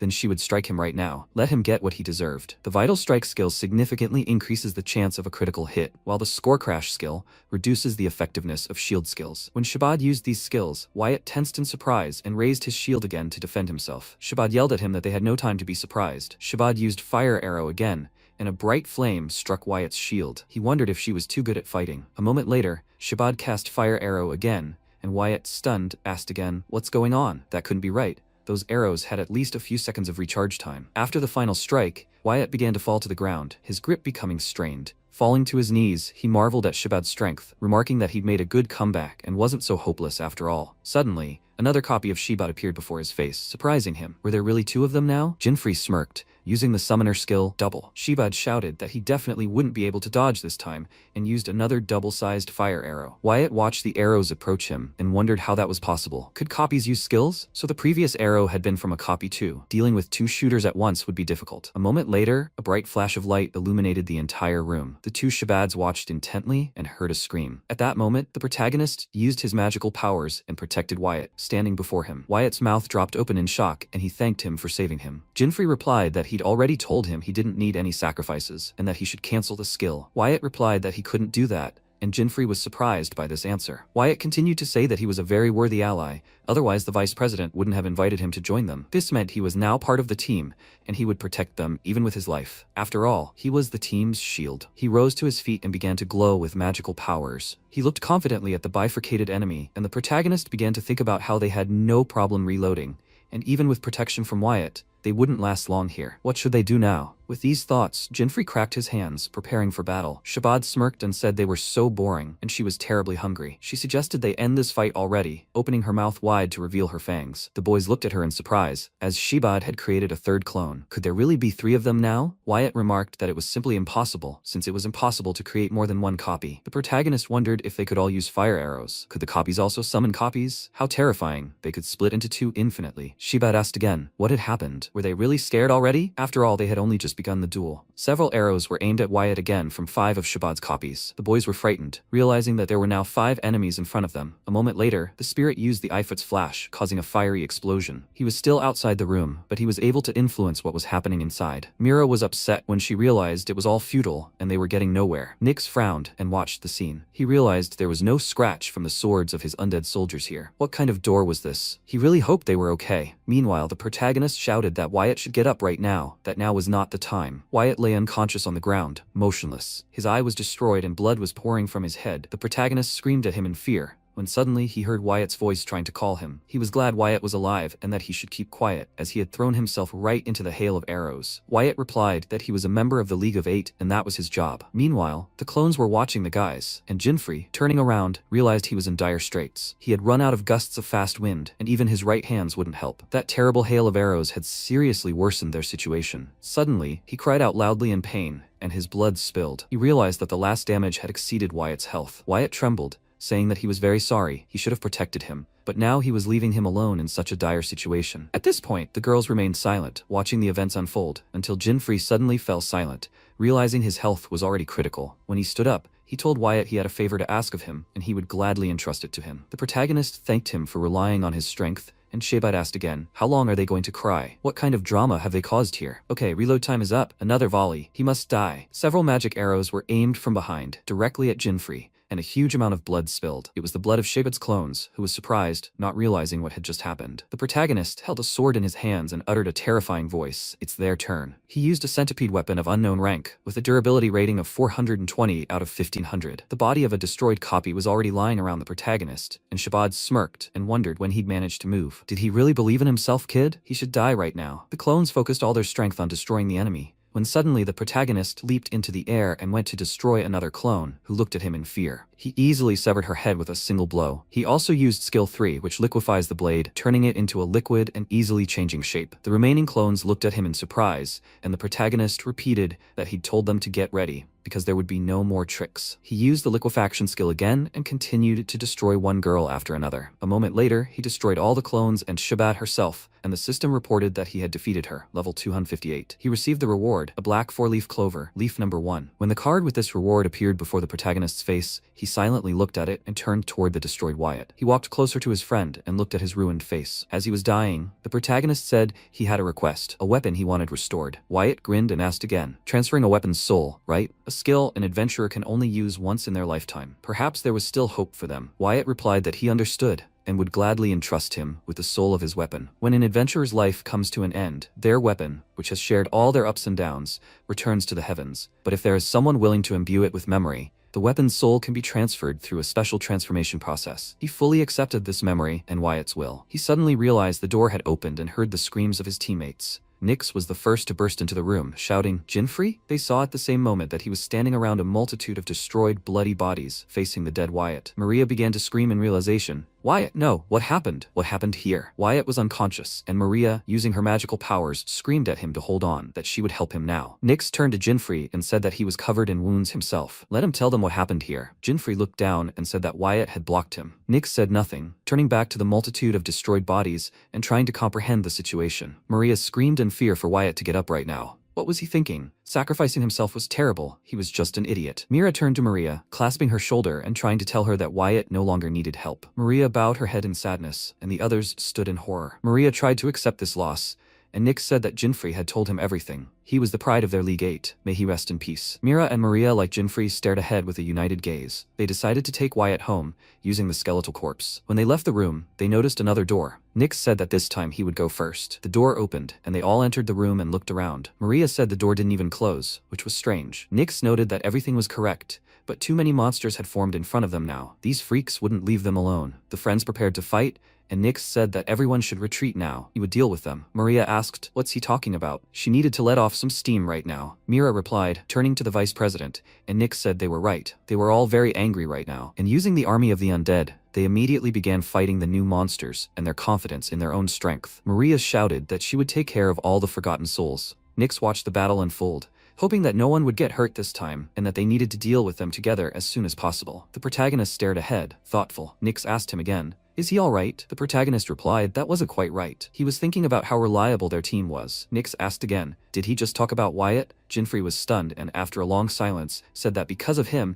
they had lost one of their best fighters. Nyx lowered his gaze and addressed him by name. Did Wyatt blame him for his death? Jinfrey was stunned and replied, no, he was smiling. Nyx replied, exactly, that's the kind of person he was. He'd accepted him as a member of their team, and was ready to protect him until his last breath. So, keeping him in his memory was the best thing he could do. Jinfrey didn't answer, when suddenly the boys looked ahead, and Nyx noted that the girls seemed to be finished, so they should move on. Jinfrey silently followed the team. As they walked out into the corridor together, They reached a point where the paths began to split. Mira wondered what they should do now. Splitting into two teams seemed like a bad idea to her. Nyx knew it was best for them to stay together, but if there were traps ahead, they would all die together. What should they do? They couldn't screw up against enemies like that. After considering the idea, he finally decided to split up. Even though it would significantly weaken their strength, they couldn't all perish together in some stupid trap. Maria turned to the newcomer and said he would be with her because she couldn't fight so freely with those two boars. The protagonist didn't understand what kind of argument this was. When Maria entered the new room, she noticed the fat monster. Her hands even began to itch with anticipation of a fight. He sat on the throne, spreading his legs wide, and asked, "What's wrong? Did the prey come to him on its own?" It was the second of the Holy Four, named Bubeka. When Mira and Nyx also entered their room, the monster grinned and addressed them, saying that, as they had said, these people smelled like fine wine. He was sure that with such skills, they would definitely not disappoint him. Nyx asked Mira if she was ready. This monster was the third of the Holy Four, named Abadek. Mira confidently answered that she was ready, and all the team members, confident in their abilities, decided to begin the fight. The protagonist and Maria closely watched the actions of their monster, which the bloodthirsty one gnawed on a meaty bone. Jinfrey suspected that this monster was much higher level than Shibad, and probably stronger than a demon from the 5th continent. First, they needed to find out how this monster would attack. Suddenly, something alerted him, and his eyes widened in surprise. He saw Maria rush back into battle and wondered what she was doing. This was unacceptable. Maria, with a bloodthirsty expression, screamed that no one in this sinful world deserved forgiveness and shouted, "This is an order." A huge weapon appeared in her hands, with which she began to attack the monster and approach it. Bubeka looked at her questioningly, and a moment later, a bright explosion occurred in the room. This weapon was a mace of obedience to the command. The skill order transformed into various forms depending on the wielder's prayer. The protagonist didn't even have time to move, silently watching as smoke rose from the destroyed enemy. He wondered what kind of prayer this was. Suddenly, he stopped, and Maria yelled at Bubeka to slow down, calling him fat. She'd help him lose weight. Bubeka fell off his chair and landed on his back. Jinfrey watched Maria's actions and was incredibly surprised. He thought she was acting as she pleased, but her attacks were incredibly accurate. It wasn't for nothing that she was in the Great League of Eight. Suddenly, Maria focused her attention and realized she'd recited the wrong prayer. She could have made an axe and finished the monster with one blow. The protagonist smirked to himself and thought he was taking back his words. She was just an incredibly strange girl. A moment later, Bubeka stood up and grinned, saying that there was a strong man here, and that man would be his dinner. He rose to his feet, drooling from the sensation of imminent gain. Maria wondered if Bubek's skin was so thick he didn't feel the blows, or had he managed to return just before her attack. They shouldn't be fooled by this monster's appearance. He was very high level, and now she understood why Wyatt was suffering so much. At that moment, she decided to shout a prayer. Merciful God, she serves his divine will and will serve him this demonic delicacy of the unholy undead. After this prayer, a loud scream was heard, and Maria turned around, knocked the main character down with her weapon and apologized to him for it. She said that if he got in her way, he would fall under her axe, so he should be on guard. Jinfrey was simply shocked by what was happening and gritted his teeth in anger. He didn't understand what she was doing as he watched her rush at Bubek again. After a short wait, the protagonist decided he had no time to waste and must engage in combat. He leveled up the centipede spell and grabbed the sword. Maria, dumbfounded by this, turned to him. She screamed that he'd arrived just in time and should lend her his back. Jinfrey didn't understand what she meant and asked, "What?" Maria pushed off the ground, then used Jinfrey's back to launch herself into the air, swinging at the monster from above. When she struck Bubek's head, a multitude of stones flew across the room. She slammed her weapon onto the floor and screamed. How did the monster dodge? The protagonist, meanwhile, collapsed face first from a powerful blow to the back. Sitting up, he couldn't believe Wyatt had always protected this crazy girl. Maria was filled with anger and sadness. Jinfrey began to rise and simply watched as Maria dealt several more attacks to the monster. Her gaze was confident. Everything became clear to Jinfrey. He remembered Nyx's words about remembering Wyatt being the best thing he could do, and he realized that this was how Maria was grieving over Wyatt. Maria called out to him, and the protagonist was dumbfounded. She screamed that he shouldn't come here. He should protect her rear. Jinfrey's mouth dropped open in surprise as he struggled to stand, realizing she was right. They didn't know what this monster was capable of. Attacking both at once without a clear plan was too dangerous, and in this case, instead of mindlessly attacking the monster, he would try to cover this madwoman's back. Maria suddenly kicked off the ground again and, leaping high, swung her sword at Bubeka, shouting that he should repent for his sins and perish in hell. Amen. Bubeka smiled broadly and glowed with magical light. Meanwhile, Mira and Nyx were also working together against Abadek. Mira shouted a spell, Kylan, a roar of thunder. She extended her hand in front of her, and the entire room lit up with magical lightning, directed toward Abadek, who was sitting on his throne. The monster was so relaxed that he was crossing his legs and suddenly shouted, Huko. He raised both hands and rose from his throne to deflect all attacks. Mira was stunned by what she saw and tensed. Abadek also looked at her attentively, then scratched his forehead and remarked on the pleasant tingling sensation he felt, how light his body felt. Nyx addressed Mira, and she turned to look at him attentively. After their gazes locked, Mira drew on the powers of Indin and Kailin and extended her hands in front of herself to cast an aqua charge. The entire room glowed with a magical blue wave, and Abadek fearfully realized that this attack was several times stronger than the last one, and that things were bad for him. Suddenly, he was surrounded on both sides by undead skeletons, and Nyx calmly adjusted his glasses and asked, no matter how strong Abadek's body was, did he really think it could withstand such damage? After asking the question, Abadek laughed and asked, don't people respect their elders? Nyx replied that it was true, but only if that elder wasn't a man-devouring monster. He shouted forward, Blood Knight, and suddenly Abadek was frozen with horror. Moments later, he was attacked, blood pouring from his mouth. He screamed loudly in pain, and a hole appeared in his chest. Nyx adjusted his glasses again and said that even if he killed Abadek, it wouldn't bring back his comrades, and especially if he died in the abyss of suffering for his sins. Abadek fell to the ground and lay motionless in a pool of blood. When the friends completed the task, Mira turned to Nyx and said everything was clear, and she was curious about Maria and Jinfrey. Nyx replied that now was the time to join them,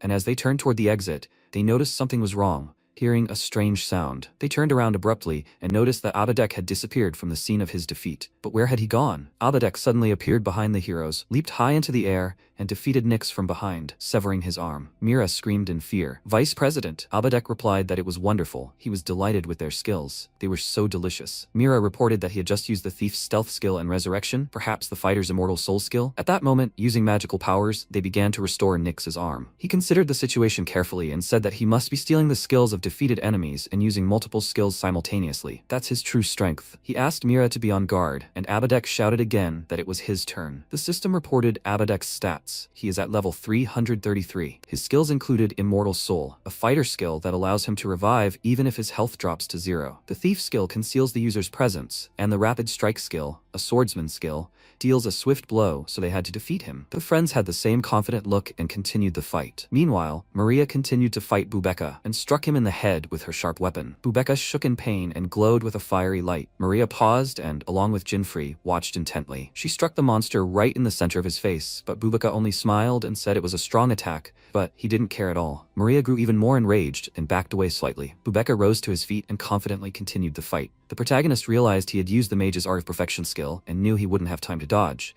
so he increased his defenses with a buff. Maria grew angry and screamed, will he just keep hiding from her? Nasty turkey. Bubeka shouted at her to come here and fight again. He shielded his face with his hands from the bright light from Maria's fiery attacks, causing him to growl. He easily parried the attacks, and Maria shouted that he was incredibly insolent. He shouldn't even dare growl at her. A moment later, with a bright flash of light, she was able to attack her opponent, who fell to the ground. It was a merciless strike with her mace. Jinfrey watched closely, and Maria realized she needed to create one more strike to finish this monster off, so she asked the protagonist to help her. He replied, okay, and realized he was also angry about Wyatt's death, so they couldn't let that monster escape. But he also knew something was wrong. As soon as they entered, he felt an incredible flow of power, and it seemed to him that Bubeka was only defending himself. But that wasn't true. He was hiding some kind of trump card. He was clearly plotting something and waiting for the right moment. When Bubeka rose to his feet again, he angrily declared that Maria had played too much. He wouldn't let her leave here alive, so he would tear her to pieces and devour her right now. The protagonist tensed, and Maria began casting magic behind him. Her entire body glowed blue, and she screamed, Aqua Volley. After the spell was cast, a magical stream of water formed in the room. It was a mage skill, a powerful water strike attack. Bubeka raised his hand and pointed his finger at this magical orb. A wide grin appeared on his face, and he shouted,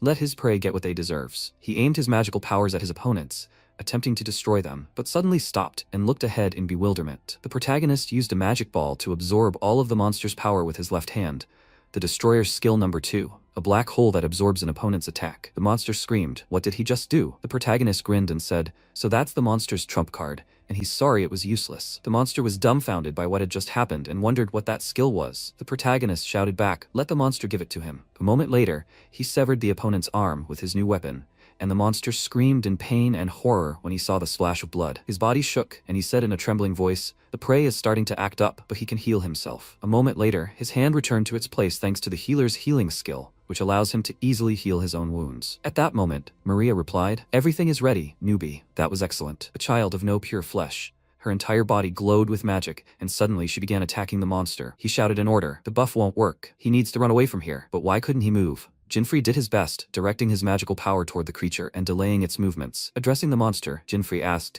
it doesn't like to move, does it? Where are you going? The system reported that it was the destroyer's left-hand skill, Super Repulsion, which pushes targets away from the user. The creator's right-hand skill, Super Attraction, which pulls the target toward the user. Using both hands simultaneously, he easily holds the target in place. but this only works on one target at a time. At that moment, Maria leaped high and swung her sword, screaming loudly as she unleashed magical powers. She sliced the monster in half instantly, destroying its enemy. The monster's body shook, and Maria begged the Lord to accept this offering from her. She then addressed the monster as a fat creature, telling it to go to the afterlife and eat as much as it wanted. The system reported that they had defeated Bubek, level 299, and had received a reward, a black 4-leaf clover, leaf number 2. When the card appeared in her hands, Maria wondered what it was. Wouldn't she be given any coins? It was some kind of trinket. She tossed the card aside, and the protagonist, noticing this, tried to catch it in surprise. Now he had 2 cards, which could be considered half. Maria turned to him, musing that something had mysteriously prevented their enemy from moving at the end, and she believed that everything they were saying about him wasn't just rumors. Well, now that all the enemies were defeated, it was time for them to leave. The friends tried to escape the room, but found themselves at a dead end. Jinfrey thought she knew the way, as she walked so confidently that he didn't even bother to argue with her. They simply needed to reach the place where they had split up. But where was that place now? Maria became very angry, and, running up to Jinfrey, shouted,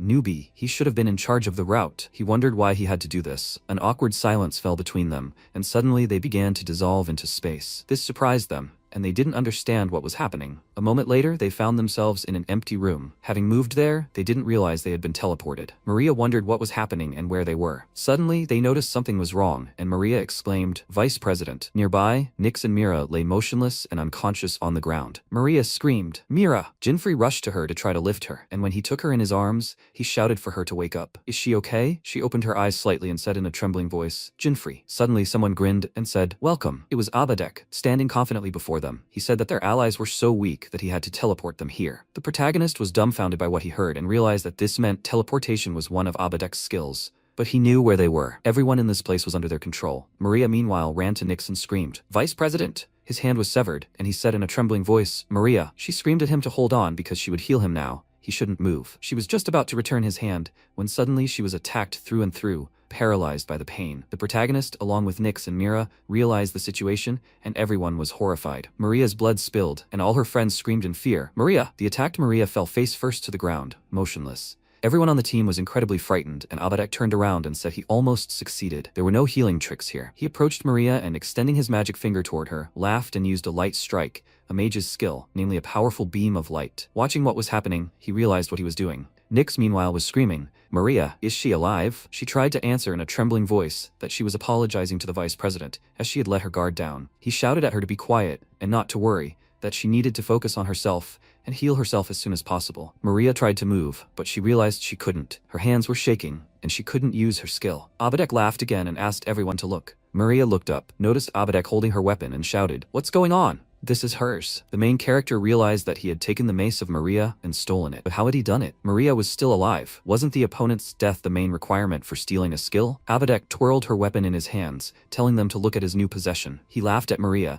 and she screamed for her weapon back, but suddenly began coughing up blood. The protagonist realized things were bad, and they needed to figure out what was happening later, because first, they had to help Maria. Abadek continued to laugh at the team, telling them not to be such bores. Did they want him to tell them something? If they could defeat it, all its skills would be restored to their owners. How could they handle such a turn of events? It was a good chance, right? The protagonist cursed his opponent and realized he couldn't act openly until he understood what this monster was capable of. But they didn't have time and had to trust Abadek's words. Suddenly, the protagonist rushed to attack the creature, but froze, noticing something was wrong. Abadek directed his magical powers at him and told him to calm down, creating his own barrier. Jinfrey realized it was the Emperor's Aura, an advanced fighter's skill. This skill immobilizes the target for a set amount of time, 1 cast per target. Nick said out loud that they had already lost Wyatt and he wouldn't let him take Maria too. He shouldn't underestimate them. With these words, Nix used the Shadow Cliff skill. A bright flash of light approached Abadek, who moved a little further, and said that it was doubtful. He had already said that they should respect their elders. Mira expressed her opinion that a scoundrel like him was unworthy of any respect. She used the powers of her spirits and the triple explosion spell, directing her magical powers towards the monster. She waited for a moment for the result, but Abadek easily said that this was more interesting and he thought 5 would be enough. He extended his hand in front of himself and deflected the attack with incredible ease. It was the Iron Curtain skill, blocking enemy attacks. Having easily blocked the attack, he was confident in his abilities, and Mira was stunned by this. He'd created multiple shields. The skill itself isn't particularly strong, but with so many, it was easy. Abadek interrupted his thoughts and said it was great to be young. He had so much strength and expression. Suddenly, he conjured a huge iron monster above himself and told them not to worry. memory, that this was how they would be remembered. At that moment, Mira became frightened and, using her 3 spirits, shouted for them to unite their powers around the creature's sword. This was the Iron Curtain skill, blocking enemy attacks, and Abadek stood silently, taking no further action. Nyx declared that no one would respect someone who threatened all of humanity. A moment later, a fiery explosion erupted in the room, and the smoke from the struggle took a long time to clear. The guys waited, wondering if they'd succeeded. Nyx said that it wasn't clear yet and they shouldn't relax. Suddenly, a bright blue wave appeared between the guys. They turned sharply to see it and were stunned. Nyx thought it simply couldn't be happening. Mira also wondered in her mind, could this really be the vice president's skill? It was Shadow Climb. Abadek easily survived the attack and found himself back among his opponents. Stretching his hand out in front of him, he motioned for the guys to try and steal his power. The protagonist watched the unfolding battle and still couldn't influence the course of the battle. He wondered how he'd stolen that weapon. He still couldn't move. Suddenly, he noticed Abadek teleporting again and shouted at the guys to dodge. Mira shouted to the Ifrit spirit to protect her, and they managed to deflect the attack. Nyx fell to the ground, and Abadek, rising from his knees, laughed and asked, she covered herself with her spirit, which also attacked? That was good, as he'd missed. Meanwhile, Maria, with a trembling voice, told him to stop using her skills so filthily. The vile old man. Abadek, with a wide grin, said that now he would take her skill too. He approached Mira, and Nyx, noticing this, loudly shouted her name and told her to run. The weapon was already pointed at her, and Nyx couldn't do anything. He simply shouted Mira's name, who looked questioningly ahead. The same thing happened near Nyx, and they didn't understand what was happening. Why were they being pushed back? Suddenly, a bright beam of light shattered the room again. Abadek missed when he struck the ground with his staff, where Mira was no longer standing. It all happened thanks to the protagonist, who was able to use his magical powers. He used Skill 1, Super Attraction. Abadek asked, so he can move now? He wondered what that skill was. Nyx was surprised and asked, so it was him? He thanks Jinfrey for protecting him, and the protagonist asks them to group up and stand in a safe place so he can deal with the creature. Nyx looked at him, stunned, and tried to argue, but Jinfrey said the conditions he needed to meet to steal a skill or to see the skill and injure the owner. Nyx realized this when he thought about injuring. That's right, he sees everything that happens in this dungeon, and all he needs to do is injure the owner of the skill he wants to steal. That's why Mira's skill didn't suffer any serious injuries while it remained in her possession. And if that's true, the more they fight it, the stronger the monster becomes, and they become weaker. Nyx thought for a moment, and Jinfrey realized that if his guess was correct, they still had the advantage. Nyx agreed, but realized they were still at a dead end. But if they timed his attacks correctly and took his calm demeanor into account, they might have a chance. Nyx said, okay, as the leader of the League of Eight, he's ashamed to say this, but he's leaving Abadek in his hands. Jinfrey began attacking the enemy and said everything was fine. Abadek, meanwhile, smirked and asked if he really thought he could handle him alone. He was incredibly naive. Jinfrey looked at him silently, and Abadek recalled his skills and realized he was impressed. He'd played it safe and used the Emperor's aura, but it seemed like things were much more serious. Maybe he should attack first? Jinfrey came closer and said they'd clear something up first. If he killed him, would all his skills really return to their owners? Abadek asked. What? As long as the owner was alive, he borrowed their skill, so yes, that must be it. He'd just never been killed before and couldn't say for sure. After that, Abadek smiled broadly, and the protagonist, with a confident expression, began to think. Of the 4, he and 1 other remained. Maria wouldn't last long in this state, and they had no time to waste, so he had to act quickly. At that moment, Abadek leaped high into the air and was about to attack when he suddenly screamed. What was going on? Why was he so tense? He shouldn't be afraid. He'd eat them all up. Jinfrey smiled and asked if he was rushing things too much. He shouldn't underestimate him. At that moment, he used a magic ball and repelled the enemy's attack. Abadek was repelled by the magical wave and screamed, then landed nearby, somersaulting. Jinfrey used his super repulsion skill again, and Abadek thought he'd first used attraction and now repulsion. What a hassle he was, but that makes him look even more appetizing. With a terrified expression, Abadek continued to fight and tried to rise from his seat, when Jinfrey suddenly used new magical powers, and Abadek tensed, realizing he'd used his attraction skill again. Jinfrey clenched his fist, and Abadek froze. The protagonist used his centipede weapon and struck Abadek, causing him to stare ahead in confusion. For a moment, his face was filled with an unreadable emotion,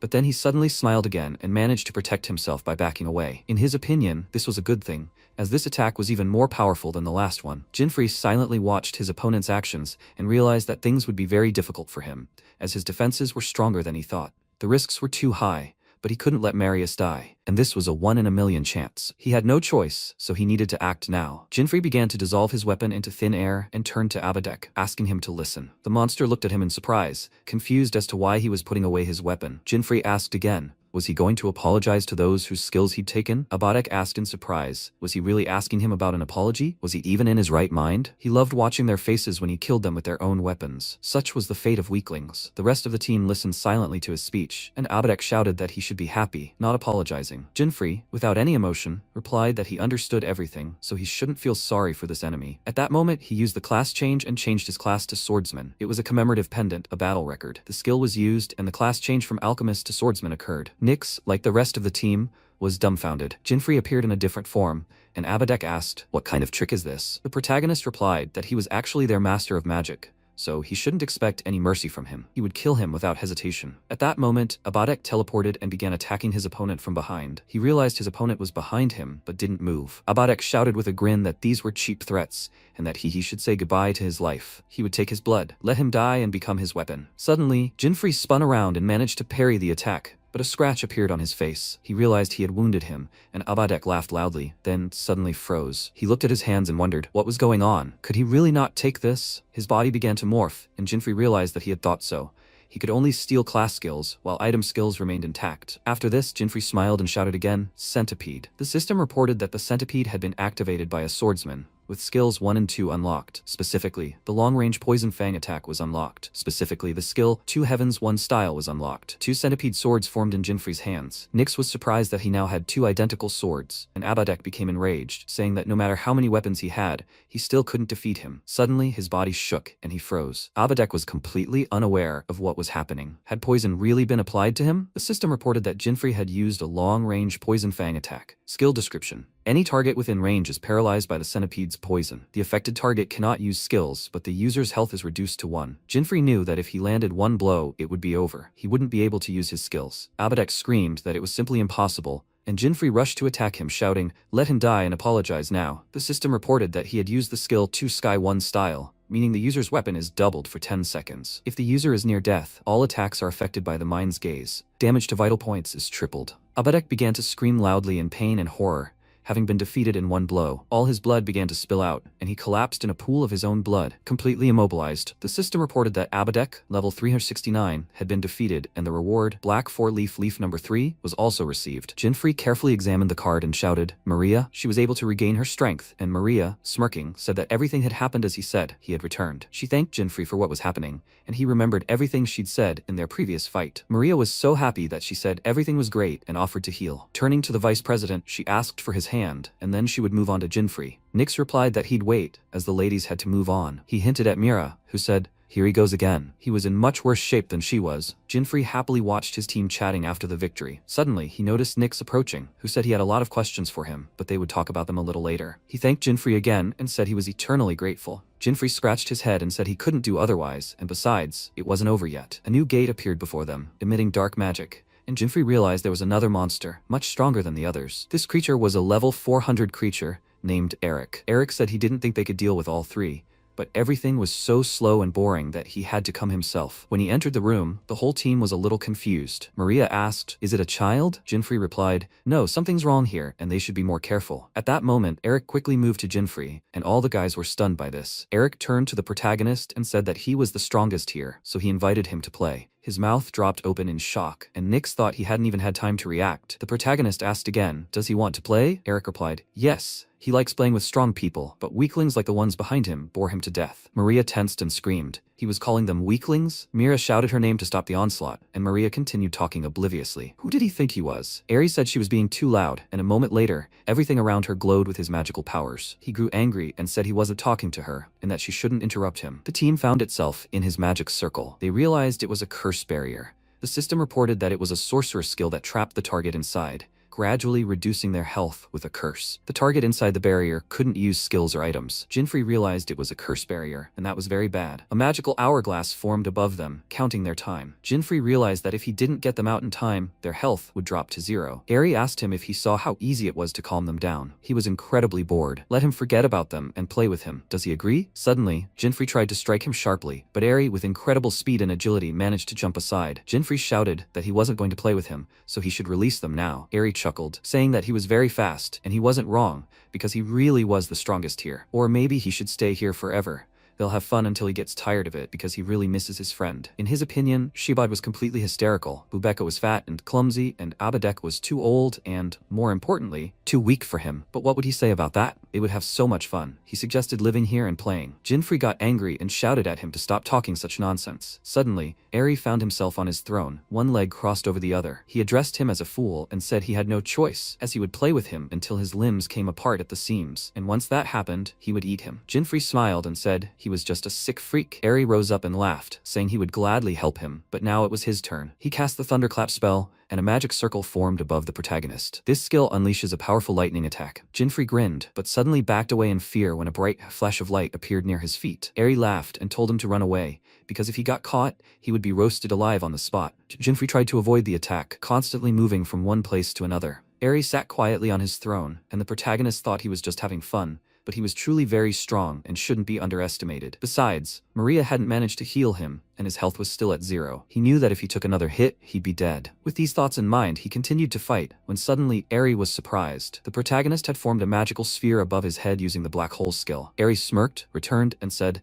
"Yeah, he used that against Shabad and Bubek. Let him show him more." Jinfrey asked again, was he really just making fun of him? Maria screamed that she should have healed Jinfrey first. They had to get out of here now. Nyx thought about how the curse barrier couldn't be broken from the inside, only if the caster themselves cancelled it. The guys watched in fear as Jinfrey alone moved from place to place to avoid enemy attacks. Eri caught up with him and shouted, "Can he absorb this skill?" It was a double sword technique. The protagonist gritted his teeth in anger and continued to fight without giving up. He swung his sword to avoid the attack, but he realized the situation was worsening. He was maintaining a curse barrier and attacking very hard, and each of his attacks was deadly. Eri laughed loudly and shouted that objects couldn't be absorbed, so he asked, "What about this skill?" It was a quadruple fireball, a sniper skill. Description: a hall of 4 fireballs. Jinfrey shouted that he could handle it. Eri spoke, "Mirror summoning, doubling. This summoner skill doubles the effects of one of the signs." Suddenly, more magical flashes appeared in front of Jinfrey's face, and Eri watched intently. He suddenly smiled, chuckled, and used the separation skill. It was a sage skill that completely deflected one attack. Jinfrey, meanwhile, channeled his magical powers and used the white hole skill. Eri addressed him and said that his thing had absorbed his fireballs, and now it was releasing the thunderclap it had taken back then,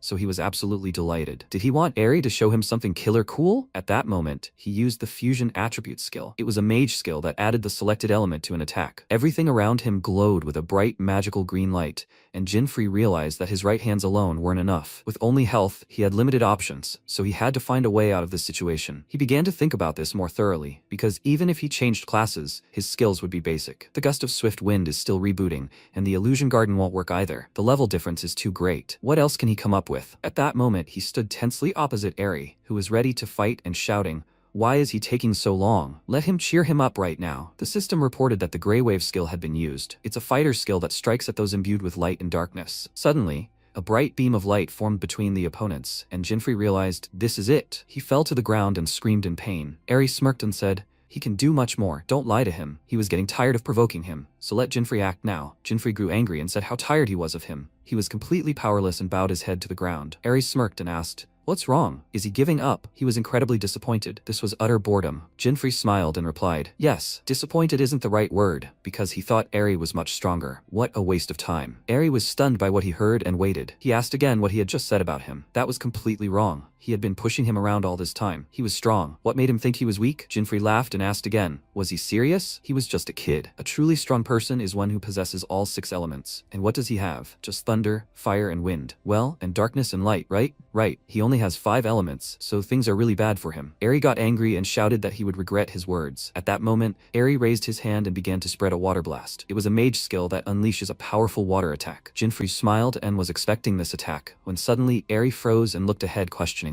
Jinfrey completely absorbed the attack with his skill and chuckled at his opponent's fall for such a trap. He couldn't believe it. After all, he'd responded to such a cheap provocation. It was a good thing he was still a child. Eri realized he'd neutralized his water blast. He couldn't even withstand his weak attacks. Jinfrey smirked and replied, "Yes, but did he remember his Grey Wave of blows? He just feigned injury to make him let his guard down." With full confidence in his abilities, Jinfrey began using his new abilities, and the system announced that the conditions for unlocking skill 3, left right hand of the destroyer and right hand of the creator, had been met. Jinfrey was completely confident in his abilities, and Mira watched the proceedings. The entire team watched intently, and Jinfrey told his opponent out loud that he was strong, but his childish carelessness was his weakness. Even if he'd come up with a good strategy involving taking his friends hostage, he wouldn't be alive by now. Eri was stunned by what he'd heard and screamed angrily. He had to stop. Hostages were boring. He'd still win, and they'd be spectators in the front row. The guys were watching closely through the barrier, their faces terrified, and Eri continued screaming. They weren't done fighting yet, after all. Jinfrey replied that they were finishing up and that he'd already won. Eri was surprised and screamed at him to stop,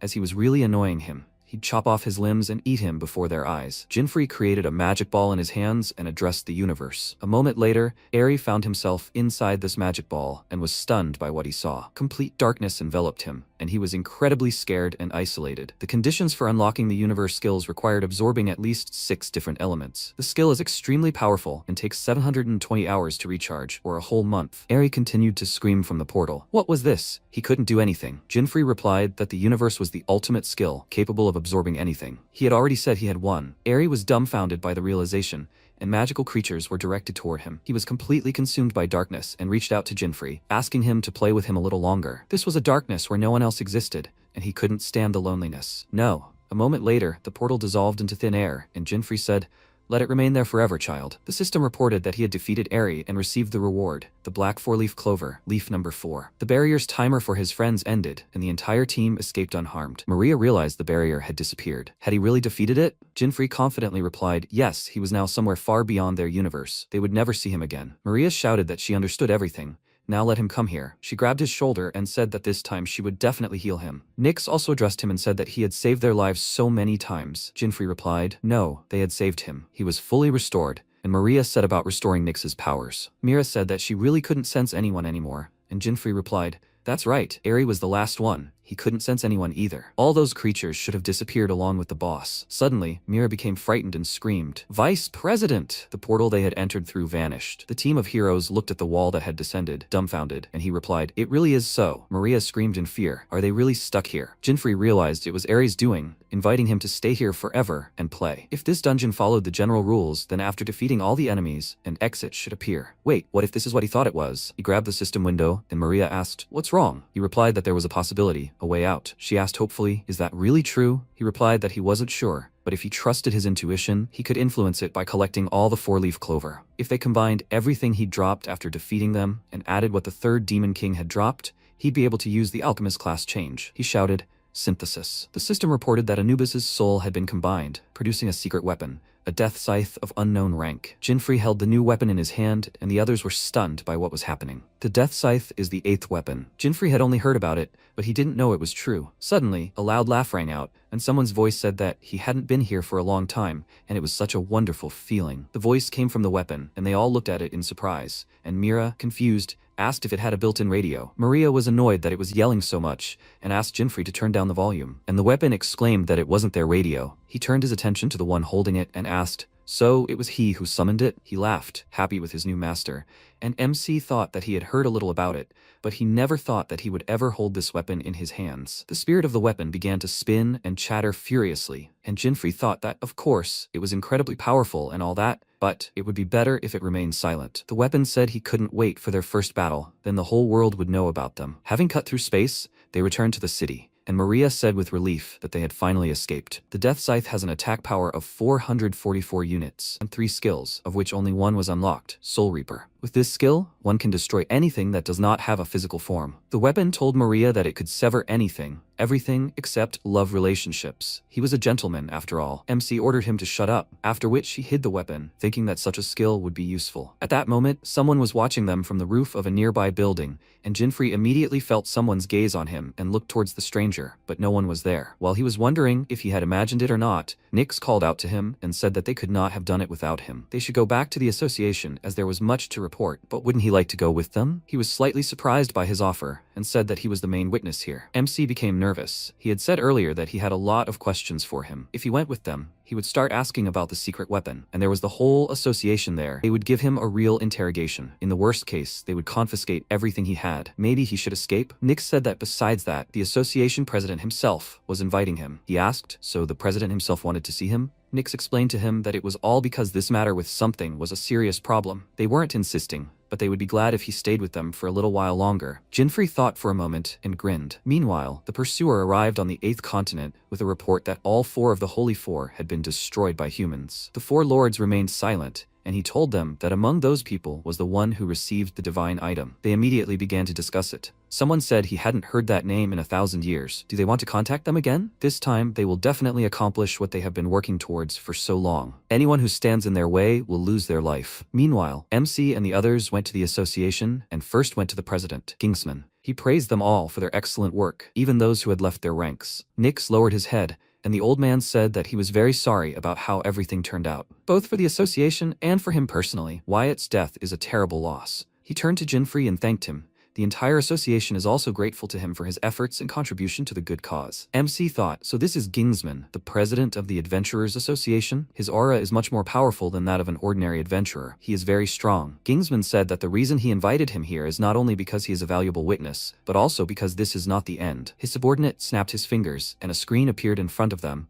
showing them the monsters attacking the city. Maria exclaimed in surprise, how is this possible? Jinfrey was also puzzled, because no matter how difficult the continent is, the cities are always protected by walls impenetrable to monsters. Maybe this is a consequence of the appearance of something. Kingsman said that as they see, immediately after their defeat of something, a huge number of magical creatures appeared in the city of the 6th continent. They immediately sent the rest of the League of 8 members and a special force there, and they managed to evacuate most of the city. Nyx said that this means they need to go there and help them. The association president confirmed this and asked if they can do it. He answered him that thanks to Maria, they all recovered their health, so there is no problem. Gingsman apologized for not giving them any time to catch their breath, but it was urgent. Finding loyal fighters he could rely on wasn't easy. He knows it's a lot to ask, but he needs them all to go there. MC remained silent, and Maria lit a cigarette and said that judging by the pictures, there were a lot of monsters there, but not a single something. Kingsman clarified that there were no signs yet, and she said that was very good. If there were something, there would be nothing left of the city. He noted that it was still too early to relax. Perhaps they simply hadn't been spotted yet. They could appear at any moment. Or, worse, this was all a trap. Jinfrey immediately remembered Nyx's words about them being intelligent, and he asked what they had heard from the rest of their fighters. What were they reporting? The old man told him that,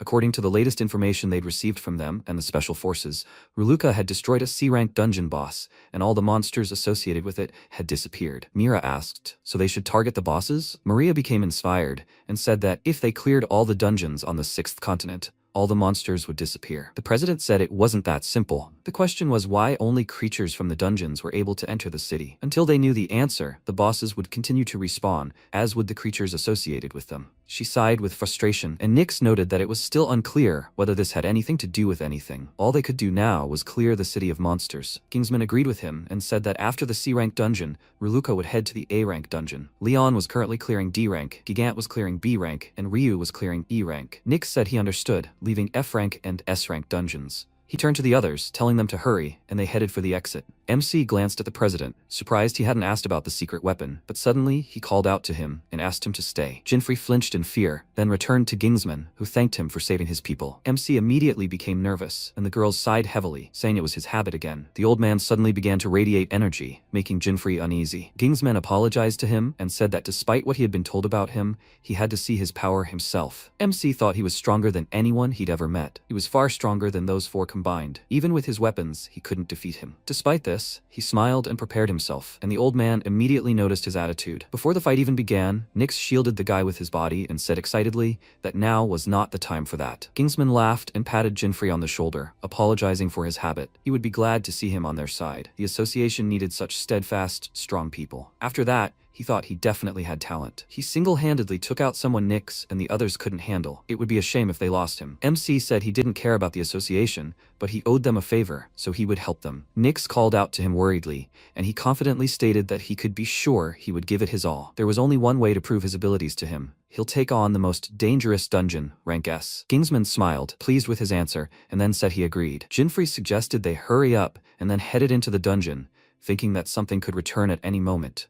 So he needed to get the next secret weapon as soon as possible. Mira went into the dungeon with him, where they encountered a bunch of monsters, which Mira immediately fried with Ifrit's flame. When only bones remained, she sighed heavily and noted that there were more of them than usual. They were killing them, but they weren't ending. They needed to find the boss and deal with him quickly. She turned her gaze to Jinfrey. He had dealt with his share of the monsters in a few hits, and judging by his smile, he was clearly enjoying the process. Mira noticed that he was practically fluttering. All for the president's recognition? He told her there were other reasons besides that, and she asked if he was up to something again. He asked her not to make a criminal out of him. It was all for the good of the association, and everyone benefits from that, right? She remained silent, after which she received a call, and MC, meanwhile, thought that he needed this material for his next weapon. But the chance of it dropping was incredibly low. He'll have to patiently slash monsters and wait, but with so many of them, his chances are definitely increasing. The president was on the line with Mira now. He asked if everything was alright, and she told him there was an endless stream of monsters. She heard Jinfrey slashing monsters behind her,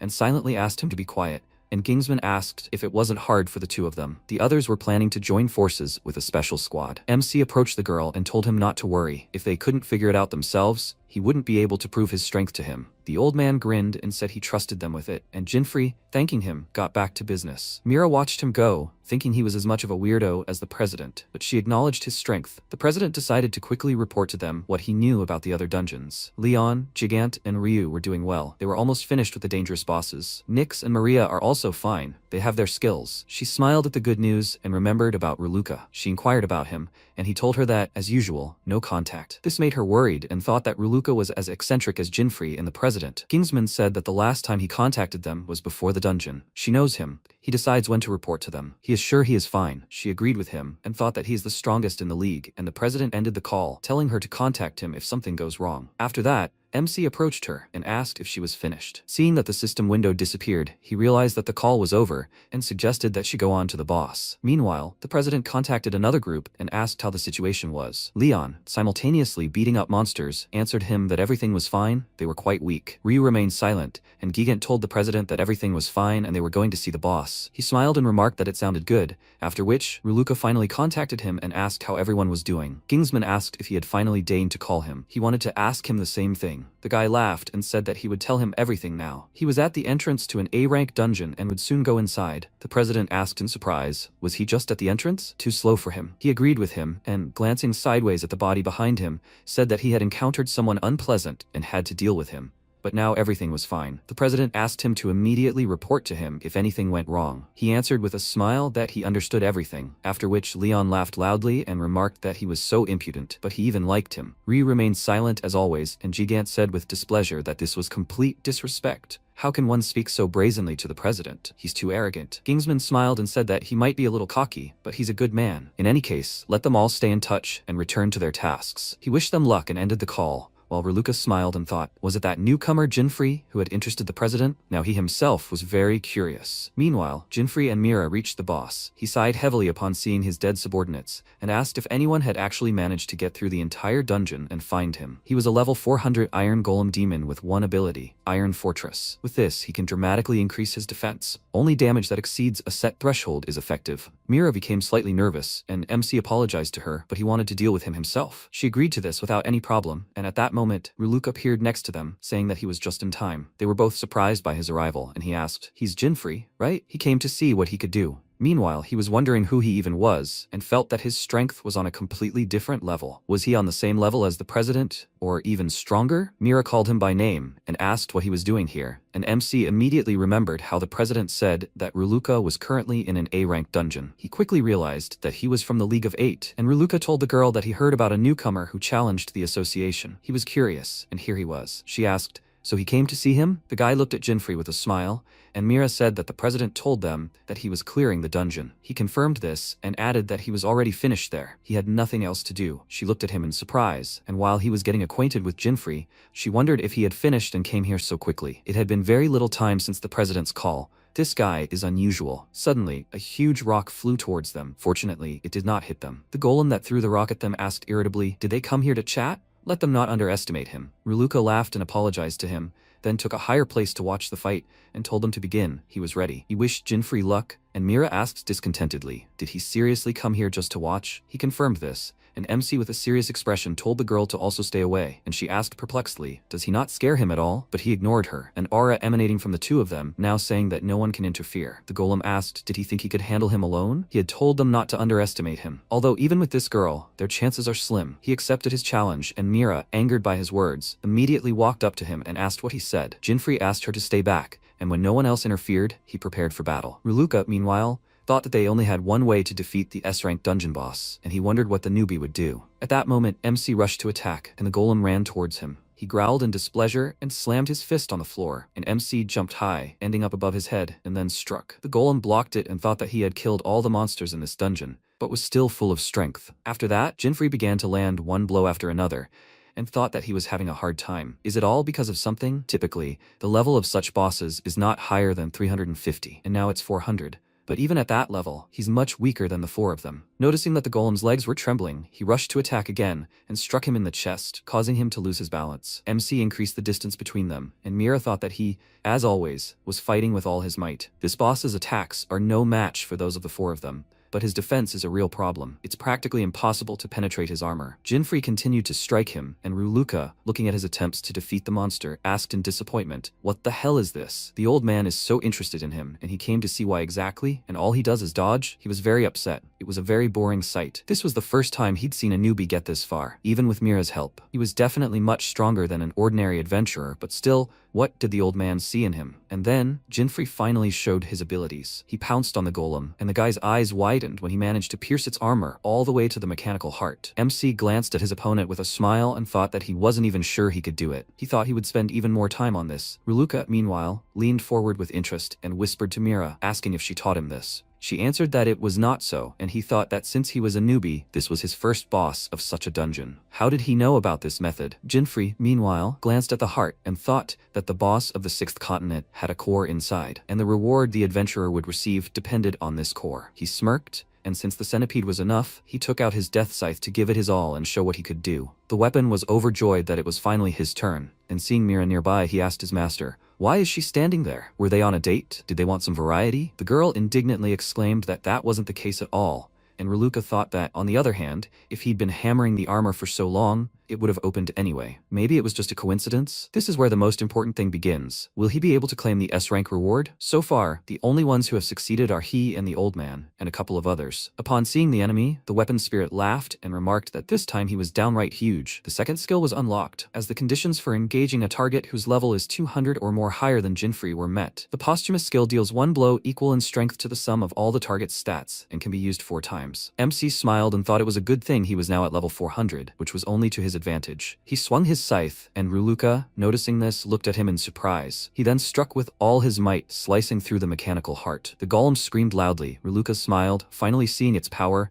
and Mira seemed to have been expecting it. After that, the golem's body fell to the floor with a crash, and Jinfrey received his S-rank reward, an engraved stone. Death Scythe laughed and asked, "Did he see how he killed him? This is just the beginning. Next time, he will teach him such flirting that his girlfriend will simply go crazy." Before he said anything else unnecessary, MC quickly put it away, and Ruluka smiled nervously and thought, what kind of weapon is this? Did he save the best for last? He can't believe he succeeded, and he even broke his record. He even felt a little offended, but at least they got the reward. All that remains is to return to headquarters. All the adventurers gathered in the president's office, and he said that thanks to their combined efforts, they completed the task perfectly. He praised them for their excellent work, after which Leon laughed and exclaimed that he could have handled them alone. Gingsman called out to Nyx, who showed them all the awards they had received that day. Leon looked at everything with delight and noted that it was immediately obvious that their entire league had worked hard. Maria agreed with him, and Nyx said that Jinfrey's award remained. He immediately approached them, and Gigant asked, "So he's that insolent, tactless man? Let him remember something. He had no desire to ever deal with such an ignoramus, and in general." The president told him to stop. Jinfrey was their key figure. The old man remained silent, and MC said that he didn't care. He promised the president he would give it his all,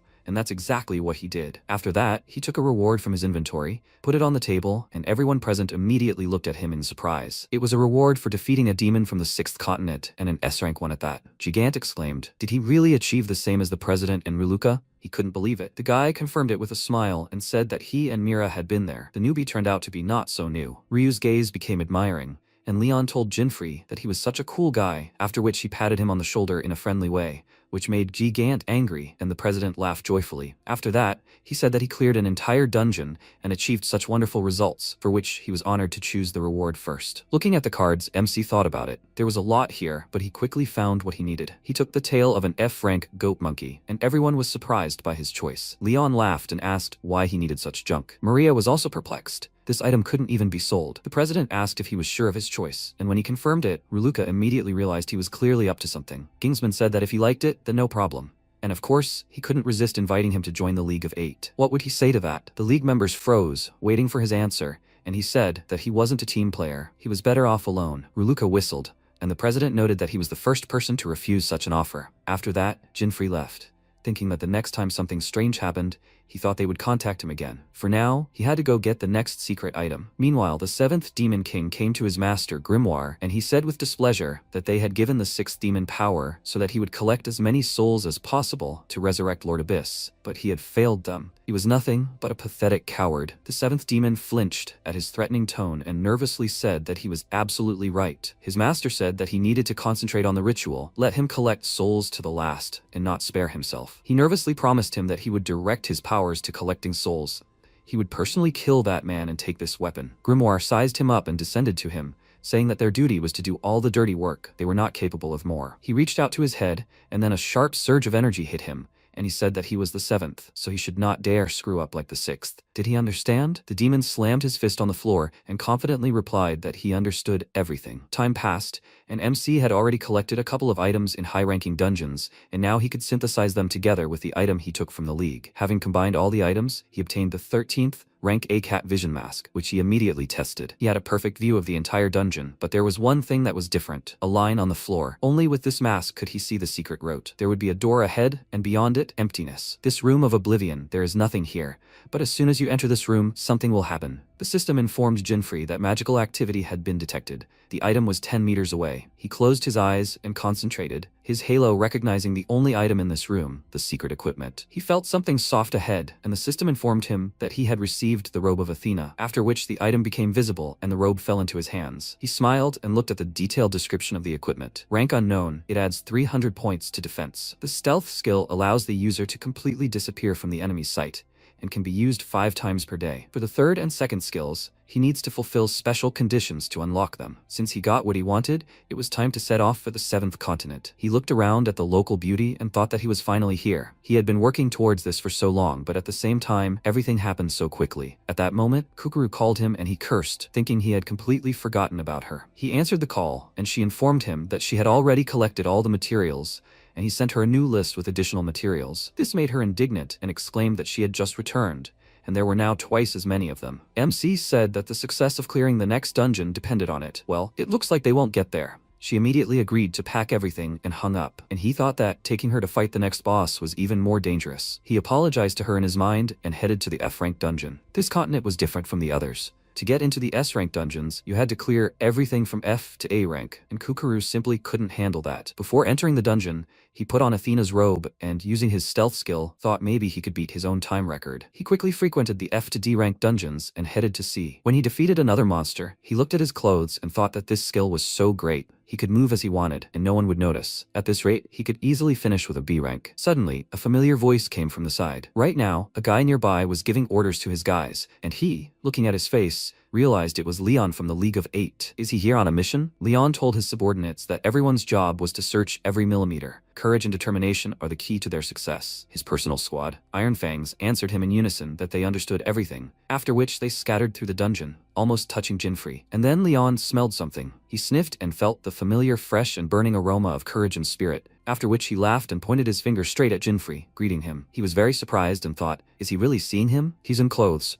The guy laughed and asked why he was embarrassed. Let him finally show himself to him. And then MC realized that it wasn't about his skills. Did he just figure him out by his sense of smell? He took off the outfit and wondered what he should tell him now, but Leon, patting him on the shoulders, asked if he had that skill. He didn't know what it was, but his items were cool. He even envied him. Since he was here, did that mean he was going to the 7th demon? He confirmed it, and he vigorously wished him luck, and Leon sighed with relief, because he managed to avoid questions. He asked how he ended up here. Was he on a mission? He glanced around the dungeon and confirmed it. 7 adventurers had already disappeared here recently, and they came to look for clues as to where they went and what was going on here. He asked if this was the work of something again. The guy answered him that they didn't know yet, but he should be careful too. If he met one here, he should immediately hit him with all his strength. After that, he He laughed loudly and said goodbye to him, and he looked after him and thought that this guy was something else, but he also had time to go. After that, he went to the B-rank dungeon and quickly found the boss, an acid werewolf. Upon seeing him, he immediately prepared for battle, already thinking that he would quickly deal with him. But suddenly, there was a crash. Something broke through the wall, and the boss of the A-rank dungeon flew into the room. The monster stood up, trying to catch his breath, and Jinfrey asked in surprise, where did he come from? Leon followed the monster into the room, filling the space with his loud laughter. He called the boss a coward for constantly running away from him, then smelled a familiar scent and turned toward Jinfrey, glad that he was there too. He was completely confused at this point. Of course, when he left, he said they would see each other again, but he didn't think it would be so soon. And what's going on here anyway? He took off his Athena robe and wanted to ask the guy this question, but he stopped him and asked him to calm down. He was working with his squad, looking for all sorts of clues, when suddenly this thing appeared right in front of him. The monster barked at him, started showing off, but he only slightly intimidated it and it immediately ran away. MC glanced at the monster and thought, is that what he calls mild? He's shaking all over with fear. And yet this is an A-rank boss. The werewolf meanwhile growled, and another boss immediately stood next to him. Seeing this, Jinfrey thought, are they teaming up? This is the first time he's seen this. Leon sighed in disappointment and said that they can't fight alone anymore. He'll awaken some courage in them now. After that, he rushed to attack, took out his spear, and both monsters growled menacingly. He quickly jumped up and appeared behind them, and then used the skill Stab Death Bloom and pierced their heads with one blow, after which he landed not far from Jinfrey. He was surprised that he was able to deal with him so easily, and thought that he was very strong. He has no idea what another boss was doing here. But since Leon just killed the boss of both ranks, does that mean he won't be able to fulfill the conditions for the S-rank dungeon and go to the boss? Realizing that all his efforts were in vain, he became upset. And at that moment, the guy received a call from the president. He praised him for his excellent work and asked how the search was going, to which he replied that there was nothing at all so far, no traces, but he had just defeated the boss of an A-rank dungeon, but he didn't know what he was doing there. The president was also confused. What was he doing in a B-rank dungeon? He told him that he didn't know, and Gingsman, noticing a person behind him, took a closer look, and happily said that it was Jinfrey. Had he decided to go with Leon? He nervously answered him that that wasn't the case. They had met here by chance. The president immediately noticed his mood and asked if everything was okay. He seemed a bit tense. He replied that everything was fine and thought that he would just have to stay here and wait for the bosses to spawn again. The president said that in any case, he was grateful to them for their excellent work, but he had an unexpected request. Let them leave the search to the party and head to the S-rank zone together. Leon asked if something had happened, and he replied that nothing had happened yet, but there had been reports that something might appear there. He contacted the rest of the league, but they were too far away, and only they remained. Leon smiled and answered that he understood everything, then stretched and said that he had been wanting to see those somethings for a long time. He extended his hand to Jinfrey, offering him a partnership, and the system asked if he wanted to accept. He thought that if he accepted his request, their dungeon clearing results would be combined, meaning that together they could clear an S-rank dungeon. He accepted his partnership, and the two of them headed there. Stopping in front of the entrance, Leon took a deep breath through his nose and said that it was downright parasitic fun here. MC noted that the number of monsters was breaking all records again, just like in the 6th dungeon. The guy looked at him with a smile and said that this was another reason to believe that something would appear here. Now they would see how tough the monsters here were. After that, they entered the dungeon and began to chop down all the monsters in the area. MC noted that everything here was really like the 6th dungeon. Tons of enemies, and their level was even higher. Leon cheerfully swung his spear, dealing with each monster in one blow, and said that they were certainly stronger than usual, but it was so boring here. He turned to MC and suggested a competition, which perplexed him. The guy said that they would compete for the title of the strongest, and the Adventurers Association and the League of Eight would be the sponsors. Jinfrey felt uneasy about this and wondered if he really couldn't even refuse. Leon said that only they would be participants, and whoever killed the most monsters would win. He started the countdown, then rushed into battle, and MC killed the monster that snuck up on him from behind. Meanwhile, Leon joyfully rushed forward. The monsters rushed after him, but he quickly killed them all and began counting. Jinfrey looked at him and thought that he had thought about this before. But this guy really is one of the strongest in the league. You wouldn't know it at first glance, but his every move is honed to perfection. Ruluka is the same. His aura is unreal. He is strong, but his thoughts were interrupted by a sudden attack from a monster. He immediately turned around and dealt with it, while Leon, with a serious expression on his face, looked at him and thought that they were in an S-rank dungeon on the 7th continent. An ordinary adventurer would not have lasted even 10 minutes, and this guy easily cuts down these monsters, like swatting mosquitoes. Soon all the monsters in the area were gone, meaning their competition was on hold for now. They both killed 775 monsters, and Leon asked enthusiastically, so he was able to catch up with him after all, but he would still win in the end. MC replied that winning wasn't really important to him. and added in his thoughts that he didn't really want to lose either. The guy hid his weapon and asked why he became an adventurer. As soon as he started talking about his poor family, he immediately burst into tears and stared at him in confusion. Leon sadly said that he understood everything. His father had died, his mother was sick, and he had a younger sister to take care of. He felt uneasy and wondered, how did he know all this? Was this some kind of skill too? Just thinking about all the hardships he had to endure made the guy cry even harder and hug him tightly, exclaiming that he had been through so much and that he was so proud of him. He's so young, and he already has so much weight on his shoulders. Jinfrey tried to break free from his embrace, and he said that he actually grew up in the mountains. He has 20 brothers and sisters, a poor family, he left the village 10 years ago, and now he can finally provide for his family on his own. He understands him better than anyone else. He's a real man. MC smiled nervously and thought that he was a good guy, but too emotional. Leon offered to hug him again, and at that moment they heard the sound of stomping. The middle boss of the dungeon, the Crimson Bull, had arrived. Leon smiled and called Jinfrey brother, suggesting that they leave the snotty talk for later and get back to the competition. Unexpectedly for them, the Bull spoke. He declared that they would go no further, and Leon stared at him in surprise, after which he whispered to Jinfrey, "Is he talking? Is this some kind of prank again?" He replied that it wasn't clear yet, but they usually didn't talk. Leon decided not to dwell on it and pulled out his weapon, saying that they both currently had 775, and whoever killed both bosses would win. After that, he immediately rushed to the attack and pounced on the monster in a jump, and he said that the demon Orochi personally ordered him to finish them off, and that it would happen here. He used the stone volley skill, throwing them at Leon, and he immediately realized that this skill belonged to a mage. He spun his spear, deflecting the blows, and MC thought that these were adventurer skills again. Now it was clear that the entire dungeon was under the influence of something. He called out to the guy and said that he was not something, but he had their distinctive features. There was no doubt that he was given these abilities. The Crimson Bull said that suffering was useless. They would never reach the demon lord Orochi. He used his skill again, and Leon exclaimed in irritation that he understood everything. He uses the skills he stole from adventurers as he pleases. They don't forgive such things. His body was enveloped in an aura. Stones began to fly off his skin on their own, and Jinfrey thought it was a divine might skill that spearmen use to increase their stats. Leon grinned and asked, does he like his ability? So let him try to take it. He will cut off his head. Immediately after these words, he pounced on the monster and struck it in the neck, causing it to immediately fall on one knee. The bull immediately began to heal the wound and noted that he was not so weak. Leon asked irritably,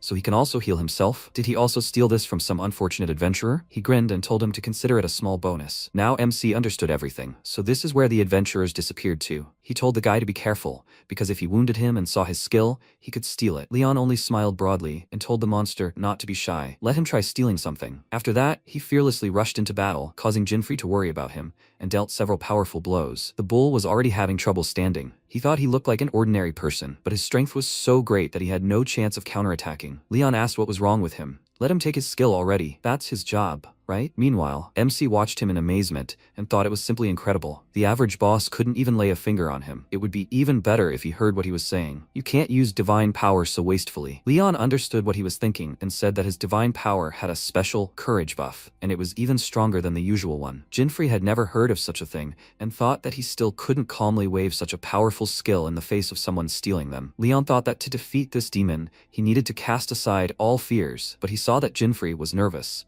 so he offered him a taste of his divine power. He would share it with him. He asked, is it because of the cooperation mode? Did they fulfill the conditions? He answered him that the condition was to kill 500 monsters or more between the two of them. He doesn't share skills with just anyone, but he and Jinfrey are practically family. He winked at Jinfrey, making him feel uneasy, and then said that he would now give him access. While they were chatting, the monster tried with all its might to hold back his attacks and wondered where he got so much power from. Leon shared the skill with him, and he thought that Divine Might was a highly effective skill that increased all stats. However, to use it correctly, time and extensive training were needed. Noticing his doubts, Leon told him not to be afraid. Everyone starts somewhere. He should not worry and attack as he felt. He told him that he was not worried and thought that just because the skill was shared did not mean that he could use it as he pleased. It was not that easy. He looked confidently at Leon, and Leon, not noticing his previous doubts, laughed and praised him. But this was only a tenth of the total power. This made him uneasy, and the guy told him not to be shy, to just attack. There was nothing difficult about it. MC thought he was a bad teacher. If he could figure out how the skill worked, it would be a great asset. After that, he closed his eyes to concentrate, but quickly realized he couldn't do it. He couldn't just act on his own. He needed at least basic training. Leon said he was doing it all wrong. He needed to gather all his courage into one blow. He noted that it was easy for him to say, But that took time, didn't it? He told him that was true, and that's why courage was needed to speed up the learning process. Let him try again. Jinfrey remarked that he was crazy. Even courage had its limits. He tried to imitate him, but he failed, and he said he never thought it would be so difficult for him. MC started trying to imitate the guy, but since he couldn't explain anything properly, it was difficult for him. Leon said that he just needed to combine all his ardor with courage, and then add another portion of courage on top. Jinfrey sighed heavily and decided to try again, thinking that he first needed to know what kind of courage he was talking about, but he seemed to be starting to understand it. The energy that had surrounded him all this time suddenly flared, and Leon, rejoicing at his success, said that he was doing everything right. MC felt all his stats increase, and Leon patted him on the shoulder, saying that he had already harnessed 50 million of his power. He thought it was only half his power, but he already felt an incredible boost. A general skill is certainly useful, but control over such a skill depends entirely on personal ability. Only after fully mastering a skill can one know whether it will be useful or not. Now it was time for the second lesson. Leon pointed his finger at the monster and told him to try using divine power in combat against it. Seeing him sitting in a Caesar pose, he was surprised, and Jinfrey realized that he had completely forgotten he was there. Leon called out to the bull and asked him to help Jinfrey, to let him not hold back. The monster cursed in irritation and stood up to fight him, and Leon stepped aside to watch. MC thought that if he could gain control, he wouldn't have to waste his skills, although this was of course a one-time action. The bull, meanwhile, thought that he couldn't let Lord Orochi down. He would cut off his head and take it with him. After that, he pounced on him, wishing him death, and he jumped aside and swung his dagger, cutting off one of his horns. He landed behind him and almost lost his balance due to such speed and strength, and his body was so light. He looked at Leon and thought, so this is how he feels? The bull exclaimed in rage that this time he would definitely finish them off. But then suddenly a loud crunch was heard. A huge demon pinned him to the ground with one hand and called him an idiot, asking what he had done here. He was just a pathetic weakling. Now he would have to deal with them personally. In front of them was the 7th demon king named Orochi, a level 500 monster, class 8-headed snake. During the battle, his level can increase by 50. They were both surprised by such a quick meeting with the king. The bull extended his hand to his lord, and he said that he did not need weaklings under his command, after which the monster died. And Leon noted with annoyance that he had lost his 776th monster. Luckily, there is another one. Jinfrey thought that Orochi was the 7th demon king and the boss of an S-rank dungeon, but he has never seen a boss kill a mid-boss, and his aura is much fiercer than it should be. He noticed that they had apparently tried something here too, and Orochi meanwhile looked at him closely and thought, is this the person he was warned about? Realizing that this was true, he grinned and said that they would stay here forever. MC immediately prepared for battle, and Leon decided to begin the third lesson. Let him use only divine power. He became very nervous and exclaimed that he can't. It's too early for that. The guy responded by telling him that if he doesn't believe in himself, then nothing will work. But if he does this, then everything will become possible. Jinfrey remained silent, since he realized that it was completely useless to argue with him, and he asked, doesn't he want to win? If he takes on this guy, he will win. He nervously gritted his teeth. He definitely didn't want to lose. Orochi summoned the snake Jackly, who immediately rushed to attack them. They both stepped aside, dodging the blow, and instead, the snake bit through the tree trunk behind them. Leon told his partner not to hesitate. Just because he hadn't yet fully harnessed his divine power didn't mean the enemy would wait patiently for him. MC mentally noted that this was coming from someone who hadn't given him any time at all. He decided to throw everything to hell and stepped forward. They dared him, but such a challenge could be excellent training. Leon wished him luck, reminding him that he couldn't use anything but power and weapons, and Orochi sized him up and asked if he thought he could handle him alone. Let him know his place. He remained silent and concentrated, silently telling him that he didn't know what he was capable of, but he wasn't afraid of him. This time, Orochi sent 2 snakes at him at once, and when one of them approached Jinfrey, he concentrated, then swung his weapon sharply, but since he had too much strength and speed, he couldn't stay on his feet and fell. He still couldn't get used to the increased stats. The demon laughed at him and asked, was he that so wrong? He didn't even know if his skills would be useful. He sent monsters at him again, and he immediately jumped back, but one of them almost touched him, and he realized he was too tense. He closed his eyes and thought that he couldn't hold back. He needed to feel his new power. He decided to pounce on the monster in a jump, and Leon immediately realized that his plan would fail. The blow was too soft. Orochi stopped his attack with just one palm. MC gritted his teeth in frustration and descended, and the demon looked at Leon and said that it wasn't he who was strong here, but his skill. He chuckled and then told his partner that it was quite good for a first time, but they would save the lesson for later. For now, he could use his skills. Orochi said that even with a dozen skills, his abilities were still weak. But when he looked at the place where the man had just been, he realized that he had disappeared. He began to look around and wondered, was this an invisibility skill, part of his divine armor? He would have to use the wide attack skill to find him. At that moment, he felt a searing pain. Jinfrey had inflicted a wound on his chest, which confused him, and asked, he doesn't have insane, frenzied strength like that savage, right? Hearing his voice behind him, the demon immediately tried to dodge, but it was no use. While he was striking him from all sides, he exclaimed that only an insignificant person fights like that. Is he so scared that he's afraid to show himself to him? MC responded by asking if he was the one who said he could use at least 10 skills. Orochi remembered his master and realized he couldn't take it anymore. He couldn't let him down. His body suddenly filled with power. He screamed loudly, and numerous system windows appeared before them, displaying images of their loved ones, causing them to become worried. The demon smirked and asked, "People love to admire hostages, right?" His snakes only needed to look at them to know everything about them,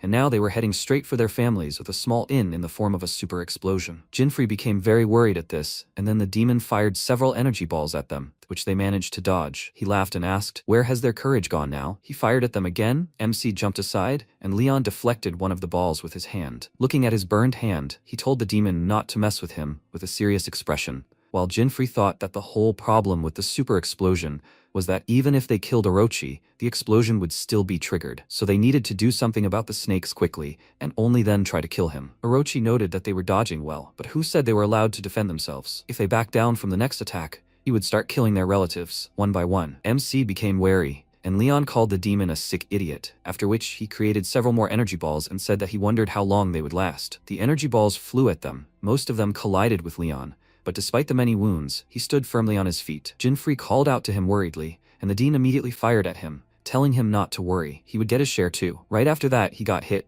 The two of them were thrown back and they fell. Orochi laughed, saying that they were stupid people. How could they sacrifice themselves? MC got up, but Leon was exhausted. Despite this, the first thing he asked his partner was if he was okay, and MC told him that he was fine, then looked at the monster and thought that if they don't come up with something, everything will end very badly. Leon chuckled and said that one extra move and he will start killing. They have no choice but to die. Jinfrey looked at the demon and thought what they can do. Neither kill him, nor stop the explosion. They can't do anything. And then the guy from the death scythe appeared.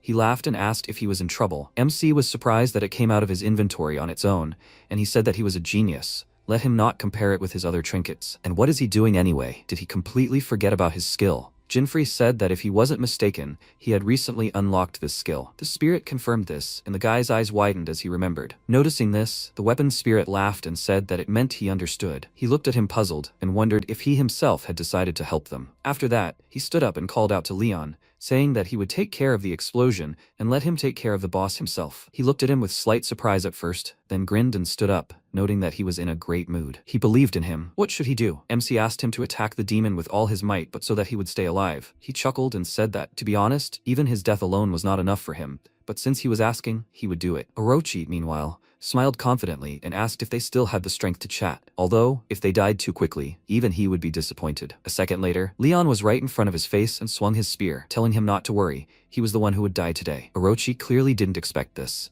He cursed and exclaimed, "Doesn't he care about his loved ones? If he kills him, the super explosion will activate." The guy ignored him and hit him in the face with all his might, which threw him high into the air, where Jinfrey was already waiting for him. The spirit of the death scythe said he was ready, and he remembered his first weapon skill. He hadn't even thought that it could destroy skills. After that, he struck the demon, spinning him in the air and throwing him aside, and a clod of energy, his skill, remained on his weapon. He looked at it with delight, glad that he had succeeded, after which he called out to his partner and told him that everything was fine now.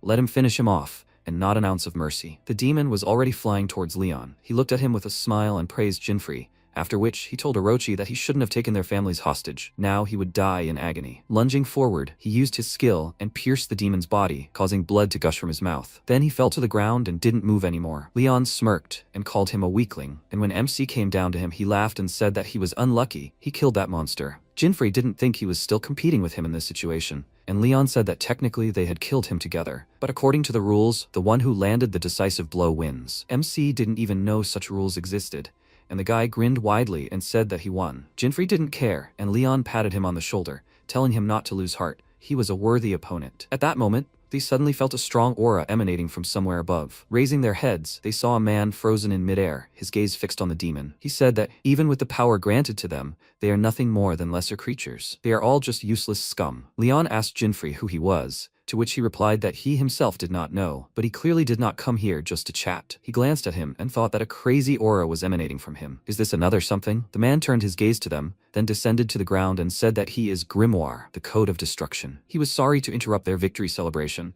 but he would have to ask them to die. They both stared at him in confusion, and he asked, of course, they would not agree nicely, right? Leon said that this was the first time he had seen someone ask someone to die so politely. Is he also one of the something? At first, the man didn't understand what he was talking about, and then asked, so, what do people call them? It's rude of them to call everyone that, but they have a point. Leon asked what they wanted, and he told him that they were working on resurrecting Lord Abyss. Leon had never heard of him and asked who he was, and the man told him not to worry, that soon everyone in this world would know Lord Abyss and obey him. MC took a closer look at him and thought that most likely this lord was the head of all something. If so, then they couldn't let him resurrect him. He took out a weapon, and the man immediately noticed it and told him not to rush. He noticed his halo and pendant, and then said that the divine weapon had been found. He didn't think that one person could control it. Jinfrey didn't understand what he was talking about and wondered if he meant his dagger. At that moment, Leon ran forward with a loud laugh, leaping at the enemy and shouting that he already understood everything. But instead, his spear pierced Orochi's arm, which surprised MC greatly, since they had just killed him. Leon returned to his partner and exclaimed in surprise, so he was still alive? Jinfrey said that it wasn't him. Grimoire was controlling him. Admiring their confusion, Grimoire smiled, then said that it would be easier to talk everything out,